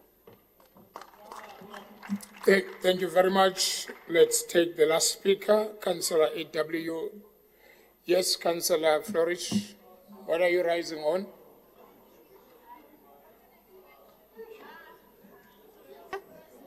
Thank you. Yes. Point of information. The allegation that the strategy is to buy votes is misleading because since this new administration came into government, there has been no election. Thank you. Thank you very much. Can I then call Councillor A.W. Mickelberg from RCT? Your 3 minutes starts now, sir. Thank you, Mr. Speaker. Nothing about this report is credible. It begins with a now 2 years old story that there are problems with the implementation of SAP for HANA, and as a result of a workaround, data must be manipulated by hand and is prone to errors. 2 years of this and no progress on a solution is not acceptable. I am beginning to believe that this is a problem that the municipal manager does not want to resolve, unless he has no idea how to resolve it, which is also a consideration not entirely without merit. That said, let's see what we have here. Our total revenue is under budget by 1 billion and expenditure is underspent by 2 billion. Neither figure gives us the real picture. The 1 billion of revenue under budget is the difference between actual budgeted financial performance, in other words, actual budgeted financial performance, and in other words, how much we actually billed our ratepayers compared to how much we planned to bill them. It does not tell us how much of billed revenue was paid. For that, we must consult the statement of cash flow. Of actual revenue of 48.2 billion, we only received 40.5 billion according to table C7. That is 18% under budgeted revenue, not 2%. And if we discount grants and subsidies, we get the actual percentage by which ratepayers are in default, which is 23%. Add to that the 2% that we have not billed, and it's 25% that we're not getting. That is a financial calamity. Our expenditure and creditors is reported as 2 billion under budget and 9 billion respectively. But again, neither figure is real. Under the notes to table C4, we see that amounts are underreported due to the delay in processing of invoices, or final invoices will be captured during the accrual process, and so forth. Nearly every line item is qualified. Every omitted invoice, when captured, will reduce underspending and increase the extent of creditors reported here. So what is the sum of these omissions? The answer is we don't know. Once you normalize late processing of invoices and non-payment of creditors, there are no boundaries. It can be anything. I suspect, based on previous financial years, that this sum is likely in the region between 7 and 9 billion, with 9 billion the more likely figure. But we just simply don't know at this stage. And that is, in short, our problem. Thank you, Mr. Speaker. Thank you very much, Councillor. That was our last speaker on this item, as recommended. Honourable Councillors, in terms of Section 42 of the Rules and Orders, a member may, after an item has been called, or the executive mayor or the chair of chairs may at any time move that the council resolve itself into committee for consideration of items on the agenda, and no seconder is needed for such a motion. In accordance with Section 42(3), the mover of the proposal for council to resolve itself into committee may speak on such proposal for going into committee and only the reasons thereof for not more than 5 minutes. When council then resolve itself into committee, all members of the public and the media and the officials, except those officials required by the Speaker to stay, must leave the council chamber. In accordance with Section 42(9) of the Rules and Orders, the resolution to the item considered into committee need not be announced in the open council if such a matter is a staffing matter. Honourable Councillors, the item is not contained in the agenda of SharePoint on SharePoint due to the confidentiality nature thereof, and it was distributed to councillors on link via their email addresses. The executive mayor did propose that this report be considered in committee. I will now, in terms of Section 42(3) of the Rules and Orders, allow the executive mayor to speak on the reasons for council to resolve itself into committee. But before you can do that, I think it will be proper for me to request that silent on the conditional expenses such as tools of trade, equipment, software training, and office space. That is inevitably with a full financial picture. Council cannot responsibly approve these changes. It is also not sure why this is needed, as some of the members of council have very predominantly shown that they are very clever in understanding what it means to be active on social media. Let us remember, we are elected to serve the people, not ourselves. Thank you, Speaker. Thank you very much, Councillor. 3, 4, 5, 6, 7, 8, 9, 10, 11, 12, 13, 14. Honourable Councillors, now that we have disposed the Annexure A, we can move to Annexure A1, Resolutions of the Mayoral Committee, 4th June 2025. On A1, 1, 2, 3. Then on item 4, I've got Councillor Pesco. Your 3 minutes starts now. Speaker, this report is not just a routine document.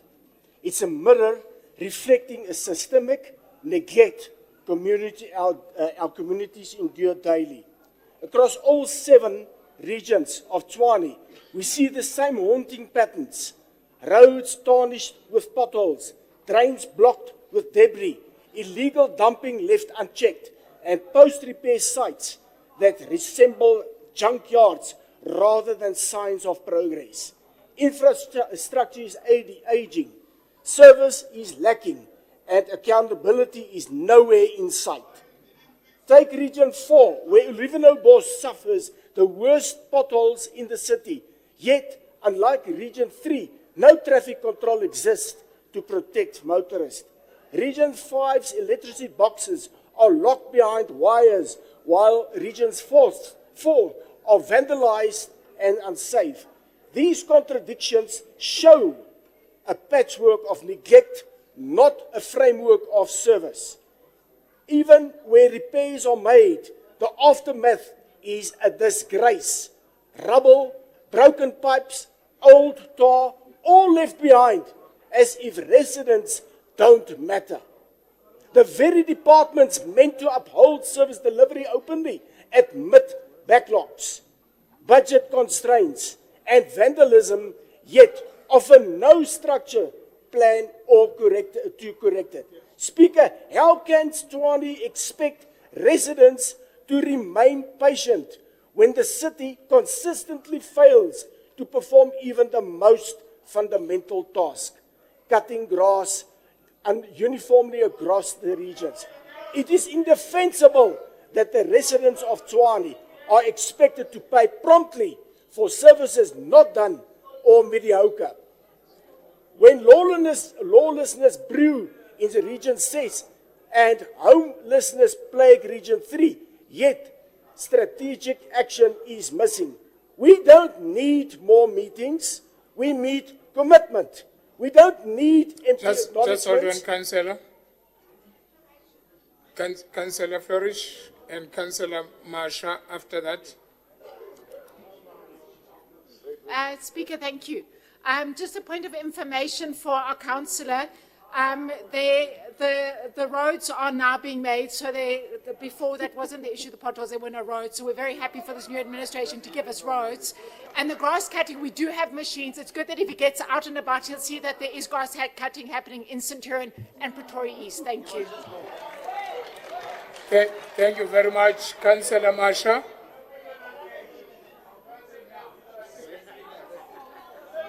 Thank you, Speaker. Thank you. Go ahead. Thank you, Speaker. I have heard the councillor mentioning Oliver Notbosch. What are you rising on, say? Yeah, I just want to check if the councillor can take a question. Okay. Okay, please go ahead. Can the councillor take a question? Speaker, they are so much rowdy, I don't hear, so rather let him send me a per writing. So you would love to take a question or not? In writing, yes. Okay. All right, then continue. When lawlessness brew in the region 6 and homelessness plague region 3, yet strategic action is missing. We don't need more meetings, we need commitment. We don't need empty acknowledgements, we need accountability. Let us report services as a wake-up call. Service delivery is not a privilege, it is a promise and a right. Now, that promise is being broken. Thank you, Chair. Thank you very much. 4. Yes. And the next one is 5. Is still the same, Councillor Pesco?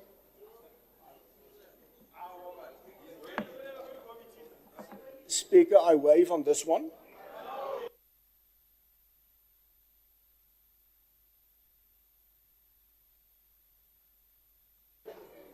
Five, 6,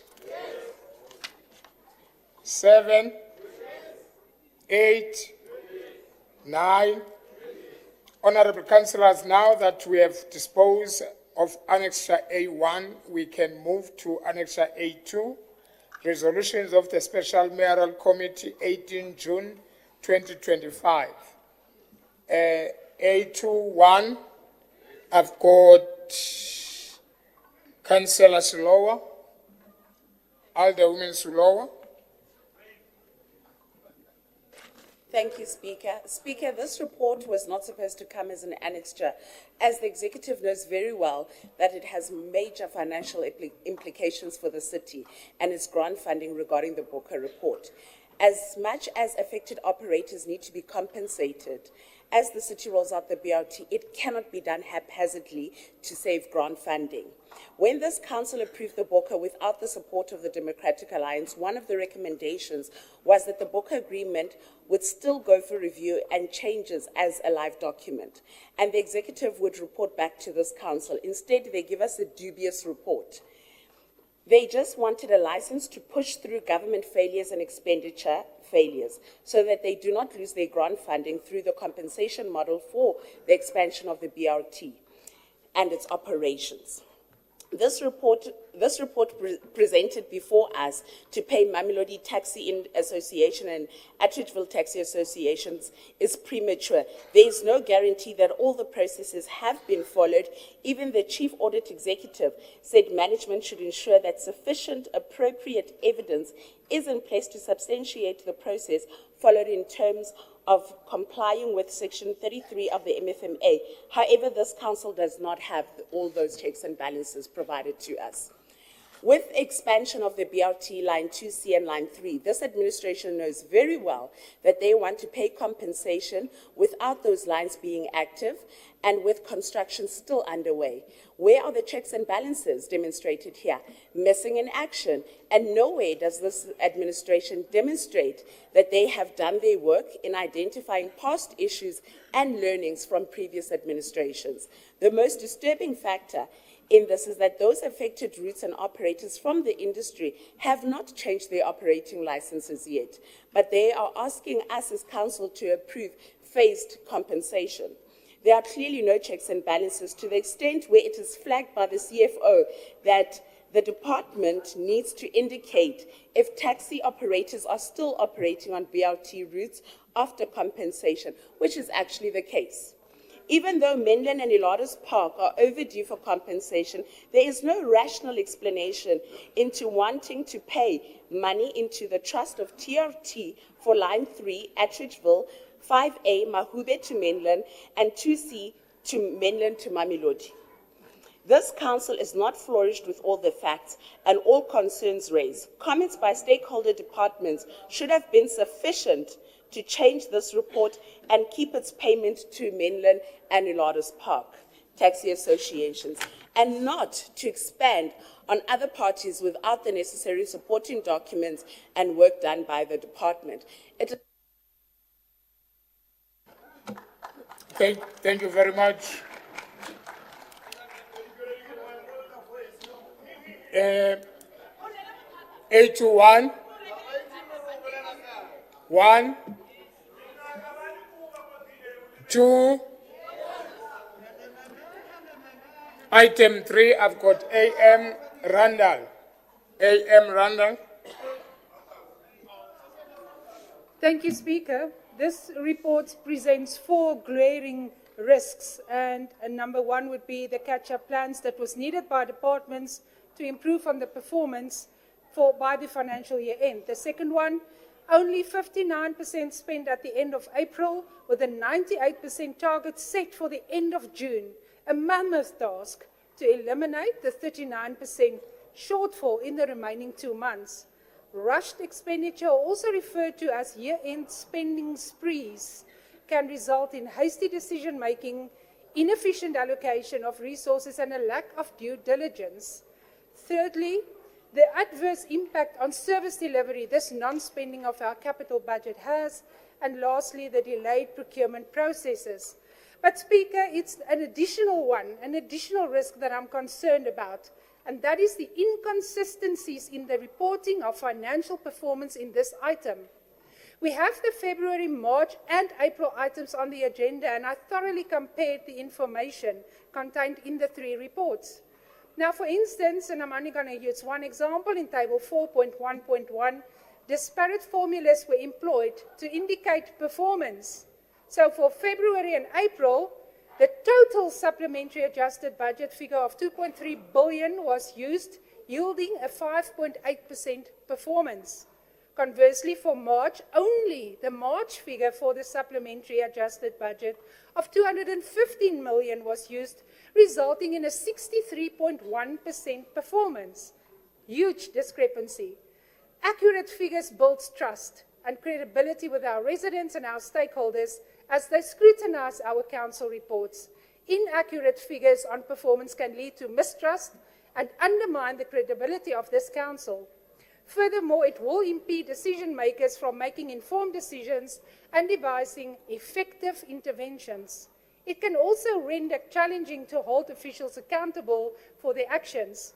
Speaker, the benefit of consistent reporting is that it ensures easy comparison, as figures across months allow trend analysis and identification of anomalies, whilst transparency makes it easier for all who has access to the reports. I'm sure we all agree that we owe it to our residents and stakeholders to provide transparent and accountable governance. I thank you.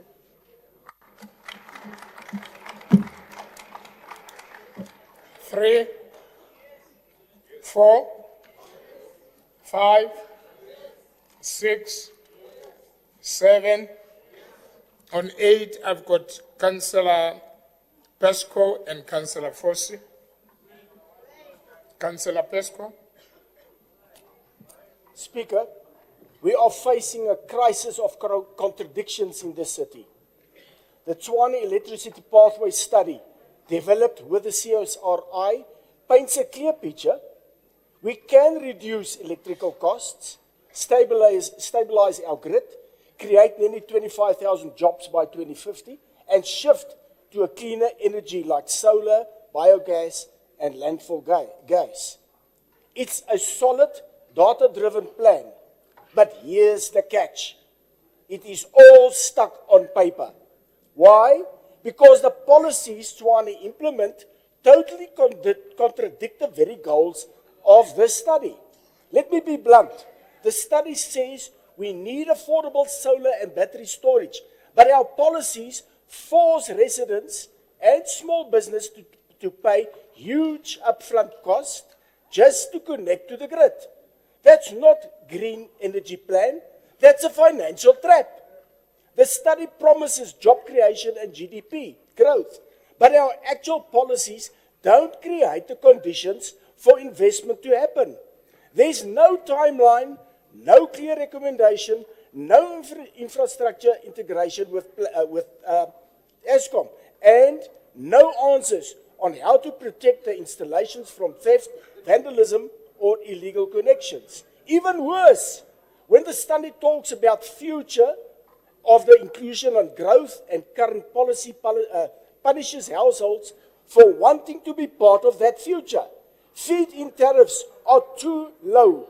Professional sign-offs are demanded even for small systems.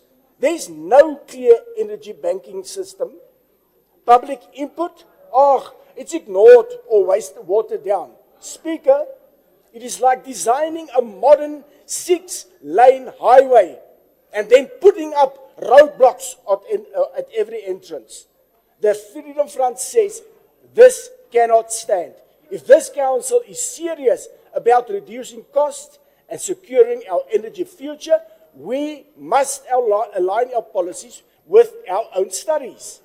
That means removing barriers, listening to communities, and making it easier, not harder, for residents to invest in renewable energy. Let us stop contradicting ourselves and start delivering on what we promise. I thank you, Speaker. Thank you very much, Councillor Fossey. Thank you very much, Speaker. The ANC's currency has always been in liberation politics. They're extremely clueless about managing and governing a city, let alone a country. That they sing so well is beyond question, but the investment and economy growing decisions are not made at the backbone of the musical chants.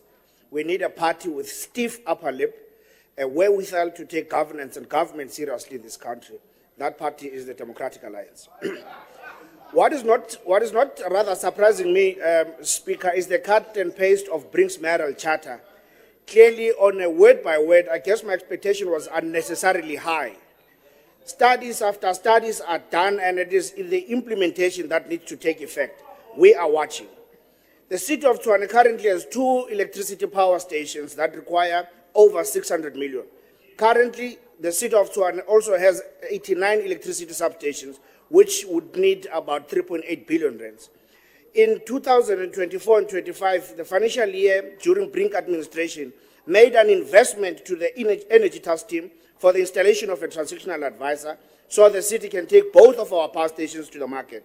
So we can be able to open for business, have stable supply of electricity, the redundancy in the provision of electricity, and eventually the supply of choice. We are watching. I guess that the current administration's comfort with Eskom makes this a pipe dream for the city to be able to achieve our set goals of halving the over-reliance of Eskom. The city is intending to use Eskom as a transactional advisor is extremely disingenuous. How possible that a supplier can advise a client that using other source can benefit a client? It doesn't make sense. Certain agreements to payment terms on Eskom debt suggest that the city had either to succumb to transactional role by Eskom or no payment arrangement. A 1 rand kilowatt hour tariff is a clear indication that they want nothing else or no one else but Eskom as a supplier of choice. Thus, this alone kills the market and it extends over-reliance on Eskom. We have a deteriorating electricity network, aging infrastructure. We are experiencing prolonged outages in supply both of these utilities. An average of 6 hours, which is costing us 1.2 million. And an average of 40 area outages per month. In terms of the year budget for maintenance on the electricity network, the city budgets over 16 million against an electricity asset value of 8 billion, which is 0.2 of the total asset. Still, it doesn't make sense. You need to have business knowledge to understand this. With the mention of the above figures, it is saddening that this administration has no political will, no hunger to address our independence and making strides for the betterment of our city. Thank you very much. Thank you very much. 8, 9. Honorable councillors. Okay. For 8, ne? Okay, please go ahead.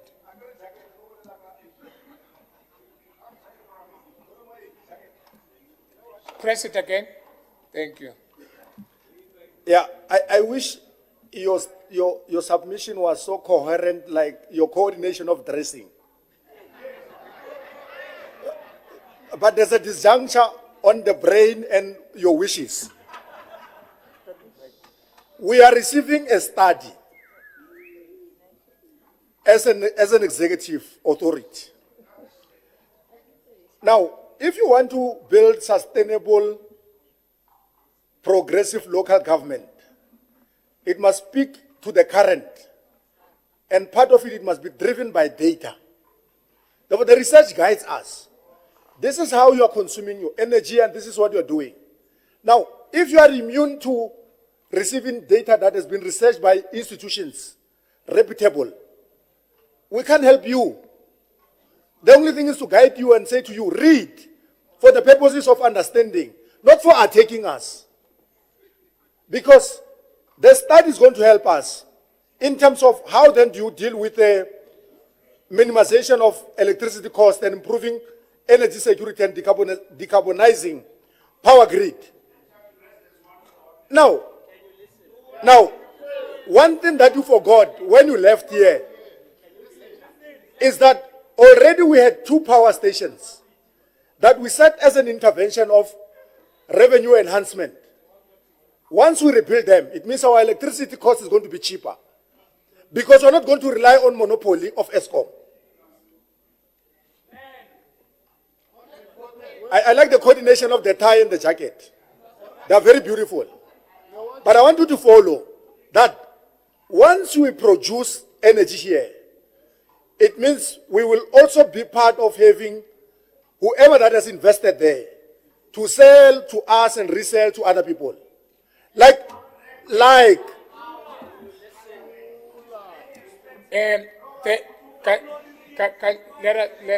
us not have that a dialogue. Thank you.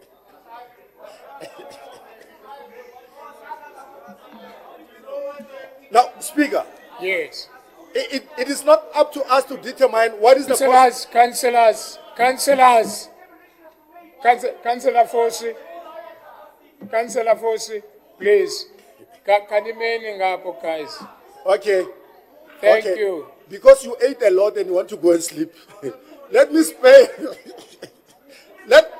let me spare you. Let me spare you the pain of understanding that the process of dealing with the two power stations, it's an intervention on its own.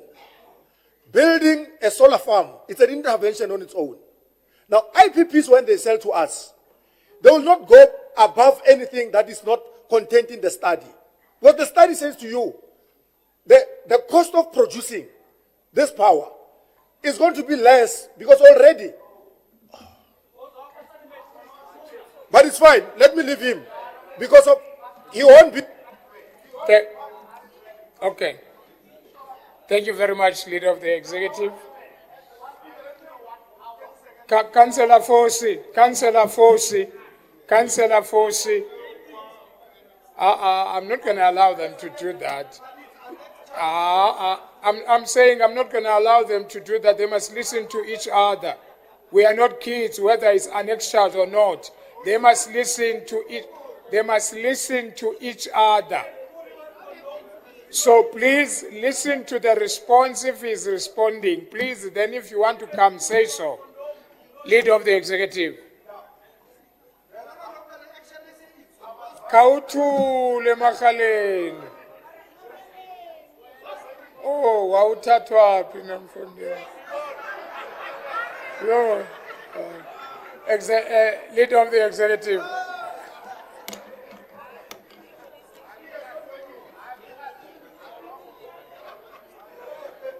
Yeah, Speaker.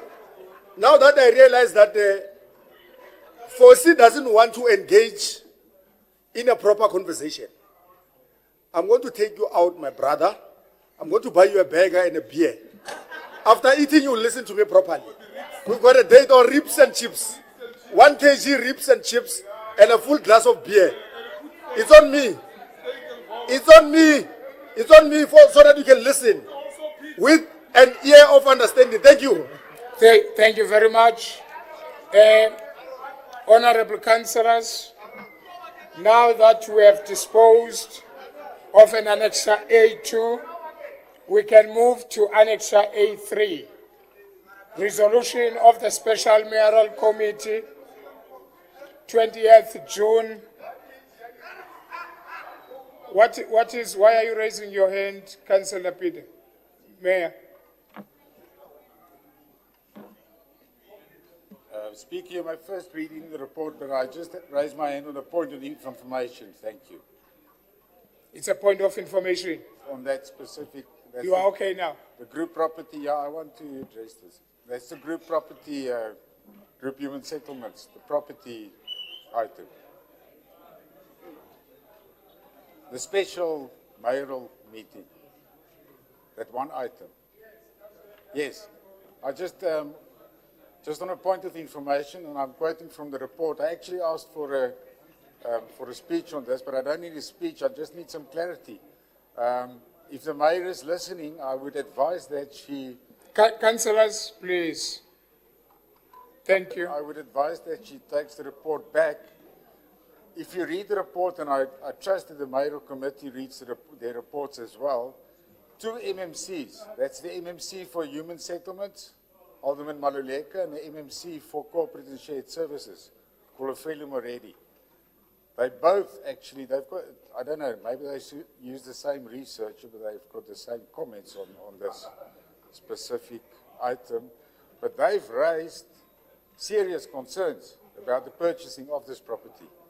I'm just going to quote quickly from the report. There are several critical matters raised in the report which require urgent attention to ensure that this acquisition process reflects our collective responsibility. Thank you, Councillor. No. Thank you. No, please. No, thank you, Councillor. You were putting a point of information.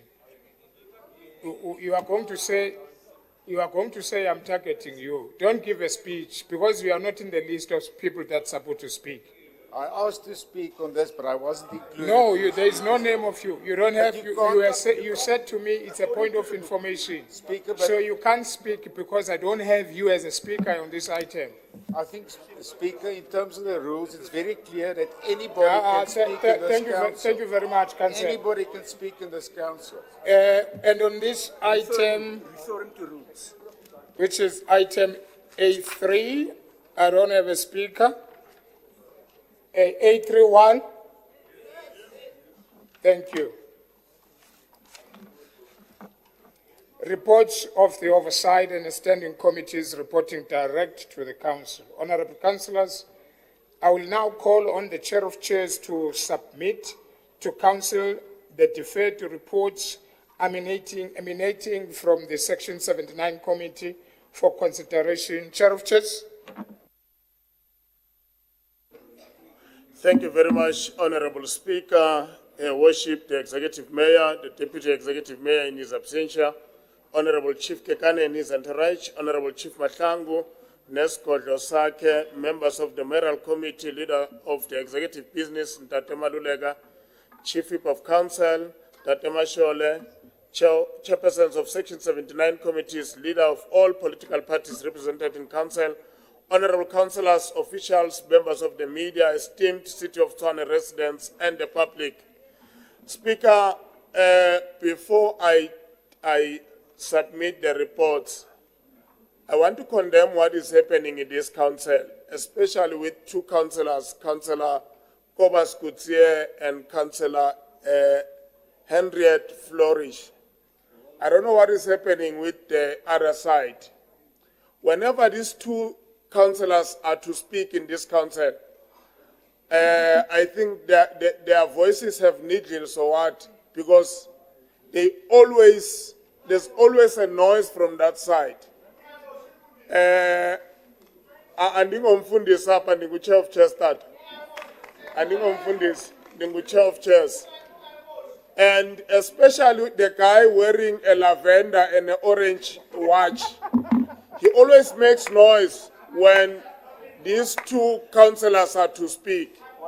We really wish to send a message to them to say, please, can we respect these two members? They are members of this council.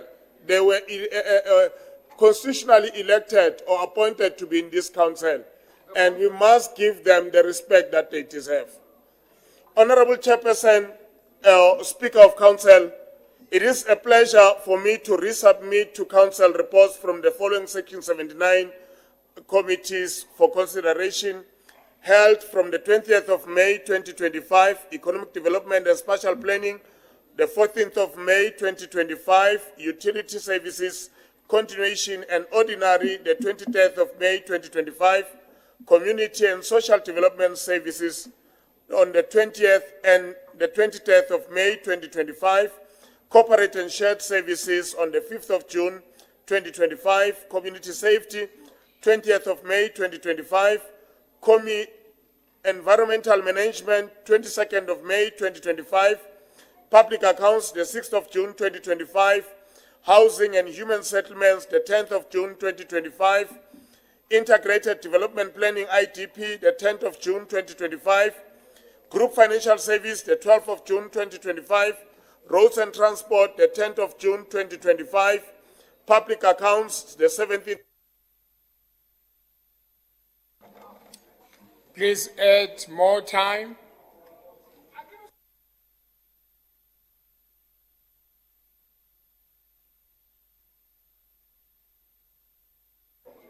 I get more time because I'm the chair of chairs, by the way. Public Accounts, Roads and Transport on the 10th of June 2025, Public Accounts the 17th of June 2025, Petitions the 19th of June 2025. Honorable Speaker, let me bid farewell to a brother, a friend, a family man, Honorable Matsibadila.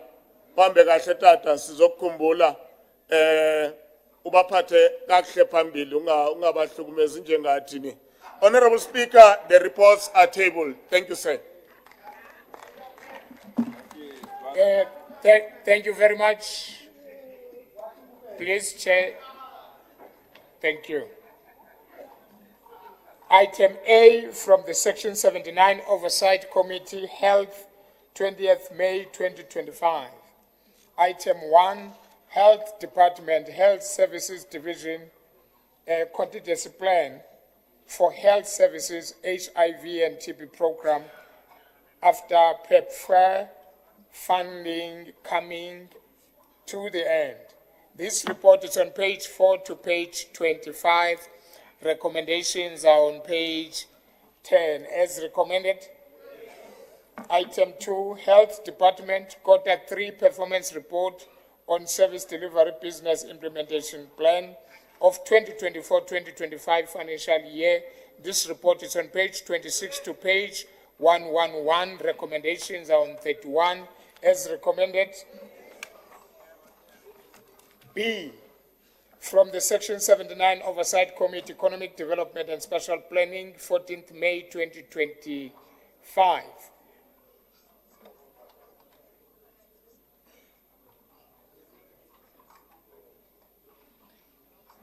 Economic Development and Special Planning Department, the revision of the 2018 Regionalized Special Development Frameworks for the seven region of the City of Tshwane, Progress Report.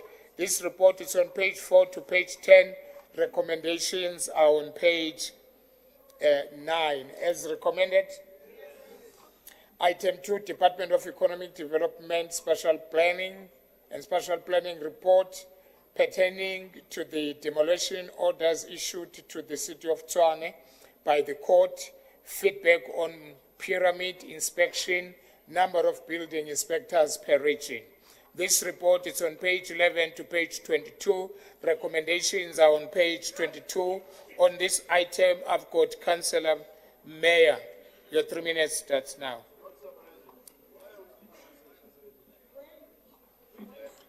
Thank you, Speaker. Speaker, I'm just going to comment on the quotations that are actually included in the report for the demolition of buildings. And I think I've raised it in a previous council meeting as well.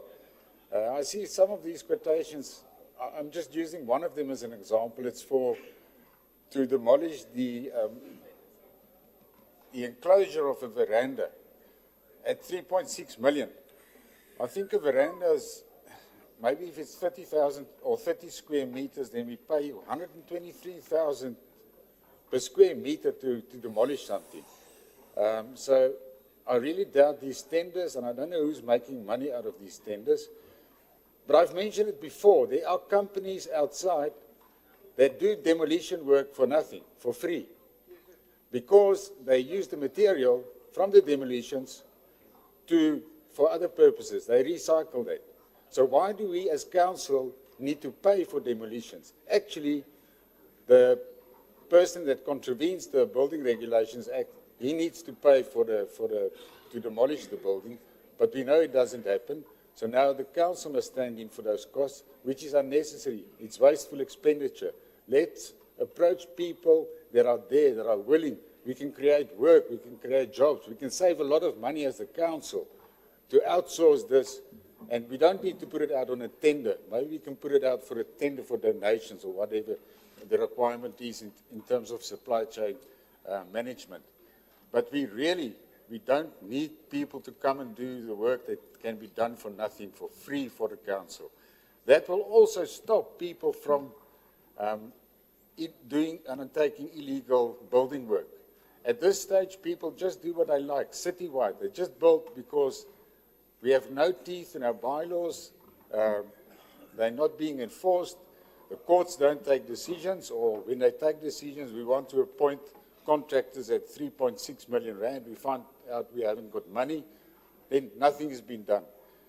So I really suggest that the department looks at, and I think I was approached by the Chief of Staff previously when I made this comment, that we look for people that are fit to do the demolition of buildings for free.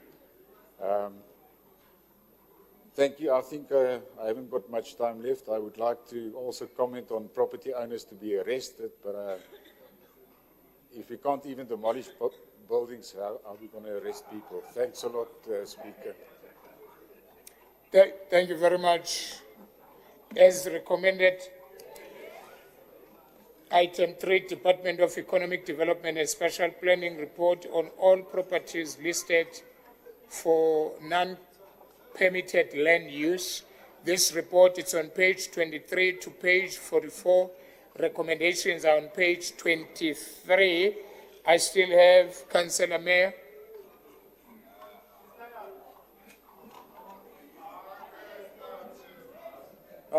Thank you. Thank you, MMC. I just want to try and make money for this, MMC Ramabodi, for this council as well. Non-permitted land users. Speaker, it's very important. That's where we start to implement increased rates and taxes, which will increase the revenue to the council as well. Now, I'm not sure that in the report they refer to a list of non-permitted land users where these property owners should pay 4 times or 5 times more. There is a formula on rates and taxes that we can increase our revenue. Whilst I was the chairperson of that committee, the Economic Development and Spatial Planning Committee, I asked the department, because the action starts at the Economic Development Department, the bylaw enforcement unit.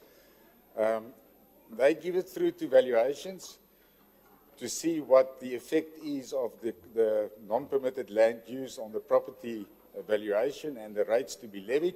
Then it's given through to finance to be put on the monthly bill, but nobody follows it up. The one hand doesn't know what the other one does. So in order to be effective, the Economic Development and Spatial Planning Department should also see to it that all these non-permitted land uses and the increased rates are levied, that they are actually paid, because we're losing a lot of money. Now, I can tell you now, if we look at a list that's been submitted together with this report, these are not the only illegal land users in the city. It represents maybe 0.01% of illegal land users. I'm happy to see that we have advertised and we're going to appoint more inspectors. May these inspectors do their work diligently, and may we take people that transgress the bylaws, the town planning scheme, maybe take them to court, and maybe also, and maybe the mayor can take note of this as well, that we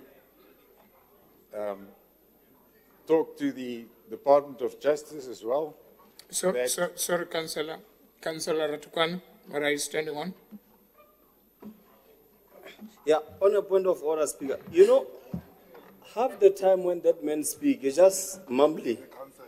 And then just looking at the time and just keep on rolling like that. No one can hear what that guy say.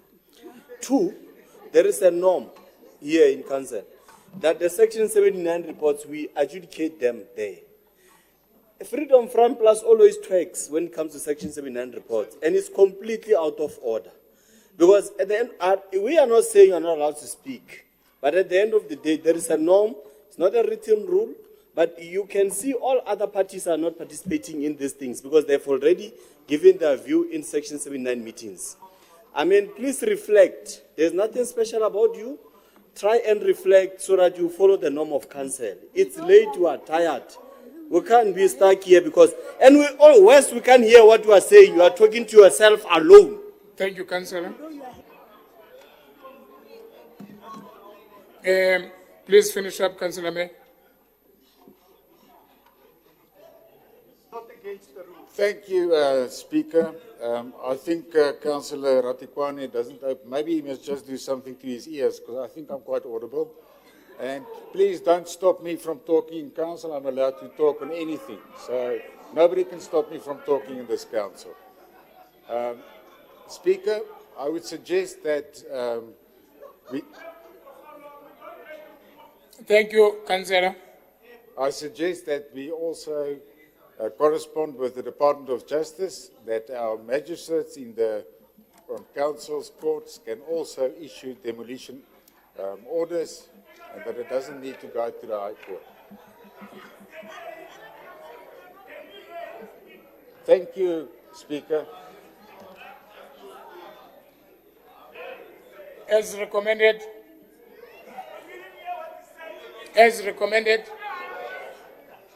Item C from the Section 79 Oversight Committee, Utility Service Continuation Meeting, 23rd May 2025.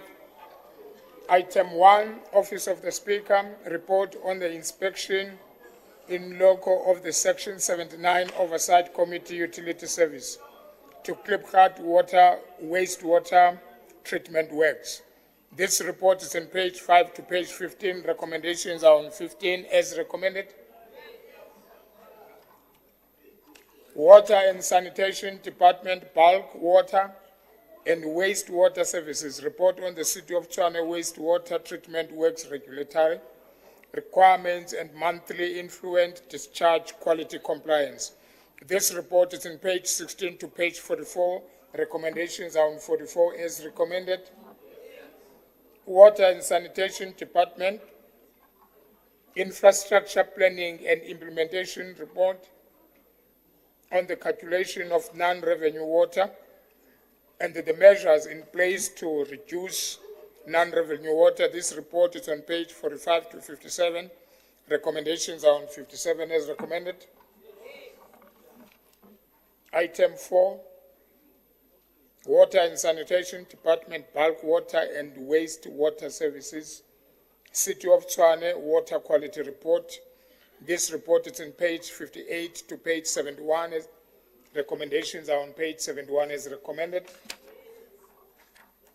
Item 4, Water and Sanitation Department, Quarter 2, SDBIP, performance report including CAPEX spending for the 2024-2025 financial year. This report is in page 72 to 82. Recommendations are on 80 as recommended. 6, Energy and Electricity Department, Quarter 2 performance review report for 2024-2025 financial year. This report is on page 82 to page 135. Recommendations are on 135 as recommended. Item 7, Energy and Electricity Department, Electricity Planning and Development Division. Request for progress report on Monavoni 132/11 kV substation. This report is on page 136 to 139. Recommendations are on 139 as recommended. 8, Energy and Electricity Progress Report on Capital Budget for Mooikloof. This report is on page 140 to 143. Recommendations are on 143 as recommended. 9, Energy and Electricity Department Progress Report on Capital Budget on Valmanstrand. And this Vapadrand here, thank you. This report is on 144 to 147. Recommendations are on 147 as recommended. Item 10, Energy and Electricity Department, Electricity Planning and Development Division request for a progress report on wild bees 400/132 kV in-feed station projects. This report is on page 148 to 150. Recommendations are on 150 as recommended. Item 11, Energy and Electricity Department report on a performance of capital budget funded IDP project CAPEX. This report is on page 151 to 166. Recommendations are on 166 as recommended. 12, Energy and Electricity Department, Electricity Planning and Development Division. Request for a progress report on Soshanguve JJ 132 kV overhead power line. This report is on page 167, 169. Recommendations are on 169 as recommended.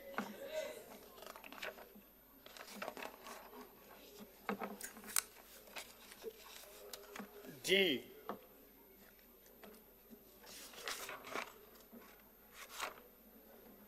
from the Section 79 Oversight Committee Utility Service Meeting, 23rd May 2024. 1, Office of the Speaker Mid-Term Report of the Section 79 Oversight Committee Utility Services for 2024-2025 financial year. This report is on page 4 to page 30. Recommendations are on page 19 as recommended. 2, Water and Sanitation Department Infrastructure Planning and Implementation Report on the refurbishment of the Klipgat wastewater treatment works. This report is on page 31 to page 38. Recommendations are on 38 as recommended. 3, Energy and Electricity Department Quarter 3 Performance Review Report for 2024-2025 financial year. This report is on page 39 to 84. Recommendations are on 84 as recommended. E, from the Section 79 Oversight Committee, Community and Social Development Services, 20th May 2025. 1, Office of the Speaker, report on an inspection in loco to Hammanskraal, Winterveld and Mambopane community centers. This report is on page 5 to 14. Recommendations are on 14 as recommended. As recommended. 2, Status Quo report on Youth Development Unit to Section 79 Committee. This report is on page 15 to page 22. Recommendations are on 22 as recommended. Community and Social Development Services Department Performance Against Service Delivery and Budget Implementation Plan Report for the 2024-2025 financial year on 31st December 2024. This report is on page 23 to page 28. Recommendations are on page 28 as recommended. 4, Social Development and Strategic Interest Group Division report on GOD benchmarking. 29 to this report is on page 29 to 43. Recommendations are on 43 as recommended.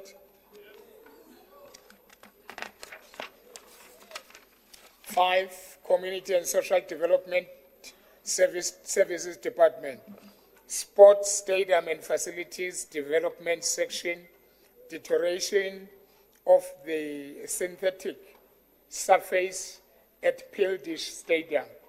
This report is on page 44 to page 48. Recommendations are on page 48 as recommended. 6, Community and Social Development Services report on the funding arrangement and feasibility of funding for not-for-profit organization. The report is on page 49 to page 111. Recommendations are on 55. As recommended, item F.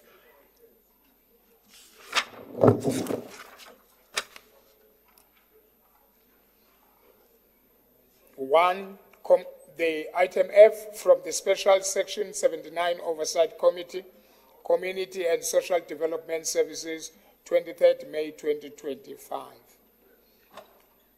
Item 1, Community Service Development Services Department, Expanded Public Work Program Report. This report is on page 4 to page 13. Recommendations are on page 13. I've got Councillor Saki Deploy on this item. Speaking on this item. Are you speaking, Councillor? Yes, Speaker. Okay, go ahead. All right. Thank you, Speaker. All protocol observed. This report serves to clarify the process of registration, selection, and participation of a few of the thousands of unemployed residents in the City of Tshwane Expanded Public Works Program policy. The program creates short-term opportunities coupled with skills development, which enables participants to be more employable after a one-year contract with the city. If successfully implemented, the EPWP alleviates unemployment and reduces poverty, especially among the youth. The reviewed EPWP policy aims at streamlining monitoring and reporting mechanisms to track program performance it is commendably suggests that the inclusion of verification measures such as bi-monthly audits are included.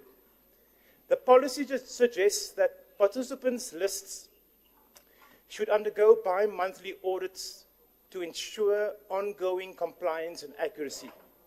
This will optimize the EPWP's impact and ensure continued, fair, and accurate stipend distribution. Mr. Speaker, a lot of emphasis, and even publicly, is focused on the fair application of the lottery's selection system, which is dependent on a programmed algorithm.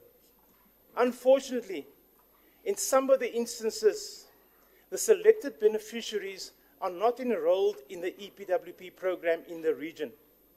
We are aware of experiences of 20 successful applicants selected by the lottery system for EPWP employment. And in the end, only a few of them were finally employed. A similar scenario occurred in Ward 43 yesterday, where 25 persons were selected through the lottery, only 5 ended up employed. 20 persons from other wards now work in Ward 43. While all the principles and noble aims of the policy should be implemented, it is extremely important that the real beneficiaries identified by the lottery system be employed and benefit from the program for at least 1 year. While the report aims at improving systems, we implore the Section 79. Thank you very much, Councillor. As recommended, G, from the Section 79 Oversight Committee, Corporate and Shared Services, 5th June 2025. Item 1, Shared Services Department, Departmental Performance Report for Shared Services, 3rd quarter 2024-2025 report. This report is on page 4 to page 67. Recommendations are on page 14 as recommended. Group Human Capital Department, report on the delegation of authority, disciplinary action, arbitration, and panel of attorneys. This report is on page 68 to 73. Recommendations are on 72. On this item, I've got Councillor Spey. Whilst the Labour Court ruling on the 22nd of March 2022 has affirmed the legality of the delegation of authority to the Divisional Head Labour Relations Management, I must express my concern not with legality but with legitimacy, competency and effectiveness. It is not insignificant that this delegation continues to be questioned by organised labour, members of this council and the public alike.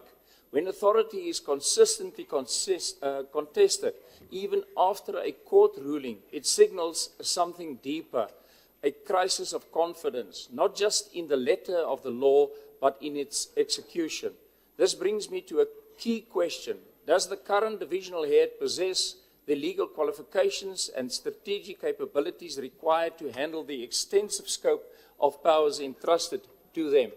We're not talking about administrative tasks. This role oversees disciplinary actions, arbitration, labour litigation, and attorney appointments, functions with serious legal and financial consequences for the city of Tshwane. And what are these consequences? Let's briefly look at them. We are told this delegation was meant to improve efficiency, yet we are faced with a department drowning in backlogs, with disciplinary cases dragging on well beyond the 3-month threshold set by the collective agreement. We see a pattern of unresolved legal disputes, many of which accumulate costs and risk institutional credibility. We must also ask, what is the financial burden on the city for outstanding legal services under this delegated authority? If this delegation is contributing to spiraling legal costs without tangible improvements in turnaround times or case resolution, then we as public representatives have an obligation to review this delegation. Speaker and colleagues, Delegated power is not absolute. It must be subject to ongoing review, especially when performance, qualifications, and financial prudence come into question. The FF Plus therefore requests the following: a formal review of this delegation. Secondly, an extensive audit of legal expenditure and particular fees payable to members of the panel of attorneys. And then thirdly, a performance inquiry into the outstanding caseloads and procedural delays in the affected department. We owe it to the officials whose grievances remain unheard, to the public who demand service delivery, and to the ratepayers who fund this administration. Authority, Mr. Speaker, must be earned, not just granted. Thank you, Speaker. As recommended. Item 3, Group Human Capital Department, Human Capital Recruitment and Administration Management. Update on a comprehensive attendance register, audit and implementation of biometric or electronic system. This report is on page 74 to 79. Recommendations are on 79. I've got Councillor Van der Spey. Speaker, the Freedom Front Plus acknowledges the intent behind the attendance audit and proposed biometric implementation. However, we must speak plainly about the systemic failures and practical obstacles currently undermining this process. Firstly, the report itself confirms a fundamental weakness, namely a lack of effective oversight. Manual registers are still being used as the primary method of attendance verification in 2025. This opens the door to fraudulent signatures, ghost entries, and administrative chaos. Without proper supervision by line managers and with no real-time accountability, we are relying on the honour system, one that is repeatedly failing. Secondly, we must deal with reality. City of Tshwane employees are dispersed across a multitude of buildings, some in central offices, others in remote depots, and others working from home.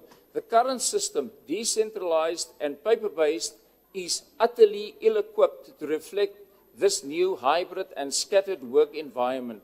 How do we ensure someone working from home is truly on duty? Where is the uniform system to ensure fairness and discipline across departments?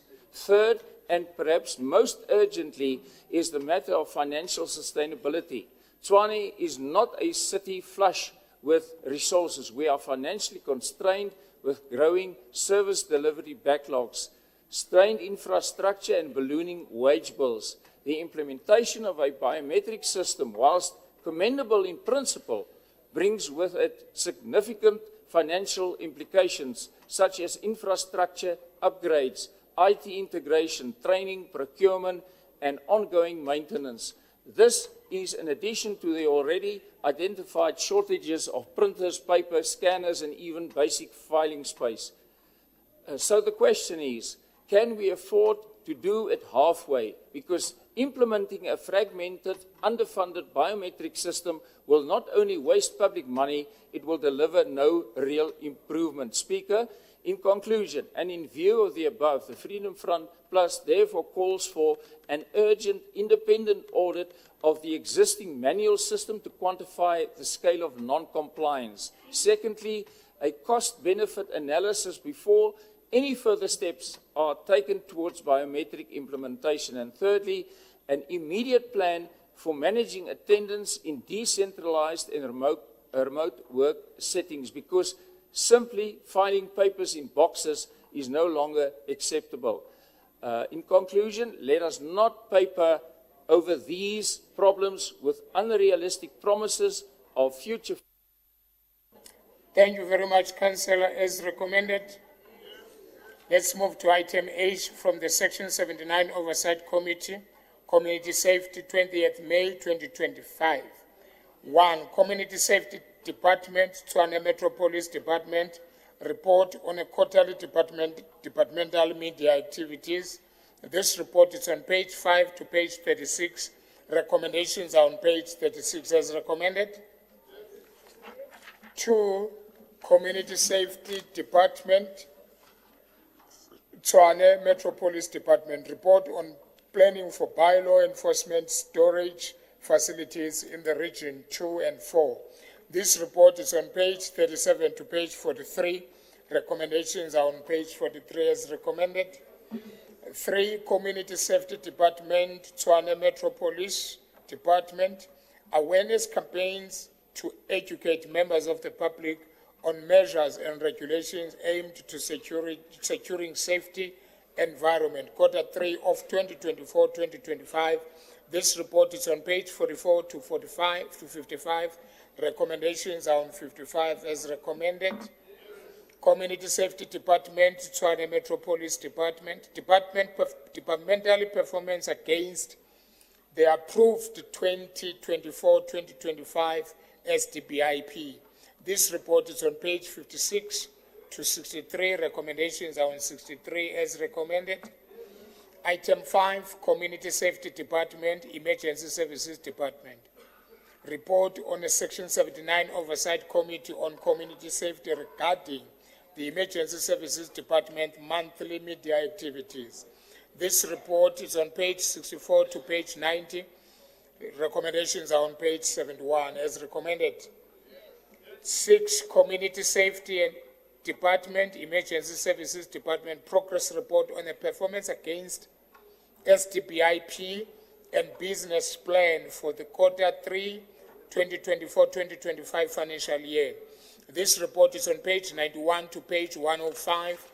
Recommendations are on 105 as recommended. Item 7, Community Safety Department, Emergency Services Department, Division, business operation activities conducted in the city of Tshwane. This report is on page 106 to 116. Recommendations are on 116 as recommended. Item 8, Office of the Speaker, mid-term performance report on Section 79 Oversight Committee Safety for 2024-2025 financial year. This report is on page 117 to 139. Recommendations are on 139 as recommended. 9, Community Safety Department, Emergency Services Department Division, business operation activities conducted in the city of Tshwane. This report is on page 40 to page 151. Recommendations are on 151. As recommended, I, from the Section 79 Oversight Committee Environmental Management held on the 22nd May 2025. 1, Regional Operation and Coordination Department, Section 79 Oversight Committee, Environmental Management report on all cemeteries in the city of Tshwane, progress plan. This report is on page 4 to 30. Recommendations are on 30 as recommended. 2, Environment and Agriculture Management Department, Environment Management and Parks Division. The departmental report for all cemetery within the city. This report is on page 31 to 56. Recommendations are on 36. As recommended, J, from the Section 79A Standing Committee Public Accounts, 6 June 2025. 1, Group Financial Services Department, Treasury Office, Creditors Age Analysis as at 31st March 2025 for the city. This report is on page 4 to 10. Recommendations are on 9 as recommended. Item 2, Office of the Speaker Oversight Report on Unauthorized Expenditure on the Operation Budget for the financial year 2023-2024. This report is on page 11 to page 27. Recommendations are on page 15 as recommended. As recommended. 3, Office of the Speaker Oversight Report on the Supply Chain Deviation for November 2024-2025 financial year. This report is on page 28 to 39. Recommendations are on 33. As recommended. Item K, from the Section 79 Oversight Committee, Housing and Human Settlement, 10th June 2025. 1. Office of the Speaker, inspection in local report of the Section 79 Oversight Committee, Housing and Human Settlement at Rama City and Winterfeld. This report, it's on page 4 to page 9. Recommendations are on page 9 on as recommended. Item 2, Human Settlement Department Financial and Non-Financial Quarterly Performance for Quarter 3, 2024-2025 financial year. This report is on page 10 to page 47. Recommendations are on page 47. I've got Councillor Jans van Rensbeck to speak on this item. Honourable Speaker, we speak for every citizen still waiting for the delivery while the administration buries the progress beneath excuses and evasions. Let's examine Quarter 3 performance. A portrait of dysfunction. 0 subsidised housing units built. 0 hectares of land acquired. 0 kilometres of bulk infrastructure laid. 0 surfaced roads. 0 informal settlements upgraded to phase 3. This is not poor performance, it's negligence. Even where activities are claimed, they lack substance. Mamalodi Extension 6, internal services completed, but no units are built. Nalmapius Extension 6 and Pretoria Park, agreement signed but no construction. What is the point? Rama City, 845 sewer connections completed but no infrastructure is tested. Pretoria Park, contractors are absent. Progress obstructed by illegal disruptions. We are still paying salaries to these officials, millions every month. For 4 months, can we ask for a refund? Or should we do what Donald Trump did in the Apprentice show, saying, you are fired. Maybe our executive leadership should learn those words and watch that show and catch some tips. And while the department spins narratives of progress, the number exposed hollow reality. Title deeds registered, 83. The target was 700. Once again, target missed. At least it wasn't 0. Under the MFA, Section 32, the municipalities must recover Thank you, councillors. unauthorized, irregular and wasteful expenditure. We are violating the MFA, Section 32. We are also violating MFMA, Section 61, 1A3. The accounting officer is legally obligated to ensure efficient and economic use of financial resources. The current quarter outcomes reflect none of these principles.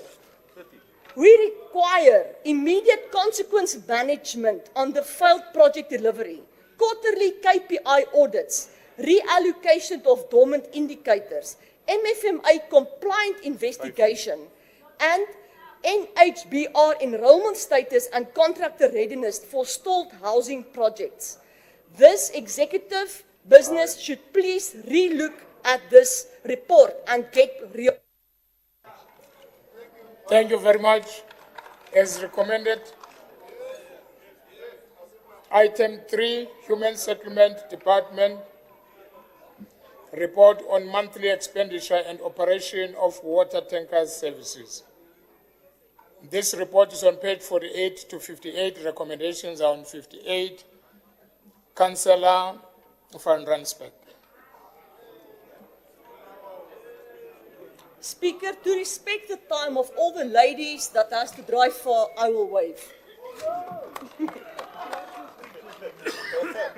Thank you very much.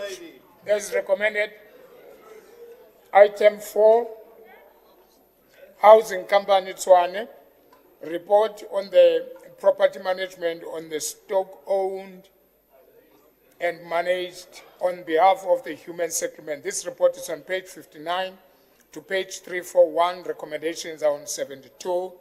Councillor van Rensburg.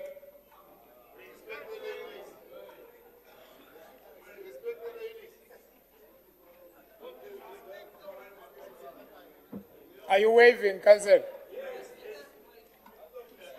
Eh? Okay. As recommended, L from Section 79 Oversight Committee Integrated Development Planning, 10th June 2025.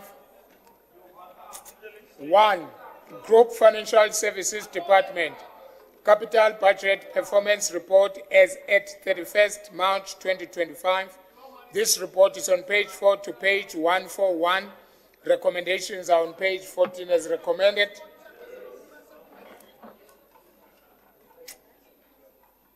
M. From Section 679 Oversight Committee, Group Financial Services held on the 12th June 2025. 1. Group Financial Services, filling of critical vacancies with costing. This report is on page 4 to 18. Recommendations are on 18. On this item, I've got Councillor Kabusela, DA.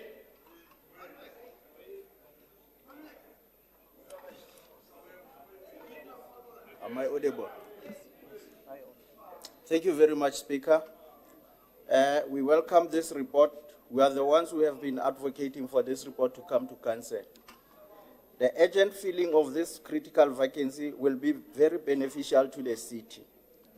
Filling vacancies in this municipality is crucial for several reasons. Adequate staffing allows the city to adapt to changing needs and maintain a workforce that can respond to service delivery challenges. A well-staffed workforce contributes to the effectiveness and the efficiency of the organization. The Group Financial Services Department is sitting at a vacancy rate of 23%, and filling these vacancies will be a good boost to the department. Appointment of qualified, competent staff is key to building professionalism and competence in the local government. In March 2025, the Citizen newspaper wrote an article titled "Tshwane Grappling with High Vacancy Rates in Key Department." This is where the focus of MMC for Corporate and Shared Services should be, to ensure that Human Resource Department expedites the process of filling these critical vacancies. Instead, the MMC is busy trying to auction the City Hall. I thank you, Speaker. Thank you very much. As recommended, item 2, Group Financial Services Revenue Management Division. Meter reading status report for the period of 1 to the 30th April 2025. This report is on page 19 to page 29. Recommendations are on 29 as recommended. 3, Group Financial Services Department Revenue Management Division. Status update on debtors book for the period ended 30th May 2025. This report is on page 30 to 58. Recommendations are on 58 as recommended. Group 4, Group Financial Services Department Revenue Management Department. Status update on billing for the period of 01 to the 30th April 2025. This report is on page 59 to page 70. Recommendations are on 70 as recommended. 5, Group Financial Services Revenue Management Division Oversight Report on Tshwane Yatima. This report is on page 71 to page 89. Recommendations are on page 85 as recommended.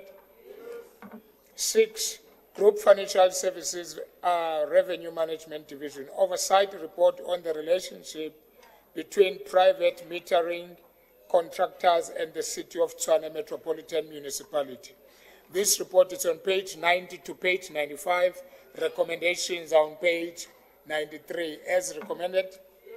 N, From the Section 79 Oversight Committee Road and Transport meeting, 10th June 2025. 1. Road and Transport Department report on Road and Transport Township Development contributions. This report is on page 5 to page 9. Recommendations are on 9 as recommended. 2. Road and Transport Department, IRPTN Division, progress update on REN fleet maintenance. This report is on page 10 to 15 to page 15. Recommendations are on 15 as recommended. 3. Road and Transport Department, a report on the conditions of carriage for REN. This report is on page 16 to page 36. Recommendations are on 20 as recommended. 4. Road and Transport Department,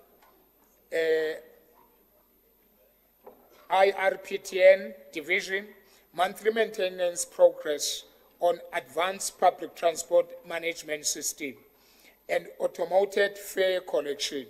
This report is on page 37 to 87. Recommendations are on 41 as recommended. Report and Transport Department, Tshwane Bus Services Division. Report on the content of the disclaimer displayed on the Tshwane buses. This report is on page 88 to page 90. Recommendations are on 90 as recommended. Item 6. Road and Transport Department, Tshwane Bus Services Division. Update report outlining the conditions of the carriage for Tshwane Bus Services. This report is on page 91 to 95. Recommendations are on 95 as recommended. 7. Road and Transport report, IRPTN unit. Report on the current status of mobile unit used for automated fare collection, which is a kiosk. This report is on page 96 to 99. Recommendations are on 99 as recommended. Item 8, Road and Transport Department, report on a refund policy for Tshwane Bus Services, including procedures for claiming refund and conditions for non-refund, timeframes for progressing refund, circumstances under which refunds are granted or denied. This report is on page 100 to page 103. Recommendations are on 103 as recommended. Item 9, report, Roads and Transport Department. Progress update on REN bus branding. This report is on 104 to 108. Recommendations are on 108 as recommended. 2. From the Special Section 79 Standing Committee Public Accounts, 17 June 2025. 1. Financial Services Department, Bulk Services, ESCOM and Water Borders, Monthly Report 2024-2025 financial year. This report is on page 4 to page 50. Recommendations are on 9 as recommended. 2. Group Financial Services, Local Government Municipal Finance Management Act of 2003, Act 56 of 2003, in-year financial report, monthly budget statement for the period ending 30th April 2025. This report is on page 51 to page 86. Recommendations are on 56. As recommended, Item 3, City Strategy and Organizational Performance Department, Local Government, Municipal Finance Management Act, Section 52D, Quarter 3 report on the implementation of the section service delivery and the budget implementation plan. This report is on page 87 to page 430. Recommendations are on 100 as recommended.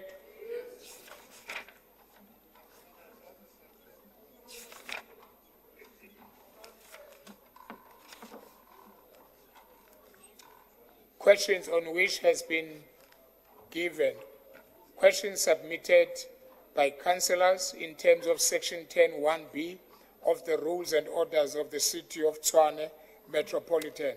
Council meeting 31st July 2025. Honorable Councillors, I have received the questions from Alderman Brink and Alderman DG Vandenberg, Councillor T.E. Fossey, and Councillor Ace in terms of Section 10(1)(b) of the Rules and Orders, and these questions were referred to the Executive Mayor for response.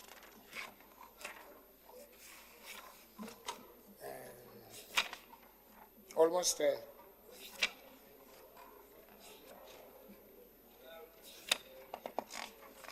Almost there. You're about to go home. Age and motion. Motion in terms of Section 7(2) of the Rules and Orders bylaw of the City of Tshwane Metropolitan Municipality, traders and stall owners at Marabastad Market. Honorable Councillors, a proposal and motion dated 31st July 2025, deemed by the mover as an agent motion in terms of Section 7(2) of Rules and Orders, was received from Councillor P.J. Mutimunye, seconded by Councillor Matsubatila, on 31st July 2025. The proposal and motion has been loaded on a SharePoint calendar on the 31st July 2025. Honorable Councillors, in terms of Section 7, subsection 5 of Rules and Orders, I have considered the proposal and motion and have decided that they can be allowed for discussion and consideration at this council meeting. In terms of Section 7, subsection 6 of Rules and Orders, I will now call on the Councillor Mutimunye to read out his motion, and after he has spoken for not more than 5 minutes, only the reason for the agents of motion, which 5 minutes include the reading of the motion, Councillor Mutimunye shall propose that the provision of Section 7, subsection 1 of the Rules and Orders be suspended. Councillor Mutimunye, your 5 minutes now. 5 minutes, operator. 5.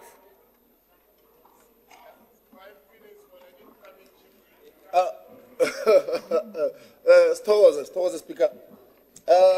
Speaker, the motion submitted in terms of Section 7(1) and 7(2) of the Rules and Orders bylaws 2012 for consideration at the council meeting of 31 July. This urgent motion is tabled to the city for consideration at today's meeting. Speaker, let me go straight to the motion. The sections in terms of the rules, I think, have been covered. We want to say, Speaker, that the livelihoods of traders at the Marabastad market is under threat. These traders have been responsible for growing the formal and informal economy of the city for decades. Statistics suggest that the city of Tshwane's GDP is approximately 313 billion rands. This represents at least a quarter of Gauteng GDP and 9% of national GDP. The closing down of Marabastad market significantly reverses the gains and may plunge the city into an economic crunch, the effect of which could result in disinvestment, loss of investor confidence, and gross unemployment. There are many other negative implications, and it could soon become a huge cost burden for the city. We want the council, Speaker, to take cognizance of the high unemployment rate in the city of Tshwane. And there's very low levels of economic growth in this city. We also want to note that the informal economy serves as a vital source of income generation, economic activity, and poverty alleviation for thousands of families of traders and those that and their dependents. The fresh produce market, the Tshwane fresh produce market, which is the bigger market, stands as a cornerstone of agricultural trade, food production, and forms an integral part of the value chain for downstream food vendors who depend on the Tshwane market system for their livelihoods and for trade. We must recognize over 5 decades of intergenerational trading within the Marabastad market. This economic activity has been passed down through successive generations as a crucial income generator for families of this city who were historically displaced from locations in the city center during the dark days of apartheid. We are in full support of the fundamental principle of formalizing trade and regulating food handling practices and ensuring stringent public safety standards. But we are also committed to delivering pro-poor economic growth enablers, including comprehensive support, integration of safe, regulated, and affordable food markets across the city of Tshwane, and not only in Marabastad.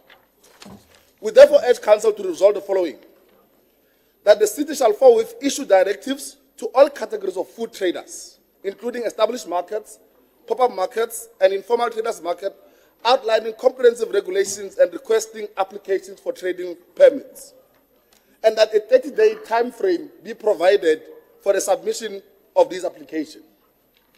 Then that the city should also commit a 30-day time frame for the issuance of trade licenses, commencing immediately upon the conclusion of the initial 30-day application period. 3, that the city shall provide dedicated admin support to market traders, wholesalers, retailers, and informal traders to facilitate their seamless compliance with stipulated regulations.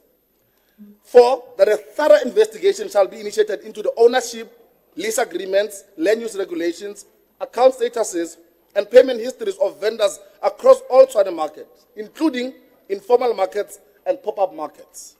And that these findings and recommendations emanating from this investigation shall be formally presented to this council.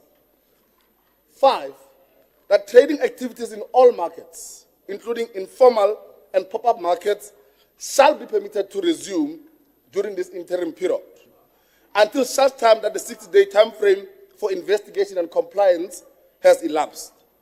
And furthermore, that any enforcement actions taken during this period shall be strictly in line with existing bylaws, with the exception of matters currently under investigation as per this motion.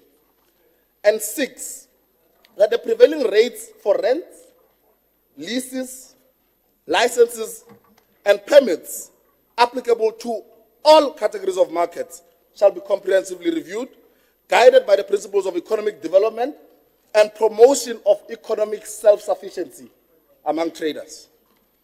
And lastly, that the Marabastad market shall be immediately reopened for a 60-day period in full alignment.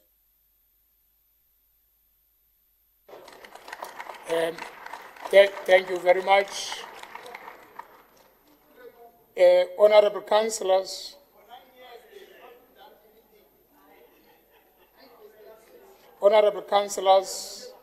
is the proposal by Councillor Mutimunye to suspend Section 7, subsection 1 of the rules and orders approved?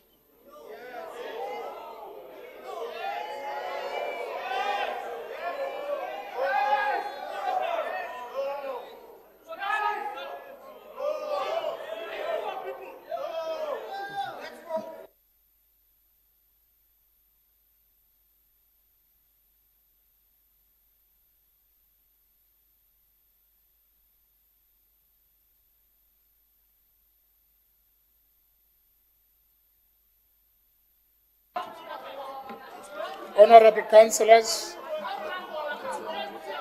Yes. Thank you, councillors. Thank you. Honorable councillors, are there any speakers on opposing Councillor Mutimunye proposal to suspend Section 7, subsection 1? Councillor Mabuza?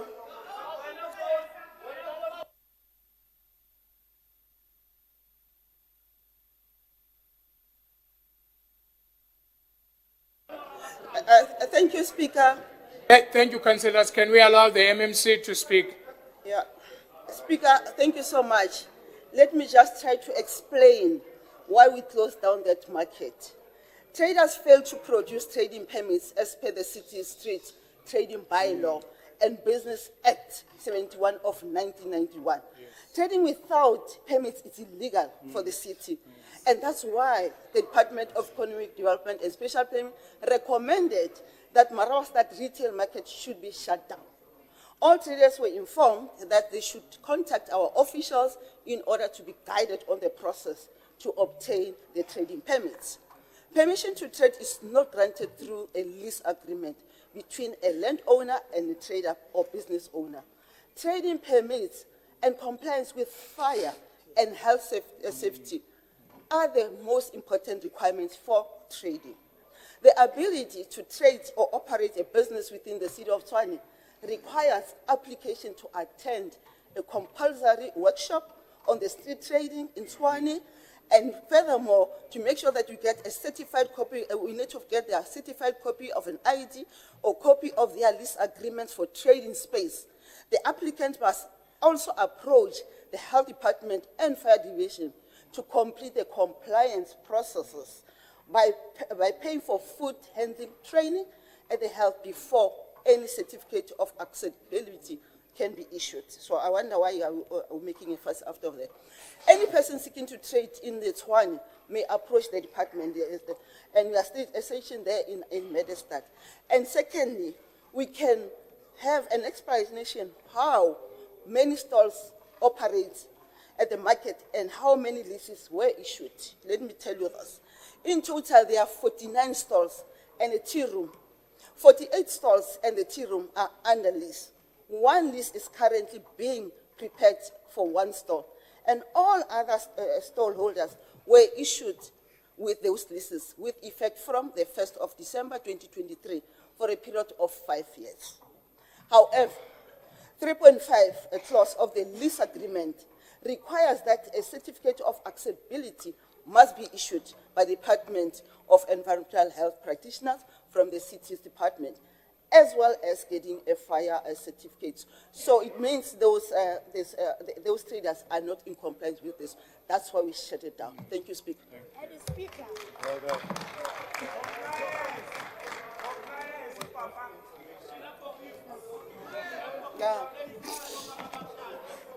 Thank you very much, Council MMC Morodi. Thank you, Speaker. I think first we must look at who are the consumers of the Marawastad market. We know that it's not the DA community. That is why they don't care about health and compliance. It's fine. Let them continue as long as we get our votes. That is what residents must make of this motion, that council must dismiss with the disdain it deserves. Because what? It's not your constituency that buys from that market. It's fine. Yes, you don't care that there is no health, it's not registered, there's no compliance. And it is so telling of the DA, Speaker, that they don't care about the rule of law. That is why we have to go around enforcing bylaws, because what? As long as they get votes, it's fine. Let them continue. As long as it does not affect our constituency, it is fine. But this government is saying never. We will not prioritize votes over the rule of law. You can howl and try and drown out my voice, but the people will know. Councillors, the people please. are going to know the truth. We are going to force compliance. They know that they have to comply. You have allowed irregular leases to happen. You have not collected money. The reason why the city is in this mess is because you have prioritized votes over the rule of law, and we will not do that. We will make sure that the law is enforced, and what we will not do is cut corners at the expense of votes. You can say what you want. The reality of the matter is that this motion, Speaker, must be dismissed. It's not urgent, and in fact, it makes fools out of the people they claim to represent. We will not allow these people to be made fools. Let me tell you lastly, Speaker, this government, when we came in January, we made Please. In Okay, go January, ahead, MMC. we made sure that the land that the Hindu community had borrowed the city of Tshwane was returned after a 5-year struggle. That shows that we really care, and we care by making sure that we follow the law. You ignored the Hindu community for 5 years. Now you are trying to gaslight them with disrespecting the law. You can't do that, and I hope the community sees that. We are willing to work with the community. We are going to work with them to ensure that they comply. And they've started today. They are here in the city of Tshwane getting their health certificates. We will not cut corners. Thank you very much. Honorable councillors. Yes, yes. Councillors. MMC, Mashabela. Settle down. Comrades, settle down. Councillors. Thank you. Thank you, Speaker. I think I have to agree to my two colleagues who are MMCs who have spoken here. The issue of Marabastad is not a punishment to those hawkers. It is a bylaw enforcement. We are in full support of them. We are going to hold their hands and ensure that there's compliance in the city. We do not appreciate the volume that comes from the democratic... Sorry, MMC. Councillors. Councillors. Councillor Matsibatile. Going to close Hazel. Thank you. Go ahead, Councillor Mashabe. Speaker, when you find such an establishment that is huge like that, you cannot even enforce bylaw enforcement without you taking measures that everyone that is there must vacate so that the process can start across. So we do not appreciate the noise that comes from the democratic alliances. They've discredited our levy.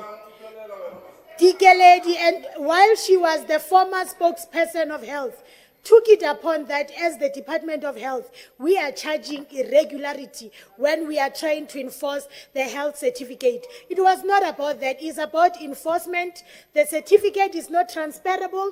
You must stick to the bylaws of the city. So what happened in Marabastad, it has nothing to do with the DA.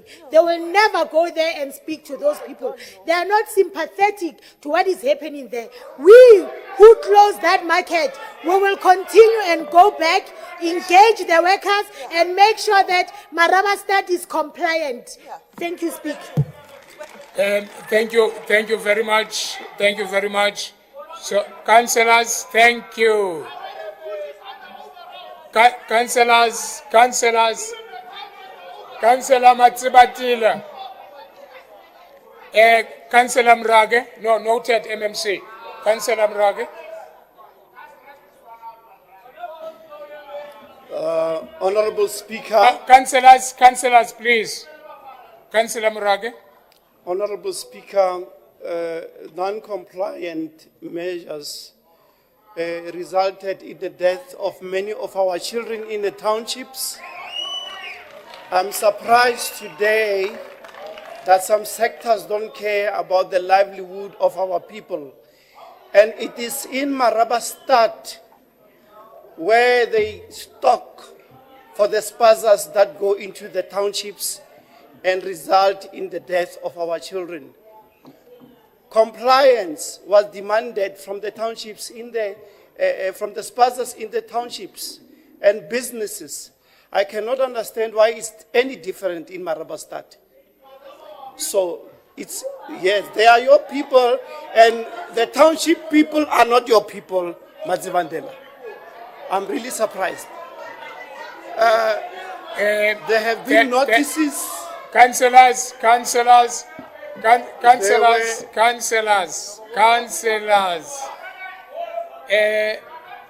Are you done, Council? Not. Councillors,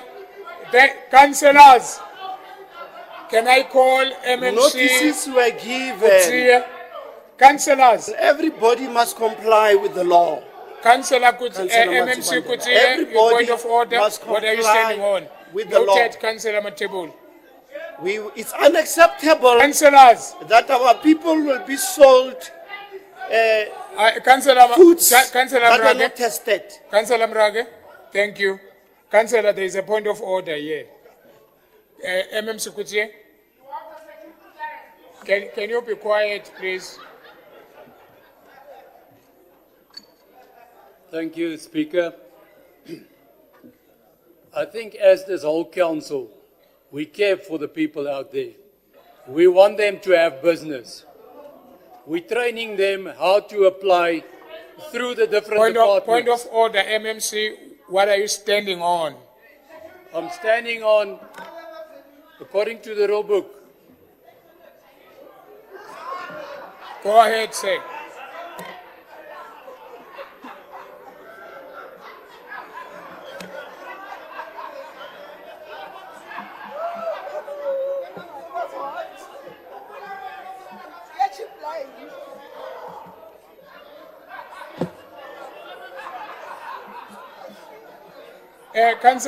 Councillor Matsibateng.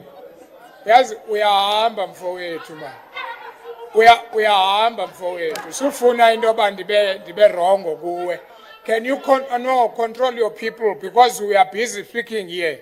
There is a point of order. You've got a right to control your people to be quiet. Can you be quiet yourself and your people?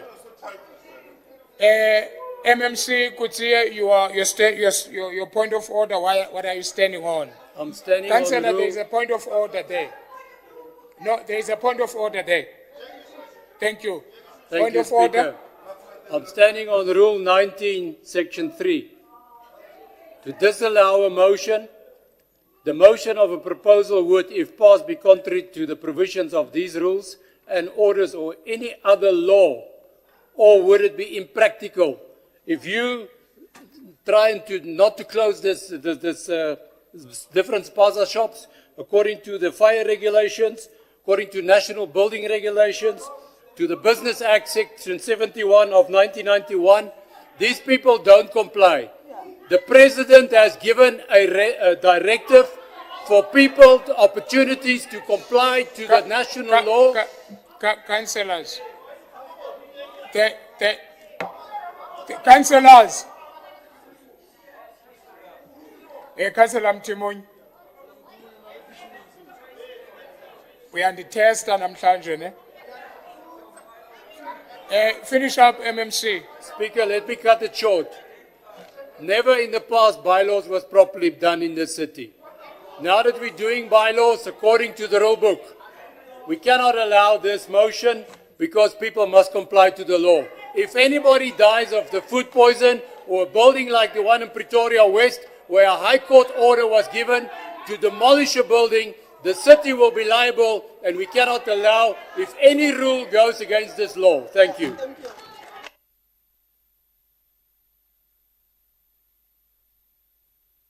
Thank you very much.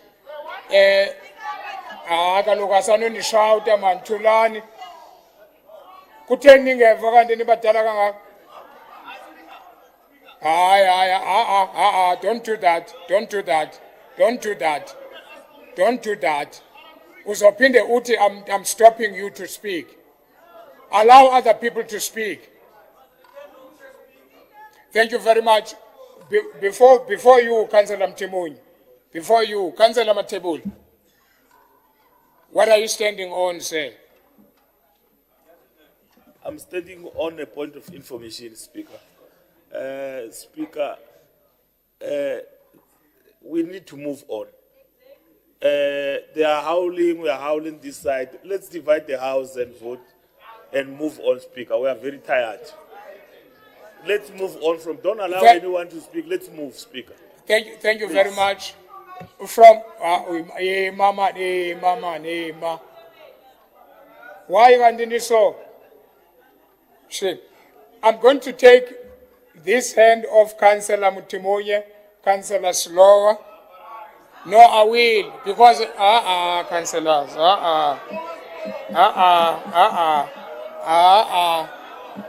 no. We are finishing, just be patient, just 1 minute.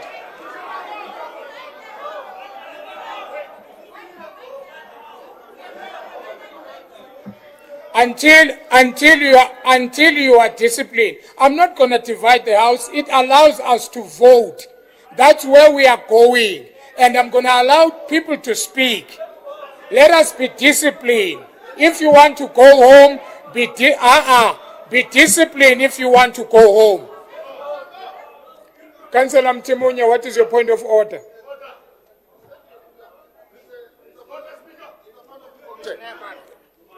Yeah, it's a point of information, Speaker. Yes. And now I must speak like a master's graduate, double master's graduate, Speaker. we want to say, and me and the mayor have the same master from the same university.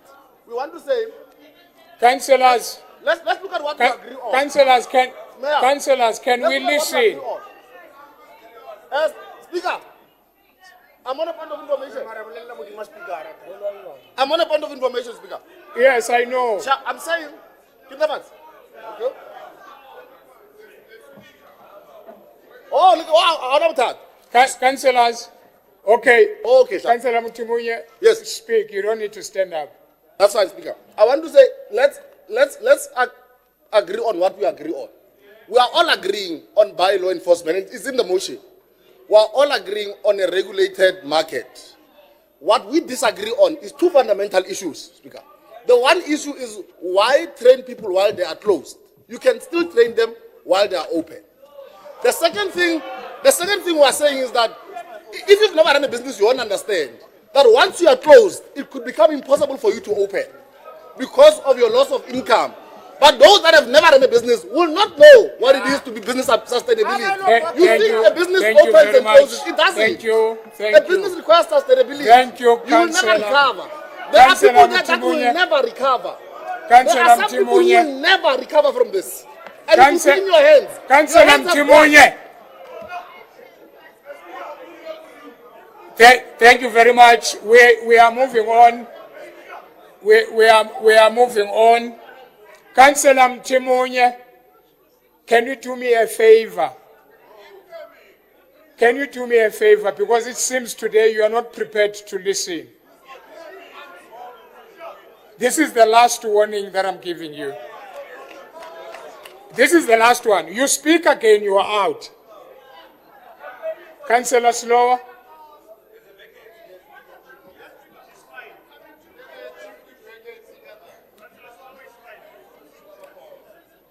Thank you, Speaker.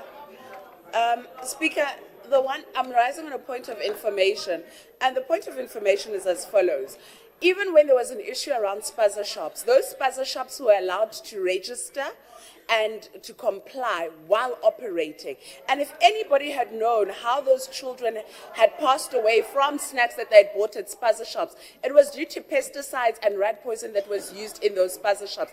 It was not necessarily people buying stuff from Marabastad. The reality is the defenders of the poor on the other side have decided that now they're in government and those who are poor no longer are of any interest to them.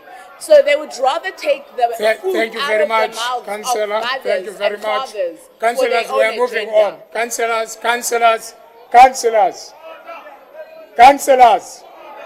Councillors, can we move on?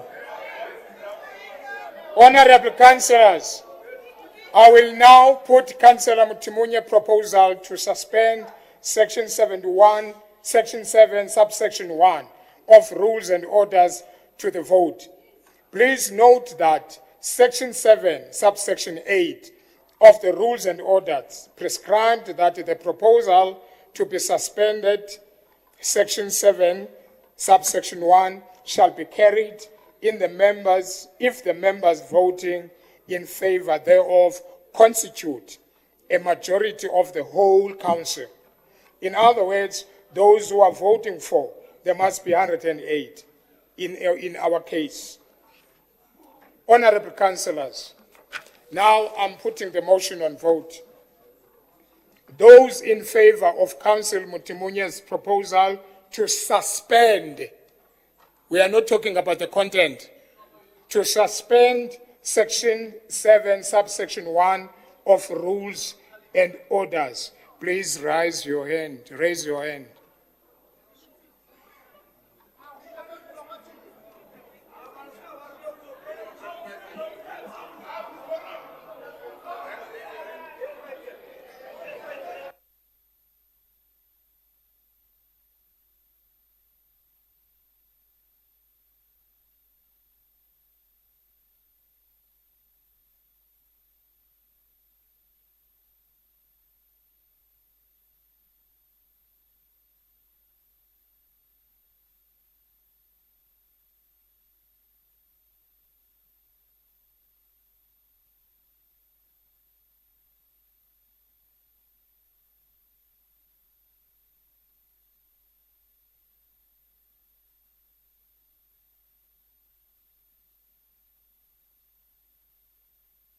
Thank you very much. Please lower your hands.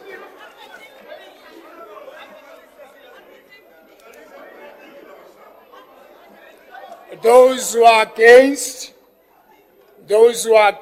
please raise your hands.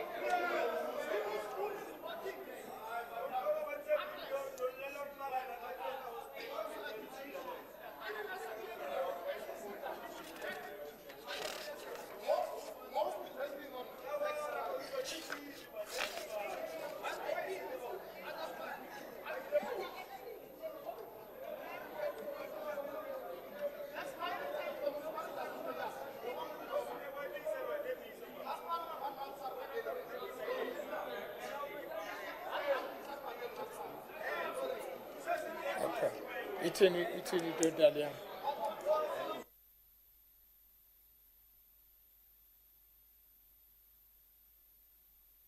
Please lower your hands. Those who abstain.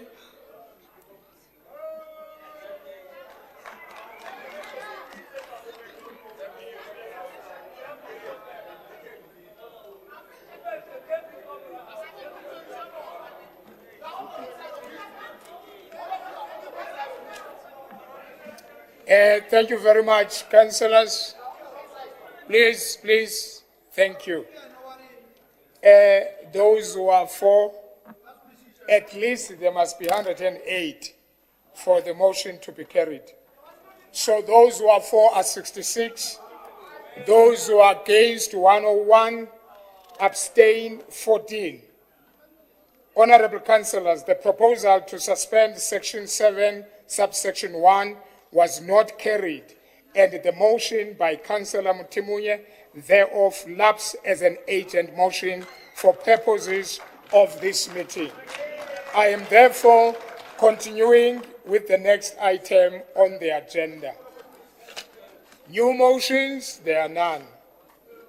Petition, any petitions, honorable councillors? Petitions?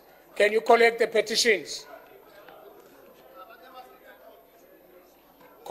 Can you please raise up your hand again with a petition?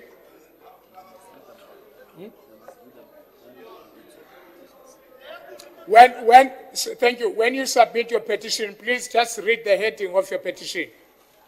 Not the whole thing, just read the heading. You may come in, sir. Ward 46 with regards to illegal dumping on Casonia Road. Other petition? There is another hand there.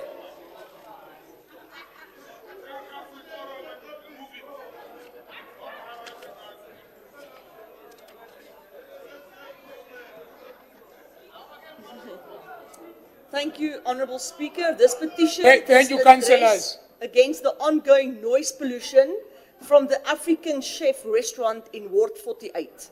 Thank you. Any other petition? Thank you. Then there are none. Okay, councillors. Honourable councillors, at my discretion, in terms of section 8(1)(k) of Rules and Orders, I'm submitting to you the following report for consideration. Office of the Chief Whip of Council. Councillors. Office of the Chief Whip of Council, report on the referral from the Office of the Speaker to the Special Committee for purposes of investigating alleged breaches of Item 4A of the Code of Conduct for councillors for the period 1st July 2023 to 30th June 2024. This report is on page 4 to page 32. Recommendations are on 13, as recommended? Thank you. Honorable councillors, I thank you for your valuable input during this meeting. The meeting is concluded and it is adjourned.